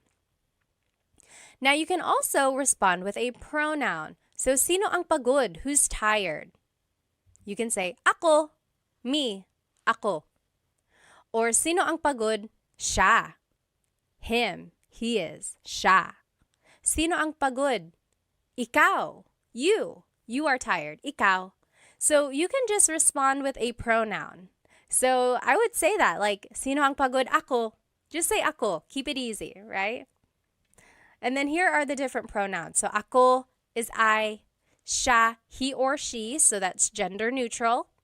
Sila, they. Ikaw, you, singular. Kayo, you all, plural. Tayo is we inclusive. That's you and me, all of us. We are all tired. Maybe we all ran a race together. We are all tired. Pagod tayo. And then pagod kami, me and my husband Chris, we ran. Only us, we did. So pagod kami, we are tired. Not you. I'm just telling you about it. Okay? Now here are other ways sino is used. Sino siya? Who is he? Who is she? Sino siya? The response, siya si Pat. She is Pat, or that is Pat. Sino ito? Who is this? Sino ito? Ito si Pat. This is Pat. Ito si blank. Sino yun? Who's that? Sino yun? Yun si Pat. That's Pat. Or sino ka? Who are you? Sino ka? The response, ako si Pat. Now, I do want to say, you really shouldn't say sino ka if you want to be polite. Sino ka is kind of rude or just a little blunt. Like, sino ka? Who are you? So it would be more polite to say, sino po kayo? So for one thing, add po to be respectful. And then when you're adding po, you have to use the plural you pronoun. So kayo, sino po kayo? That's a lot more polite instead of saying sino ka. If you want to ask, who are you again? Sino po kayo? And then just a pronunciation tip. If you have sino ang in a question, you might hear sinong. So they put it together. So sinong kumakanta? Who is singing? Sinong kumakanta? Instead of sino ang kumakanta, it's sinong kumakanta. Okay? Now let's practice some translations when we're using sino in a question. So sino ang plus a verb, noun or object or adjective. And here are the examples there. And let's do number 1 together. Who is taking a shower? Naliligo means to take a shower or taking a shower. So it would be sino ang naliligo. Sino ang plus the verb. Sino ang naliligo? Easy, right? The response, si George ang naliligo. Si George ang naliligo. Or the simplest answer, si George. Si George. But you have to add si or si na because that is the indicator of a person. You have to add that in your response. So go ahead and take a minute, pause the video now. You finish the examples and then we'll go back and do them together. Okay, welcome back. Let's do number 2. Who is your sibling? Sibling in Tagalog is kapatid. Sino ang kapatid mo? So kapatid is a noun. So sino ang kapatid mo? The response, kapatid ko si Sam. Kapatid ko si Sam. Or it could be si Sam ang kapatid ko. Si Sam ang kapatid ko. Remember, there are different ways to respond. Number 1, we said si George ang naliligo. It could have also been naliligo si George. So again, you can look back at the different ways a response can be made. When in doubt, just say the shortest answer. So this one could have been si Sam. Sino ang kapatid mo? Si Sam. Number 3, who is scared? Natatakot is scared. Sino ang natatakot? Who is scared? Natatakot ang mga bata. The kids are scared. The kids are scared. Natatakot ang mga bata. Number 4, who cooked dinner? Nagluto is cooked, hapunan is dinner. Who cooked dinner is sino ang nagluto ng hapunan. So that's just sino plus ang plus a verb. Sino ang nagluto ng hapunan. Nang is the sentence marker before the noun. Si Lola ang nagluto ng hapunan. Lola cooked the dinner. Si Lola ang nagluto ng hapunan. And then last example, who called? Tumawag is called. Sino ang tumawag? Sino ang tumawag? So it's just the verb. Tumawag ang nanay mo. Your mother called. Tumawag ang nanay mo. Or the simplest response, ang nanay mo. Okay, so try to keep it simple when you can, but hopefully you can see the patterns that you can use when you're making a question and then answering a question. All right, the next question word that we are going to learn is kanino. Kanino means whose. Kanino.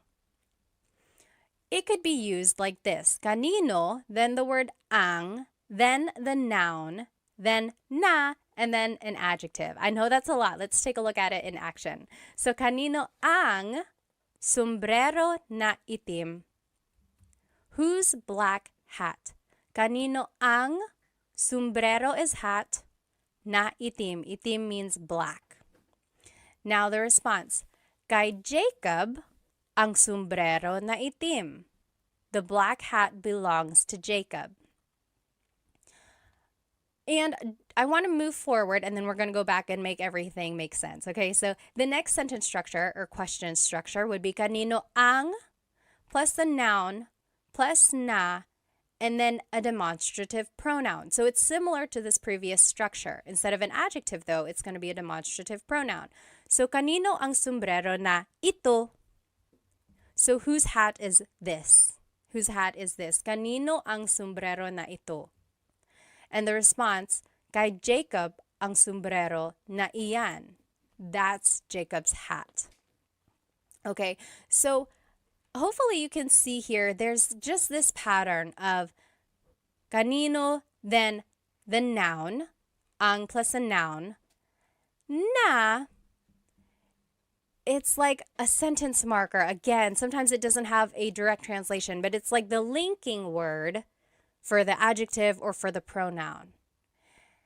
And then just a pronunciation tip, kanino ang can be put together in a contraction. It would be kaninong. Kaninong sombrero na itim. Or kaninong sombrero ito. All right, when using the contraction though, you drop the na if there's a demonstrative pronoun. So kaninong sombrero ito, you wouldn't say kaninong sombrero na ito. So that's just one thing. It's kind of redundant when you add the na again. So just to respond, you would use an ownership marker, then the person, then the word ang, then the noun, then na iyan. So let's see what that would look like. Kanino ang bahay na iyan? Whose house is that? Kanino ang bahay na iyan?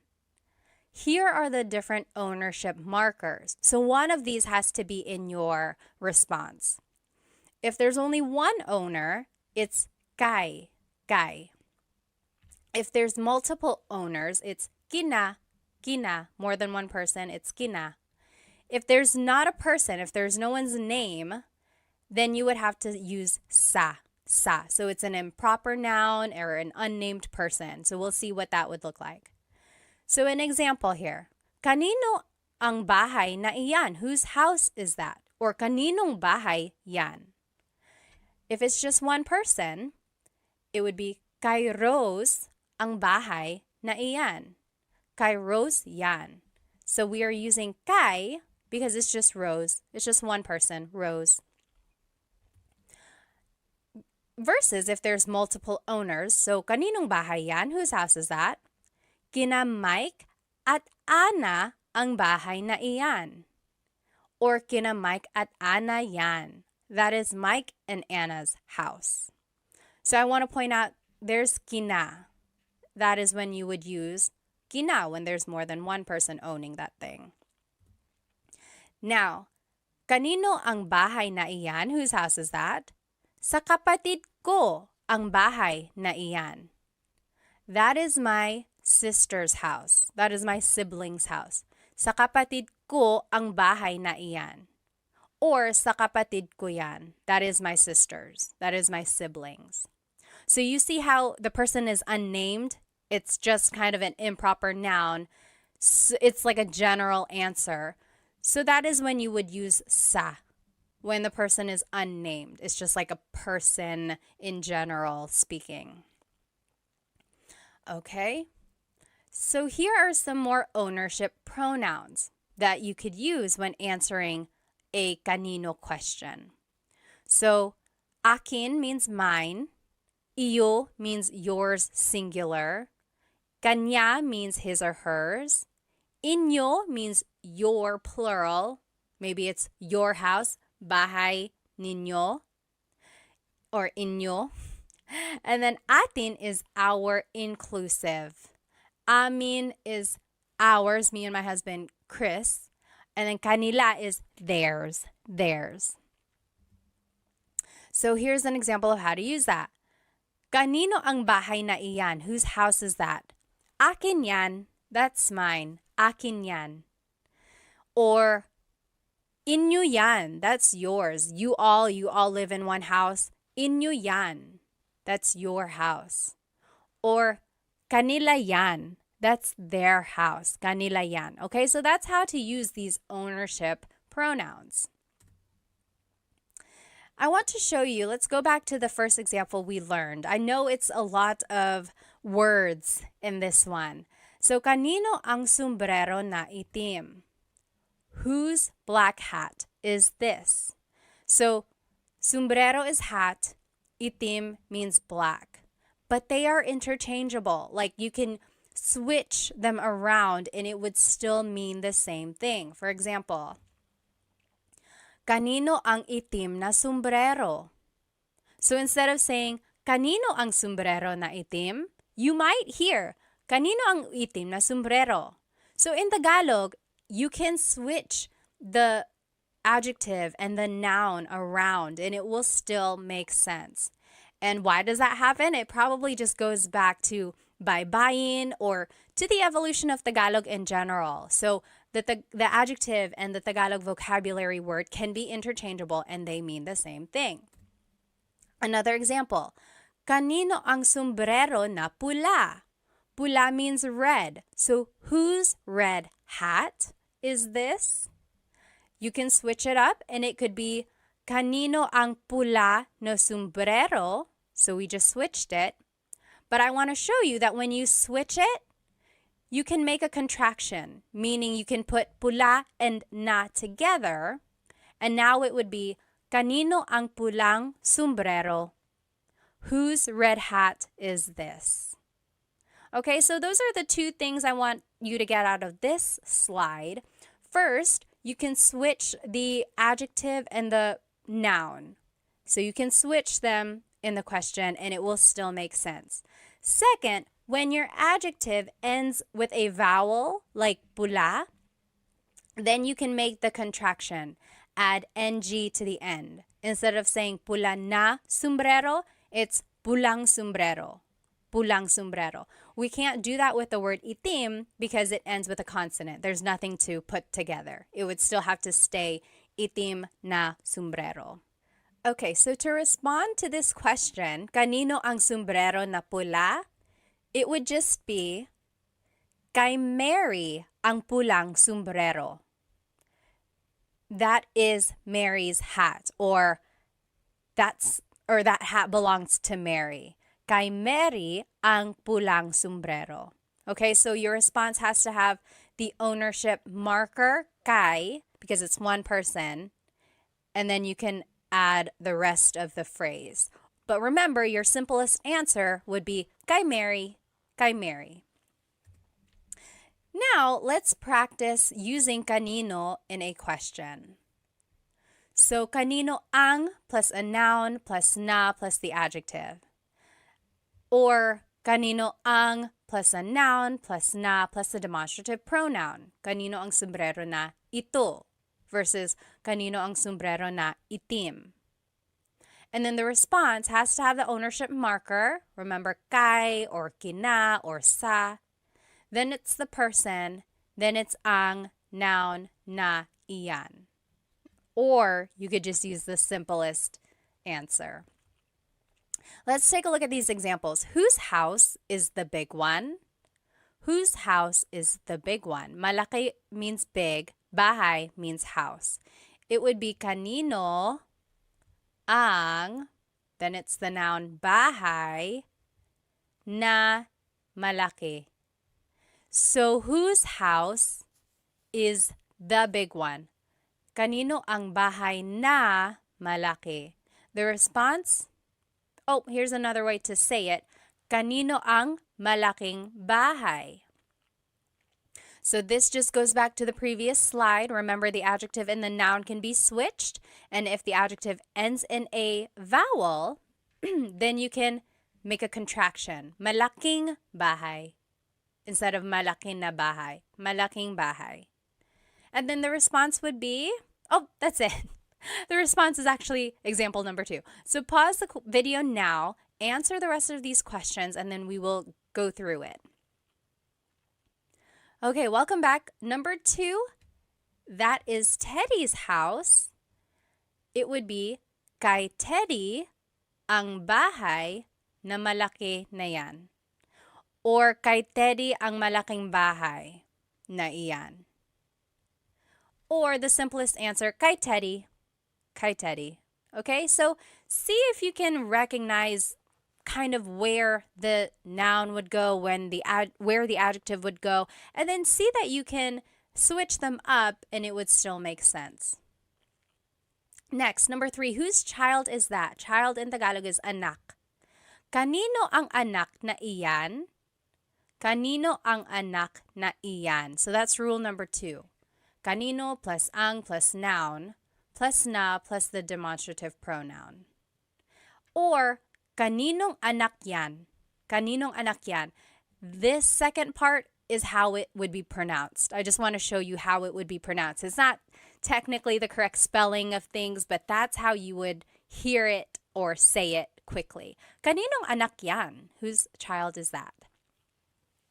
Number 4, that is Chris and AJ's child. Kina Chris at AJ ang anak na iyan. Kina Chris at AJ ang anak na iyan. I want to point out kina, that is the ownership marker that you use when there's multiple people. And then the short answer, kina Chris at AJ. Kina Chris at AJ. Number 5, whose cell phone is this? Kanino ang cellphone na ito? So that's following sentence structure number 2. Kanino ang, the noun is cell phone, na, ito is the demonstrative pronoun. And just quickly speaking, someone might say, kaninong cellphone ito? Kaninong cellphone ito? So the na is dropped usually. Whenever someone is speaking quickly, the na is dropped. But I want to point out that technically there is a na. I don't think I would be a very good teacher if I didn't tell you the correct technology, like the technically correct way to say these things. But in colloquial speaking or in common conversation, the na is dropped. Kaninong cellphone ito? And then the response, that is my cousin's cell phone. Cousin in Tagalog is pinsan. Sa pinsan ko ang cellphone na iyan. So I want to point out sa is the ownership marker that you use because it's not a specific person, right? The person is unnamed. So sa pinsan ko ang cellphone na iyan. Or just in common conversation, you might hear, sa pinsan ko yan. Sa pinsan ko yan. Or even the shortest answer, sa pinsan ko. Sa pinsan ko. Okay, let's just look at all of the questions that we have learned here. So we learned ano means what, bakit means why, saan means where, sino means who, kanino means whose. Then we're going to learn these last 4 here. Next, paano means how. Paano means how. So, paano plus a verb. Paano magluto ng adobo? How does one cook adobo? Paano magluto ng adobo? Or paano gumawa ng video? How do you make a video? How does one make a video? Paano gumawa ng video? So there's the paano question word. Then it's a verb that follows. And then ng plus a noun. Another way to use paano is paano plus a pronoun plus a verb. So paano ka uuwi? Paano ka uuwi? Paano ka umuwi? How did you get home? Paano ka umuwi? Or, paano mo nalaman yung balita? How did you discover the news? Paano mo, there's the pronoun. Nalaman, there's the verb. Yung balita. And just to note, there's no particular response formation for these paano question words. There's no pattern or anything like that, because your answers will just be a statement using the appropriate tense of the verb. So just answer as if it's a statement, right? So that brings in all of our conjugation patterns and using the correct pronouns and things like that. So just make a sentence with what you know. Now I want to show you this other question word.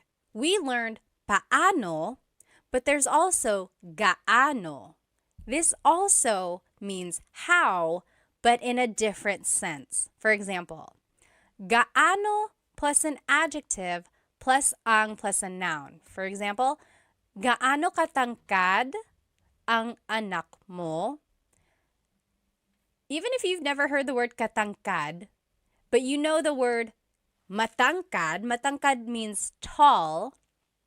Hopefully you can kind of maybe guess that this is asking about the height of someone's child, right? So, gaano katangkad ang anak mo? How tall is your child? Let's see another example. Oh, the answer would be 5'10" siya. He is 5'10". 5'10" siya. Here's another example. Gaano kadalas ka namimili? Kadalas means often. Madalas means often. Namimili means to go shopping. So how often do you go shopping? Gaano kadalas ka namimili?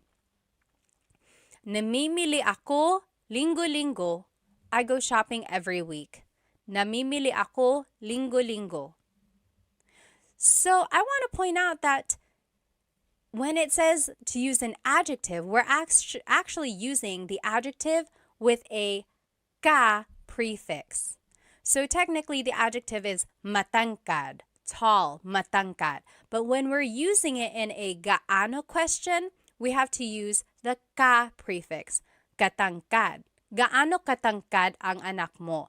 And the ka prefix is a way to show the quality of something. It's asking about the characteristic of that adjective. It's a little interesting. So when we're asking gaano katangkad, it's like asking about that person's adjective or that height. So yes, again, the prefix ka is used when measuring the extent of that adjective.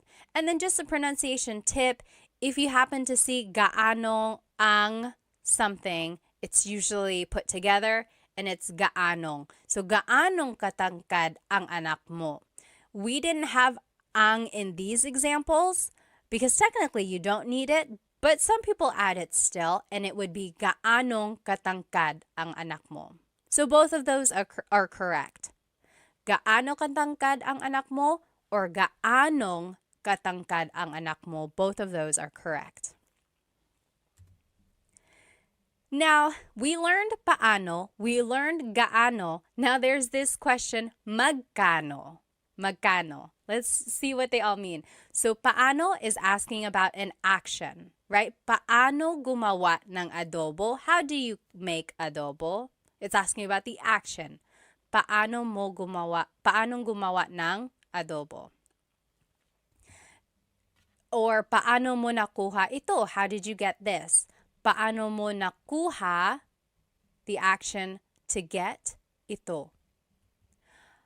Another way to ask how is gaano, but this is asking about the extent of something. Gaano kabilis ang kotse mo? How fast is your car? Gaano kabilis ang kotse mo? So it's asking about the speed of your car. And then magkano is asking about the cost of something. Magkano ang t-shirt? How much is the t-shirt? Or magkano po? How much is this po? Po is just a sign of respect. So how much is this? Okay, so very interesting. These words sound alike, but they are used for different situations. Now, here are just some other paano uses. So, paano nangyari yun? How did that happen? Paano nangyari yun? Yari means happen. And then yun means that. Paano nangyari yun? How did that happen? Or paano na ngayon? What now? Ngayon means now. So technically this is like, how now? It's a rhetorical question when something goes wrong. Like, oh no, I lost my job. Paano na ngayon? What now? What am I going to do now? And then just a pronunciation tip. It's technically paano.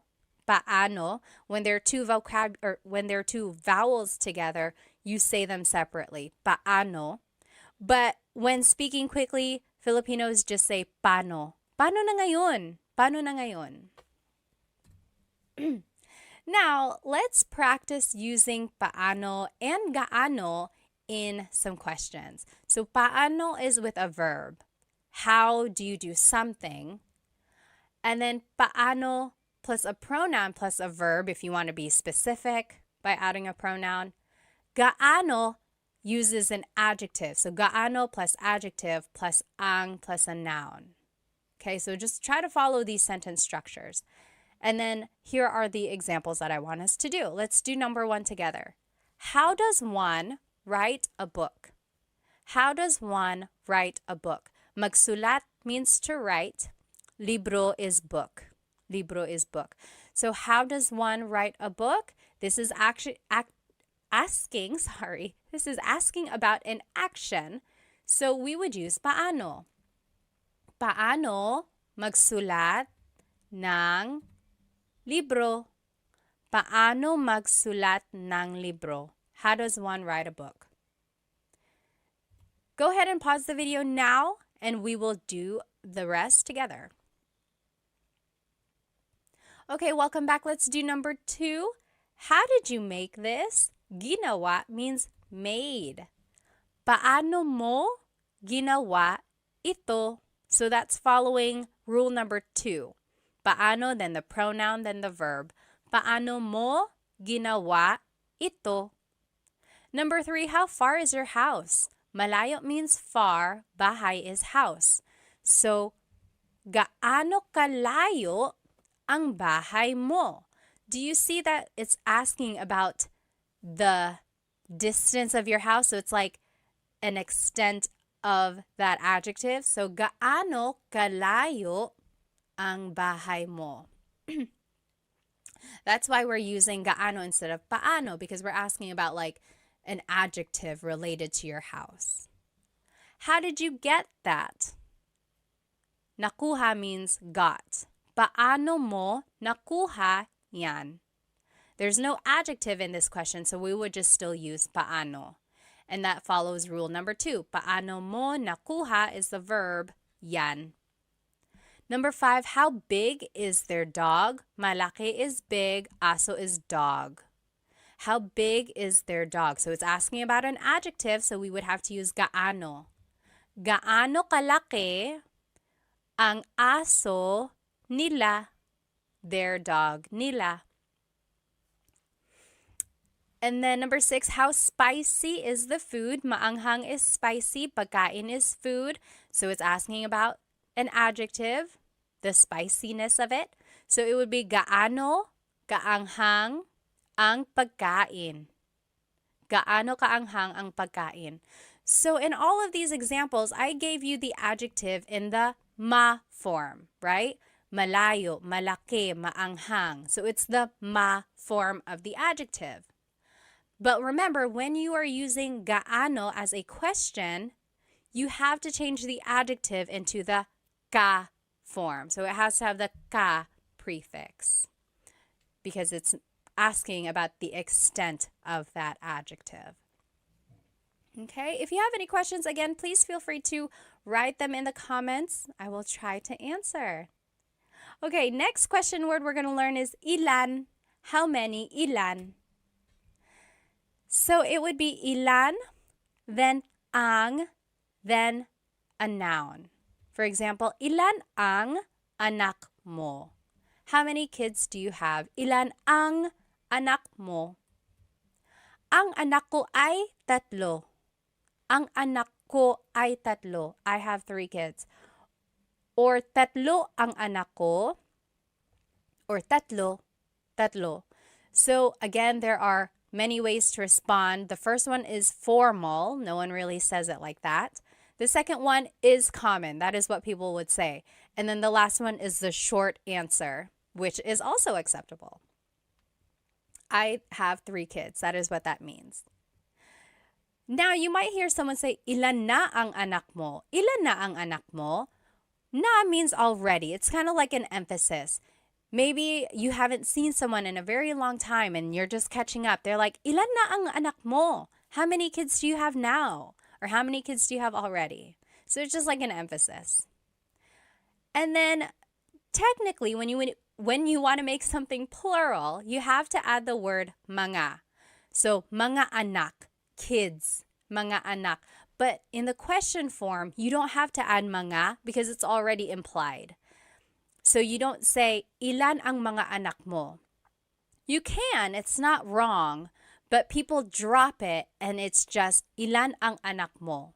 How many kids do you have? But it's not incorrect if you wanted to add mga, ilan ang mga anak mo? It's just kind of redundant. All right, next, ilan ang plus a verb. Ilan ang pupunta sa handaan? How many are going to the party? Ilan ang pupunta? Pupunta is the verb meaning to go. So, ilan ang pupunta sa party? The response is, ang pupunta ay 5. Or 5 ang pupunta. Or 5. I would say the second one. 5 ang pupunta. 5 people are going to the party. Next example, ilan ang kakain dito? How many are eating here? Ilan ang kakain dito? And then, your response is, ang kakain dito ay 3. Or 3 ang kakain dito. Or 3. That means 3 people are eating here. Or will eat here. So, both of these questions ask about like how many people are coming, how many people are eating.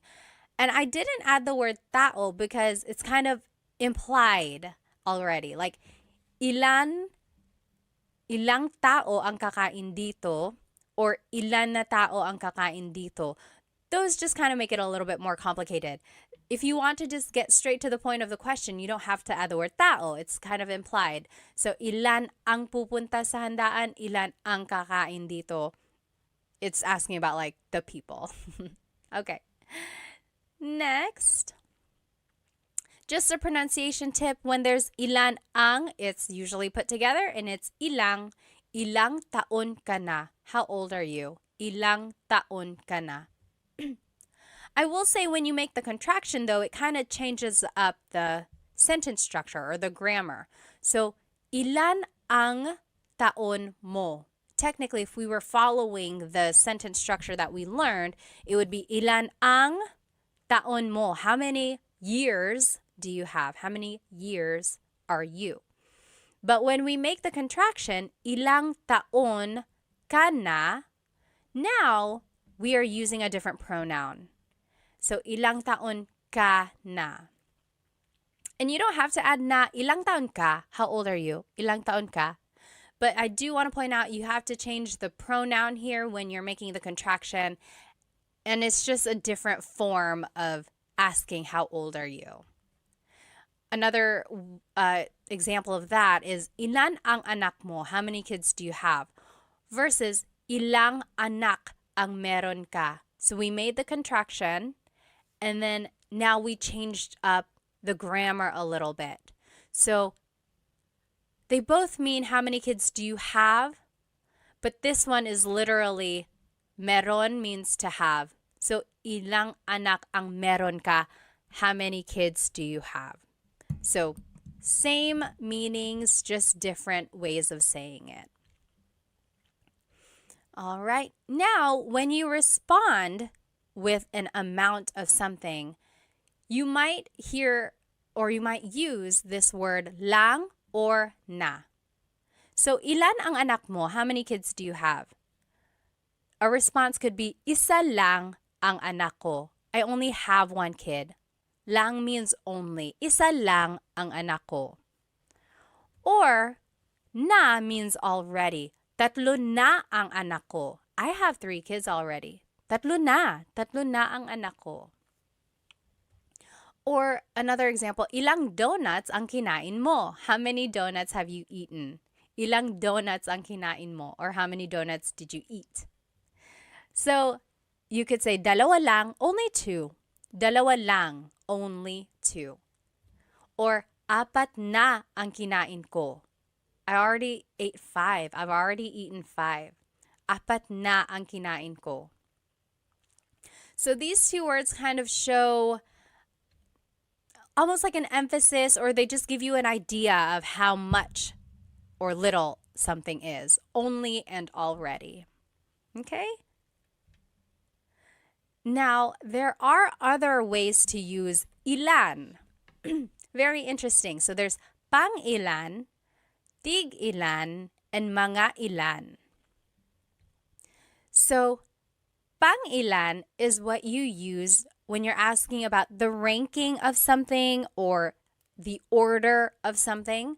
So, for example, pang ilan ka sa magkakapatid? In what order were you born amongst your siblings? So, were you the oldest? Were you the firstborn? Are you in the middle? Are you the last? Where were you in the order of your siblings? Pang ilan ka sa magkakapatid? Some responses, panganay ako, I'm the oldest. Panganay ako. Pangatlo ako, I'm the third. Pangatlo ako. Or bunso ako, I am the youngest. Bunso ako. So you'll see the response usually has pang in it because the question has pang. So pang is almost like in which or where. It's just asking about like the placement of things. Okay, so here's another example. Pang ilan ka sa contest? What place did you get in the contest? Pang ilan ka sa contest? Here are some examples. Una ako, I was first. Una ako. Pangalawa ako, second. Pangatlo, third. So again, there's that pang prefix that you use to answer when it's a pang question. Very interesting. Next, tig ilan means how many of each. So for example, maybe you're shopping at a store and you're like, oh, I like all of these t-shirts, but I want multiple of them. They might ask you, tig ilan na t-shirt ang gusto mo? How many of each t-shirt do you want? For example, oh, I want 3 of the red t-shirts, 2 of the white t-shirts, 1 of the black. So, tig ilan na t-shirt? How many of each t-shirt do you want? Your response would just be the number of it. So, dalawang pula, 2 reds, isang puti, 1 white, and so on. So, you see it's asking how many of each type of thing. Another example, tig ilan na tsokolate ang gusto mo? How many of each chocolate do you want?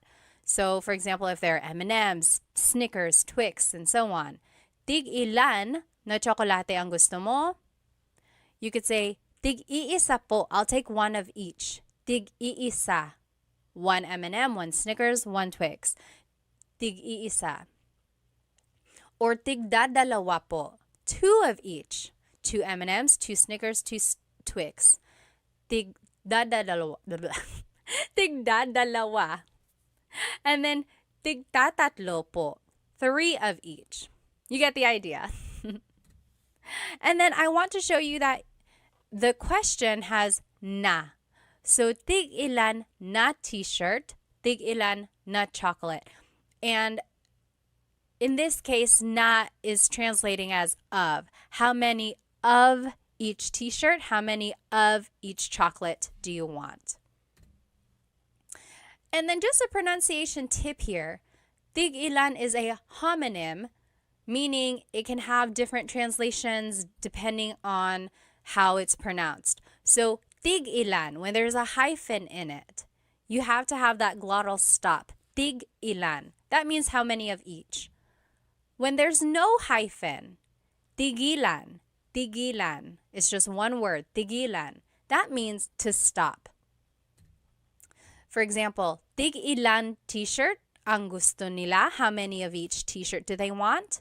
Tig-ilang t-shirt ang gusto nila. That means how many of each t-shirt do they want? But if you say, tigilan mo yan, that means stop that.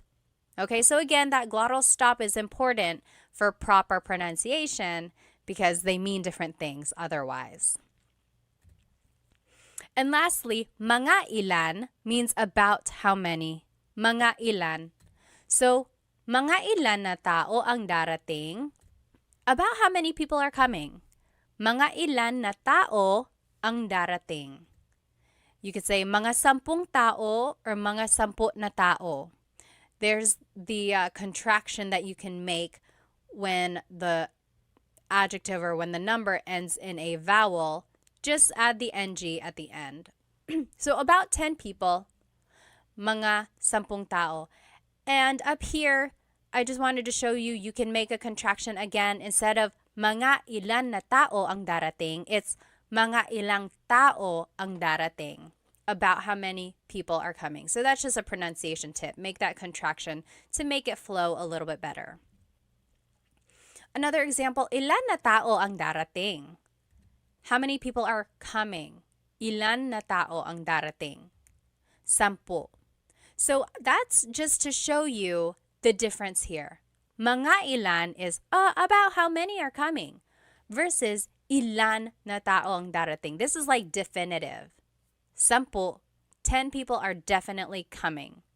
Versus mga 10, about 10.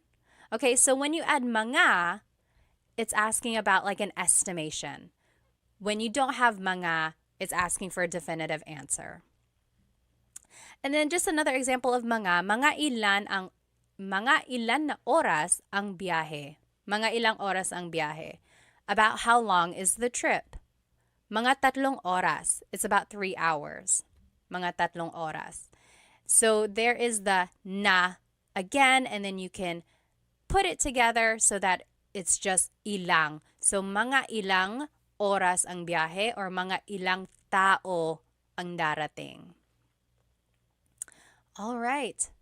So this is just a review of how to use these different ilan questions. So pang ilan is a ranking question or asking about the order placement. Tig ilan is asking about how many of each. Mga ilan means about how many of something. Okay, now let's practice using ilan in some questions. So on the left side, you will see the different ways to use ilan. Ilan plus ang plus a noun. Ilan ang anak mo? Or ilan plus ang plus a verb. Ilan ang pupunta sa handaan? And here are some examples. Let's do number 1 together. How many cats do you have? Mga pusa is cats. It would be ilan ang pusa mo. Ilan ang pusa mo? Remember, you don't have to add mga, but you can. It's not incorrect. But just to be quick about it, and if you want to sound natural, you don't have to. So, ilan ang pusa mo? Ilan ang pusa mo? How many cats do you have? Pause the video now and you do the rest, and then we will go over it. All right, welcome back. Number 2, I have 2 cats.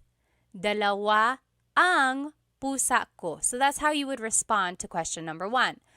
I have 2 cats. Dalawa ang pusa ko. Number 3, how many are coming to the house? Darating means coming. So it would be ilan ang darating. So ilan plus ang plus a verb. Ilan ang darating sa bahay. Number 4, 4 people are coming to the house. Apat means 4. So 4 people are coming to the house would be apat ang darating sa bahay. Apat ang darating sa bahay. Remember, the short answer would be apat, apat. Number 5, how many friends do you have? Kaibigan is friends. Actually, kaibigan is friend. Mga kaibigan would be friends. Ilan ang kaibigan mo? Ilan ang kaibigan mo? How many friends do you have? Also, you could say, ilan ang mga kaibigan mo? Ilan ang mga kaibigan mo? That is also correct, but remember, you don't have to add it. Number 6, I have 10 friends. 10 means 10. 10 ang kaibigan ko. 10 ang kaibigan ko. Or 10 ang mga kaibigan ko. I have 10 friends. All right. Another way to answer this, meron akong 10 mga kaibigan. So I want to show you again, there are different ways to answer. There's a long form, there's a short form, there's an even shorter form, right? Just say the number by itself. So if you hear different responses, hopefully you can recognize some of the vocabulary words and just kind of go from there. This one is a fun practice. So I want us to match the question words with the correct example. Then we're going to translate and then give a response. So on the left side are the different question words. Pang ilan, tig ilan, mga ilan. On the right side are some example questions. How many of each hat do you want? About how many balloons are we going to buy? How many drinks have you had? Like, what number is that? Or what number of drinks is that for you? So we have to match what question word would go with that question, and then we will translate. So go ahead and do that. Pause the video and see if you can match and then translate and give a response. Okay, welcome back. Let's see. This is what the answers would be. Pang ilan goes with this question. How many drinks have you had? What number is that? What number of drinks is that for you? So it's asking about like the order of your drinks and asking about just basically like where you are in your line of drinks. Tig ilan would be how many of each hat do you want? So it's asking about the amount of each. Mga ilan, about how many balloons are we going to buy? So it's an estimation. We don't know exactly. It's just about how many do you want. Okay, so hopefully you were able to match them. Now let's see if we can translate them. How many of each hat do you want? It would be, tig ilan na sombrero ang gusto mo? Tig ilan na sombrero ang gusto mo? And then your response could be, tig iisa po, one of each. Tig iisa. Next, about how many balloons are we going to buy? Mga ilan na lobo ang bibilhin natin? Or mga ilang lobo ang bibilhin natin? Your response, mga 5, about 5, mga 5. How many drinks have you had? What number is this? What number of drinks is that for you? All of that is encompassed by this one question. Pang ilan na inumin mo na yan? Pang ilan na inumin mo na yan? Pang-apat na ito. This is my 4th. Pang-apat na ito. So do you see how that one is asking about the order of your drinks or like how many you've had? And then your response is just that order. So this is the 4th. Pang-apat na ito. All right. So those were different ways to ask for how many. This next question word, alin, means which. Which. Alin. So alin ang, excuse me, alin ang plus a verb.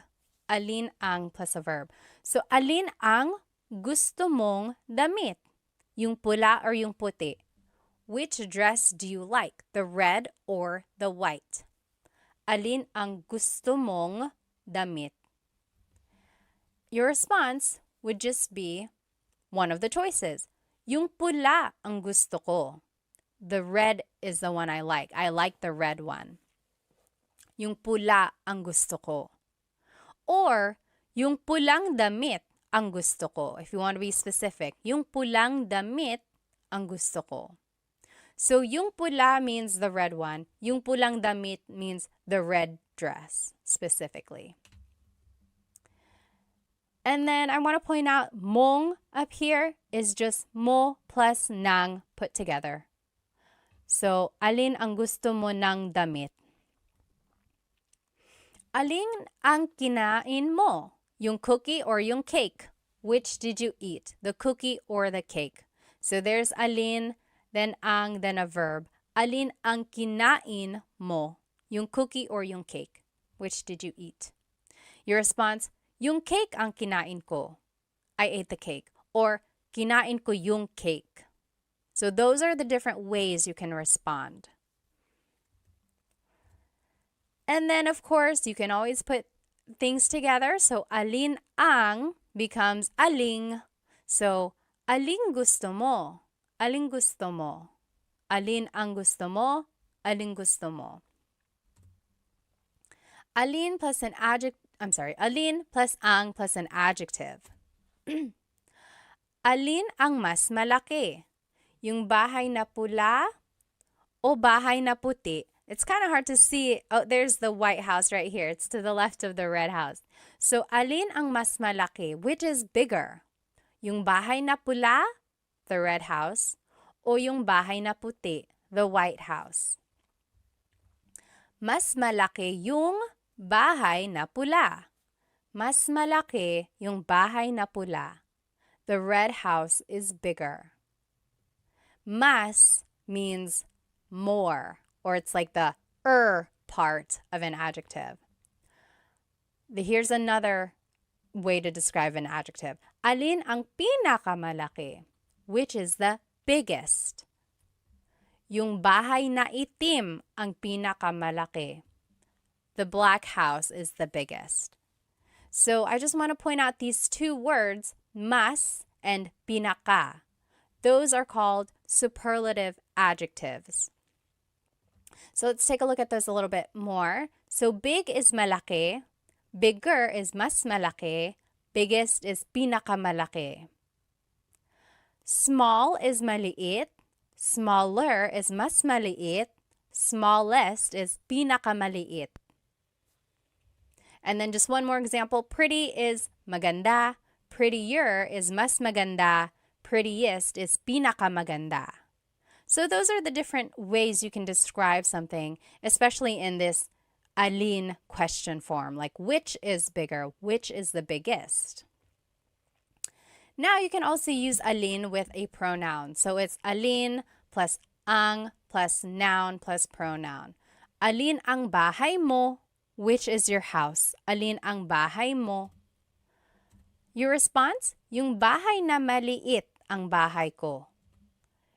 Or yung maliit na bahay. Both of those mean the small house is mine.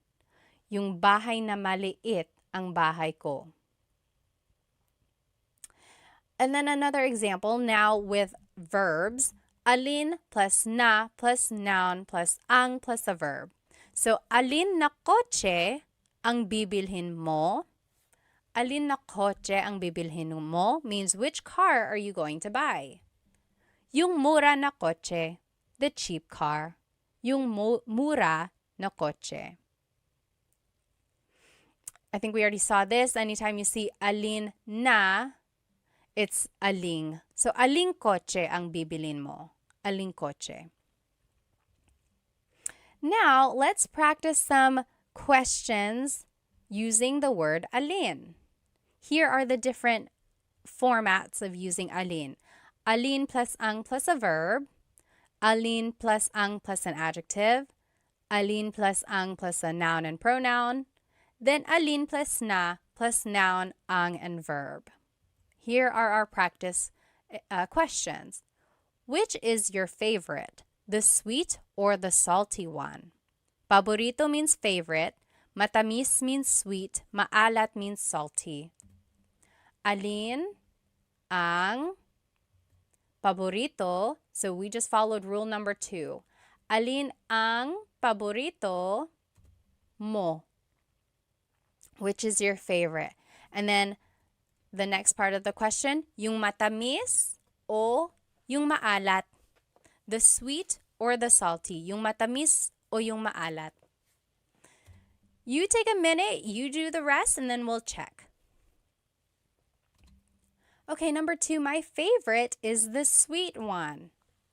Paborito ko yung matamis. Paborito ko yung matamis. That is how you would respond to that first question. Or you could say these ways. Yung matamis ang paborito ko. The sweet one is my favorite. Or just simply you could say yung matamis, the sweet one. Number 3, which dish is the most delicious? Adobo or sinigang? Ulam means a dish or a meat. Masarap means delicious. So, alin na ulam ang pinakamasarap? Alin na ulam ang pinakamasarap? So, it's kind of taking rule number 4, but then instead of a verb, it's adding the superlative adjective. And then the choices would just be adobo o sinigang. Adobo is the most delicious dish, would be adobo ang pinakamasarap na ulam. Adobo ang pinakamasarap na ulam. So there you go. Hopefully you can see the patterns and then using some of these sentence markers when you want to add more information to your sentence. And I want you to try this Taglish tip whenever you are giving a choice. Maybe you can start using this word yung. So it's like, what do you want to watch tonight? Yung comedy or yung horror? So the comedy or the horror movie. So try using Taglish when you can. So that's one way to do that. So give choices by adding this word yung.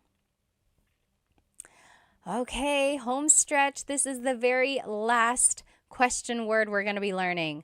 Ba is a question word that's added to questions when it's a yes or no answer.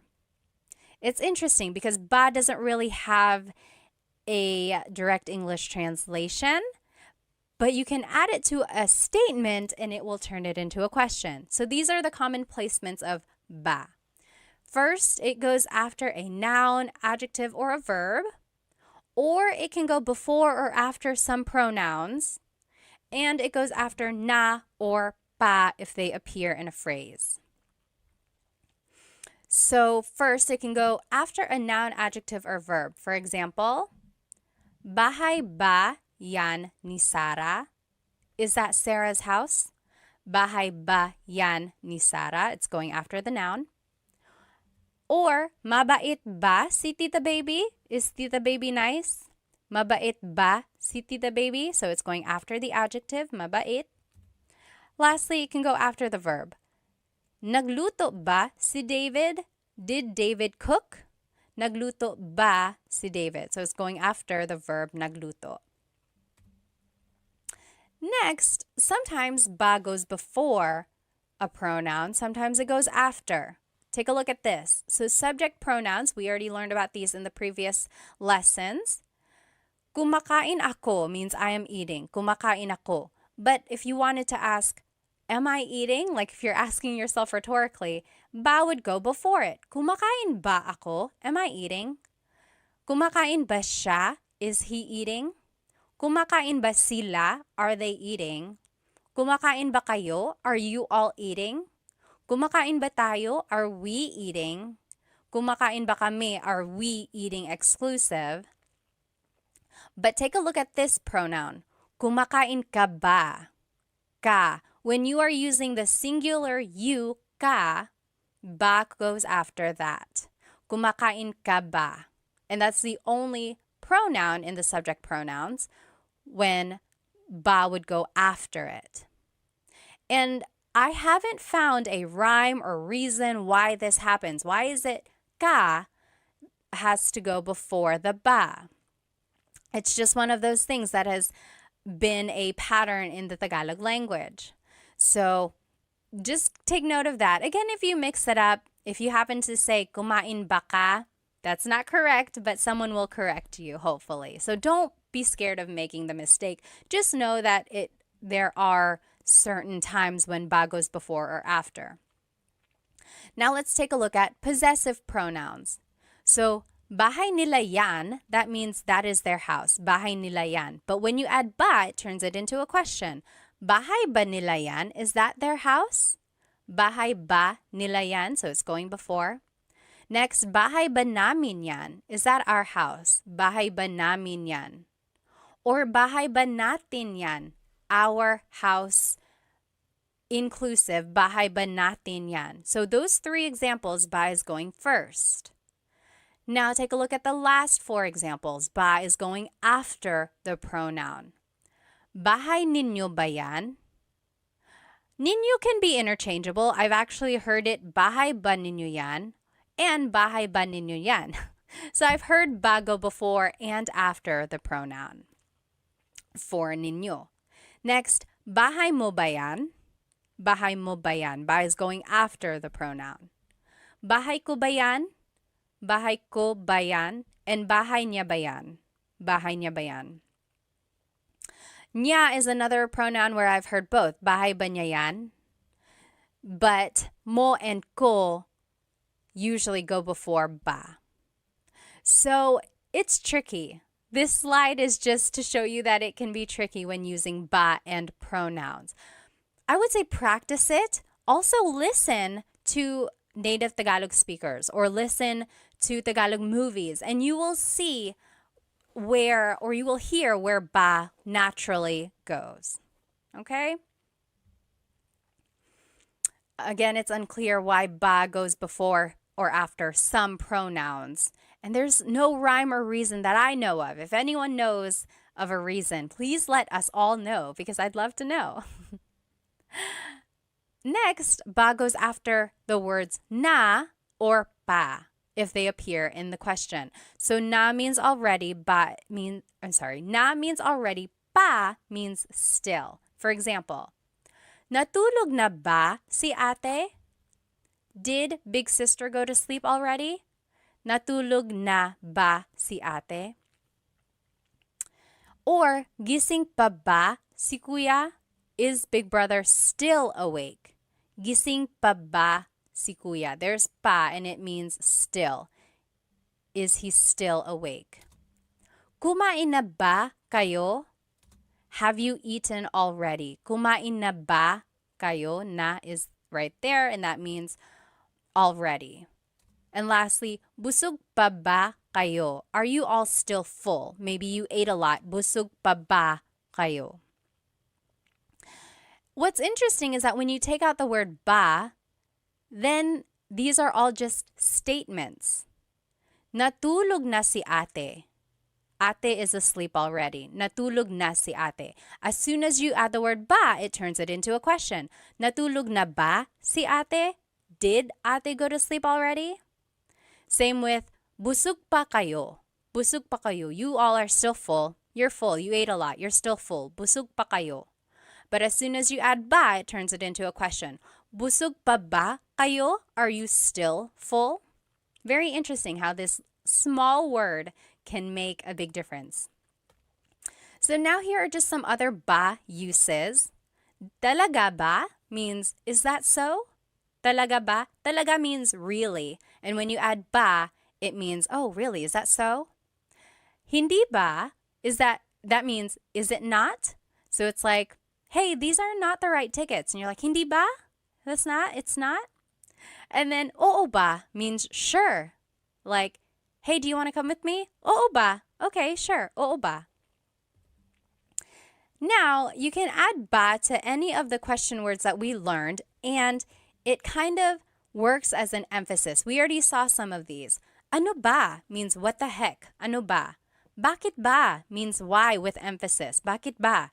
Sino ba? Like who with emphasis. Like if someone is like, hey, someone's knocking at the door, they're really knocking, they're knocking really hard, and you're like, sino ba? Who is it?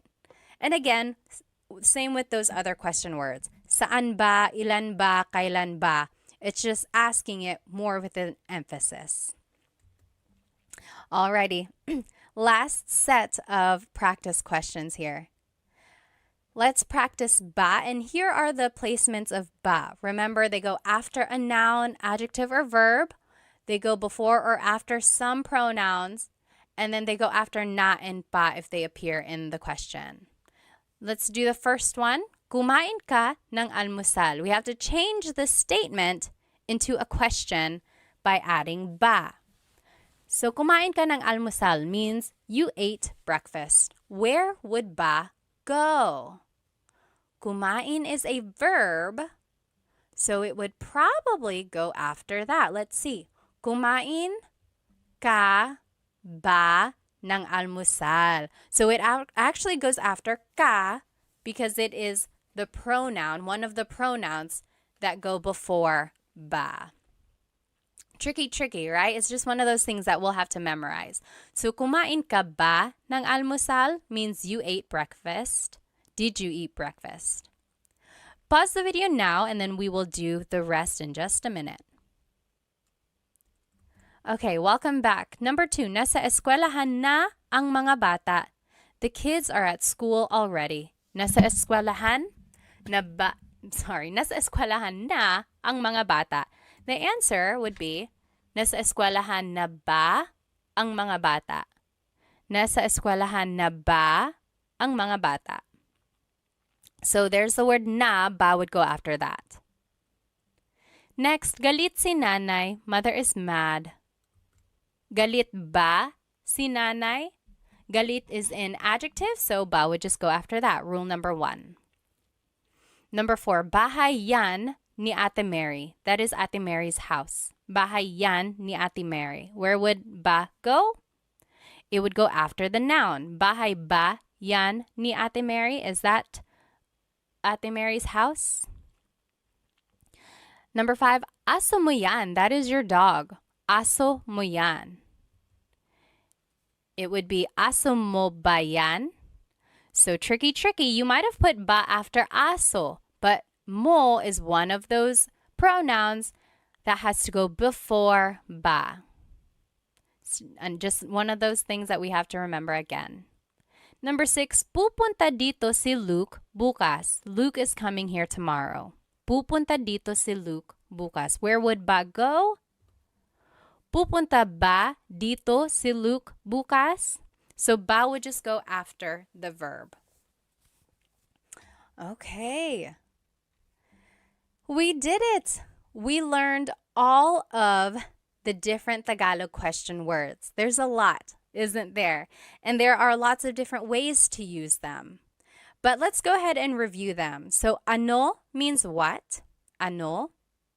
Bakit? Why? Bakit? Saan? Where? Saan? Kailan? When? Kailan? Sino?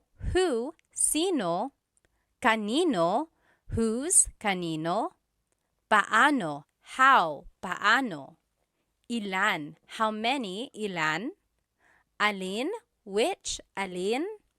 Ba is a question word. Ba. And then just to recap, here is everything we did in class today. We learned the different Tagalog question words. We learned the question formation of these words. We also practiced some responses. We also learned some common questions. And then we did a lot of practice questions as well. Thank you so much for spending some time with me today. If you have any questions, please go ahead and write them in the comments, and then I will try to answer them. Otherwise, I hope to see you in the next class. Paalam!